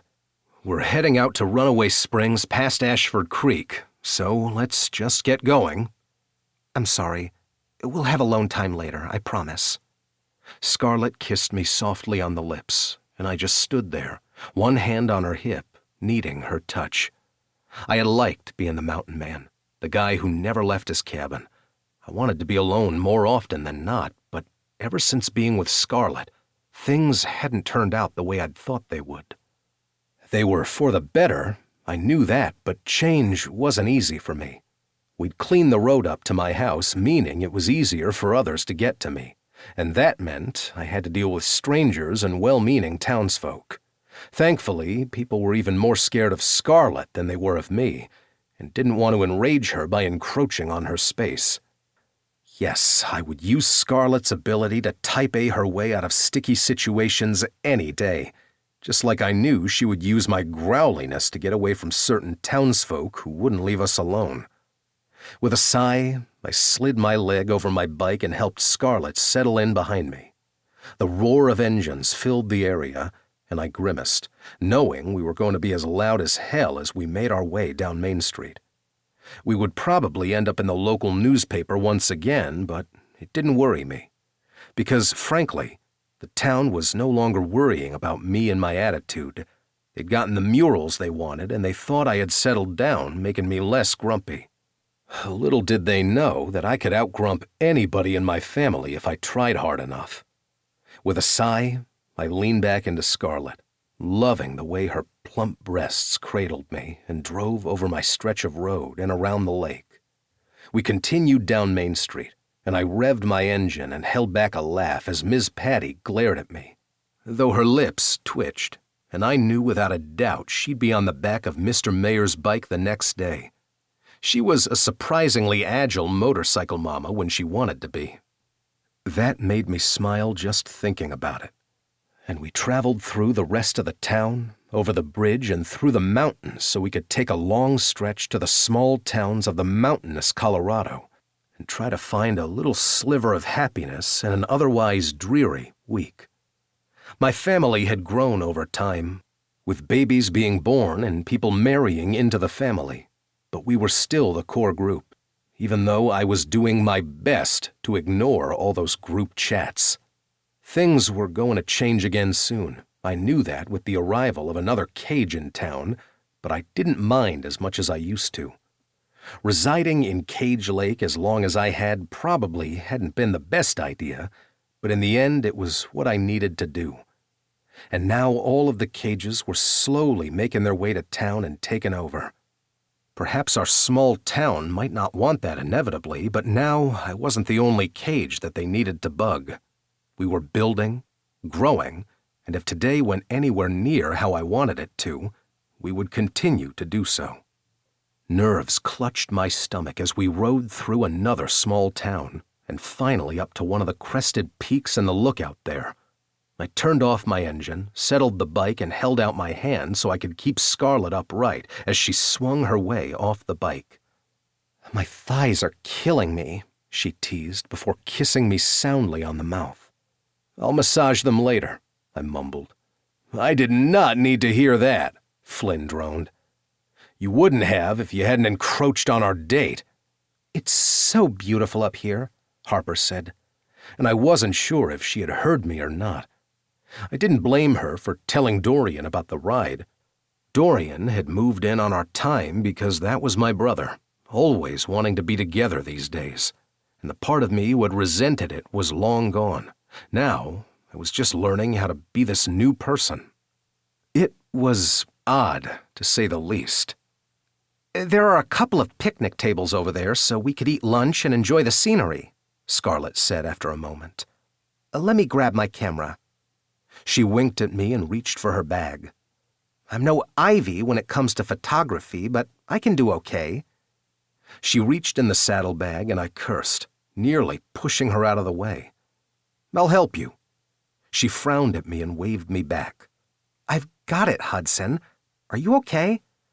Sweat broke out down my back, and I tried to reach for the bag before she did, but when she stilled, I realized she had found what I had wanted to hide. The others were staring at us, confused, and I really wanted to be alone for this. Instead, I watched as Scarlett's throat worked as she swallowed, and she pulled out the velvet box, hands shaking. "Hudson?" she asked, eyes wide. "Oh, shit," Flynn muttered, and Harper let out a squeak.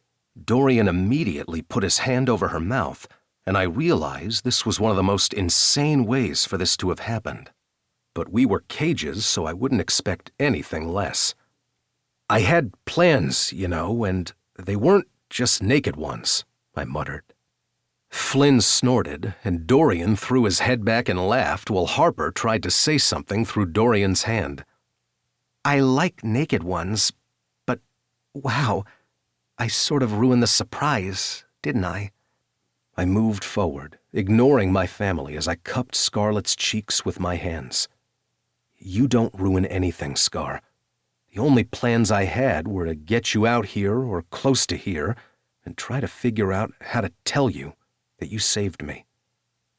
Harper let out a cry behind Dorian's hand, but I knew that the three of them wouldn't be leaving us any time soon.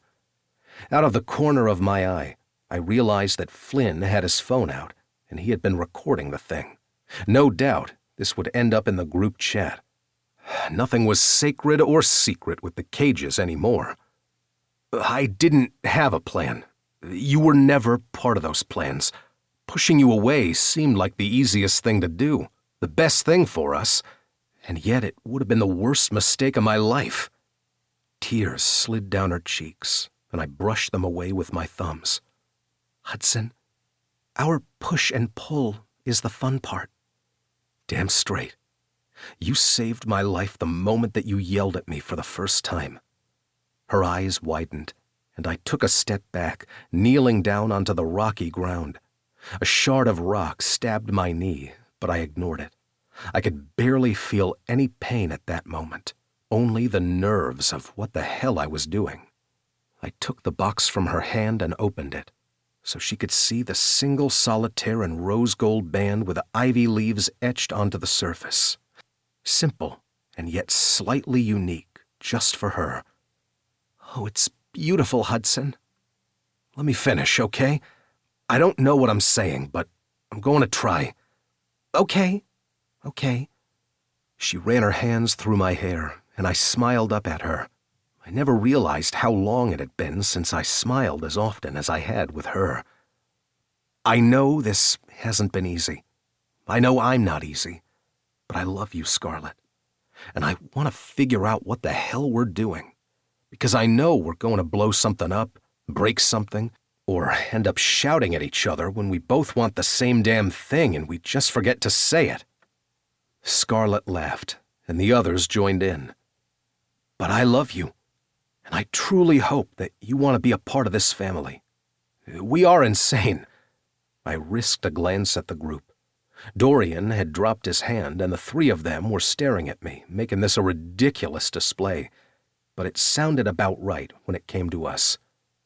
We are a circus in our own right. You know that. Scarlett shook her head. Don't forget, my family isn't all that sane either. I'm going to tell your sister you said that. I will deny it's a twin thing. Hey, I'm the same twin, Flynn burst out. I'm trying to propose here, I shouted. Then do better, Dorian teased. A rough chuckle escaped my lips, and the others laughed. Scarlett Blair, I love you, even when you annoy the fuck out of me. And I know that I'm overbearing, domineering, and overprotective. Frankly, you're the same way with me. So let's figure out what the hell we're doing together and marry me. Become a cage. One of the annoying forebearers of this damn town. This does mean you can be your own boss. Please throw something at him, I told Harper at Dorian's mumbled words. Yes, I'll marry you. And not just for the family name and being my own boss, because I want to annoy you until the end of our days. I love you, Hudson. And I love you too. Even with my family filming. Seriously, Flynn? You do realize that everyone in the group chat needs to see this, and Scarlett's mom would never forgive me if I didn't show her. Hell, Luna would break me. With a laugh, I just shook my head and slid the ring onto Scarlett's finger. Marry me, and frankly all of them. We can never get rid of them. I love you, despite the Cages and the Blairs. I stood up then, wrapped her in my arms, and spun her around as the others cheered. And when I crushed my mouth to hers, I knew all was right. This was the beginning of this ridiculous, momentous, and unending surprise of a life. I had not meant to fall for Scarlett, and I knew she sure as hell hadn't meant to fall for me, but I was never letting go. And if my family had any say in it, they were never going to let us even try. And that was just fine with me. This has been One Quick Obsession, Book 4 in the Cage Brothers series. Written by Carrie Ann Ryan. Narrated by Kit Swan and Lance Greenfield. Produced by Wilder Audiobooks. Post-production by Chrissy Farrell. Text and production copyright 2026 by Carrie Ann Ryan. Thanks for listening, and keep an eye out for the next book in the Wilder Brothers series, Pretend It's Forever. Audible hopes you have enjoyed this program.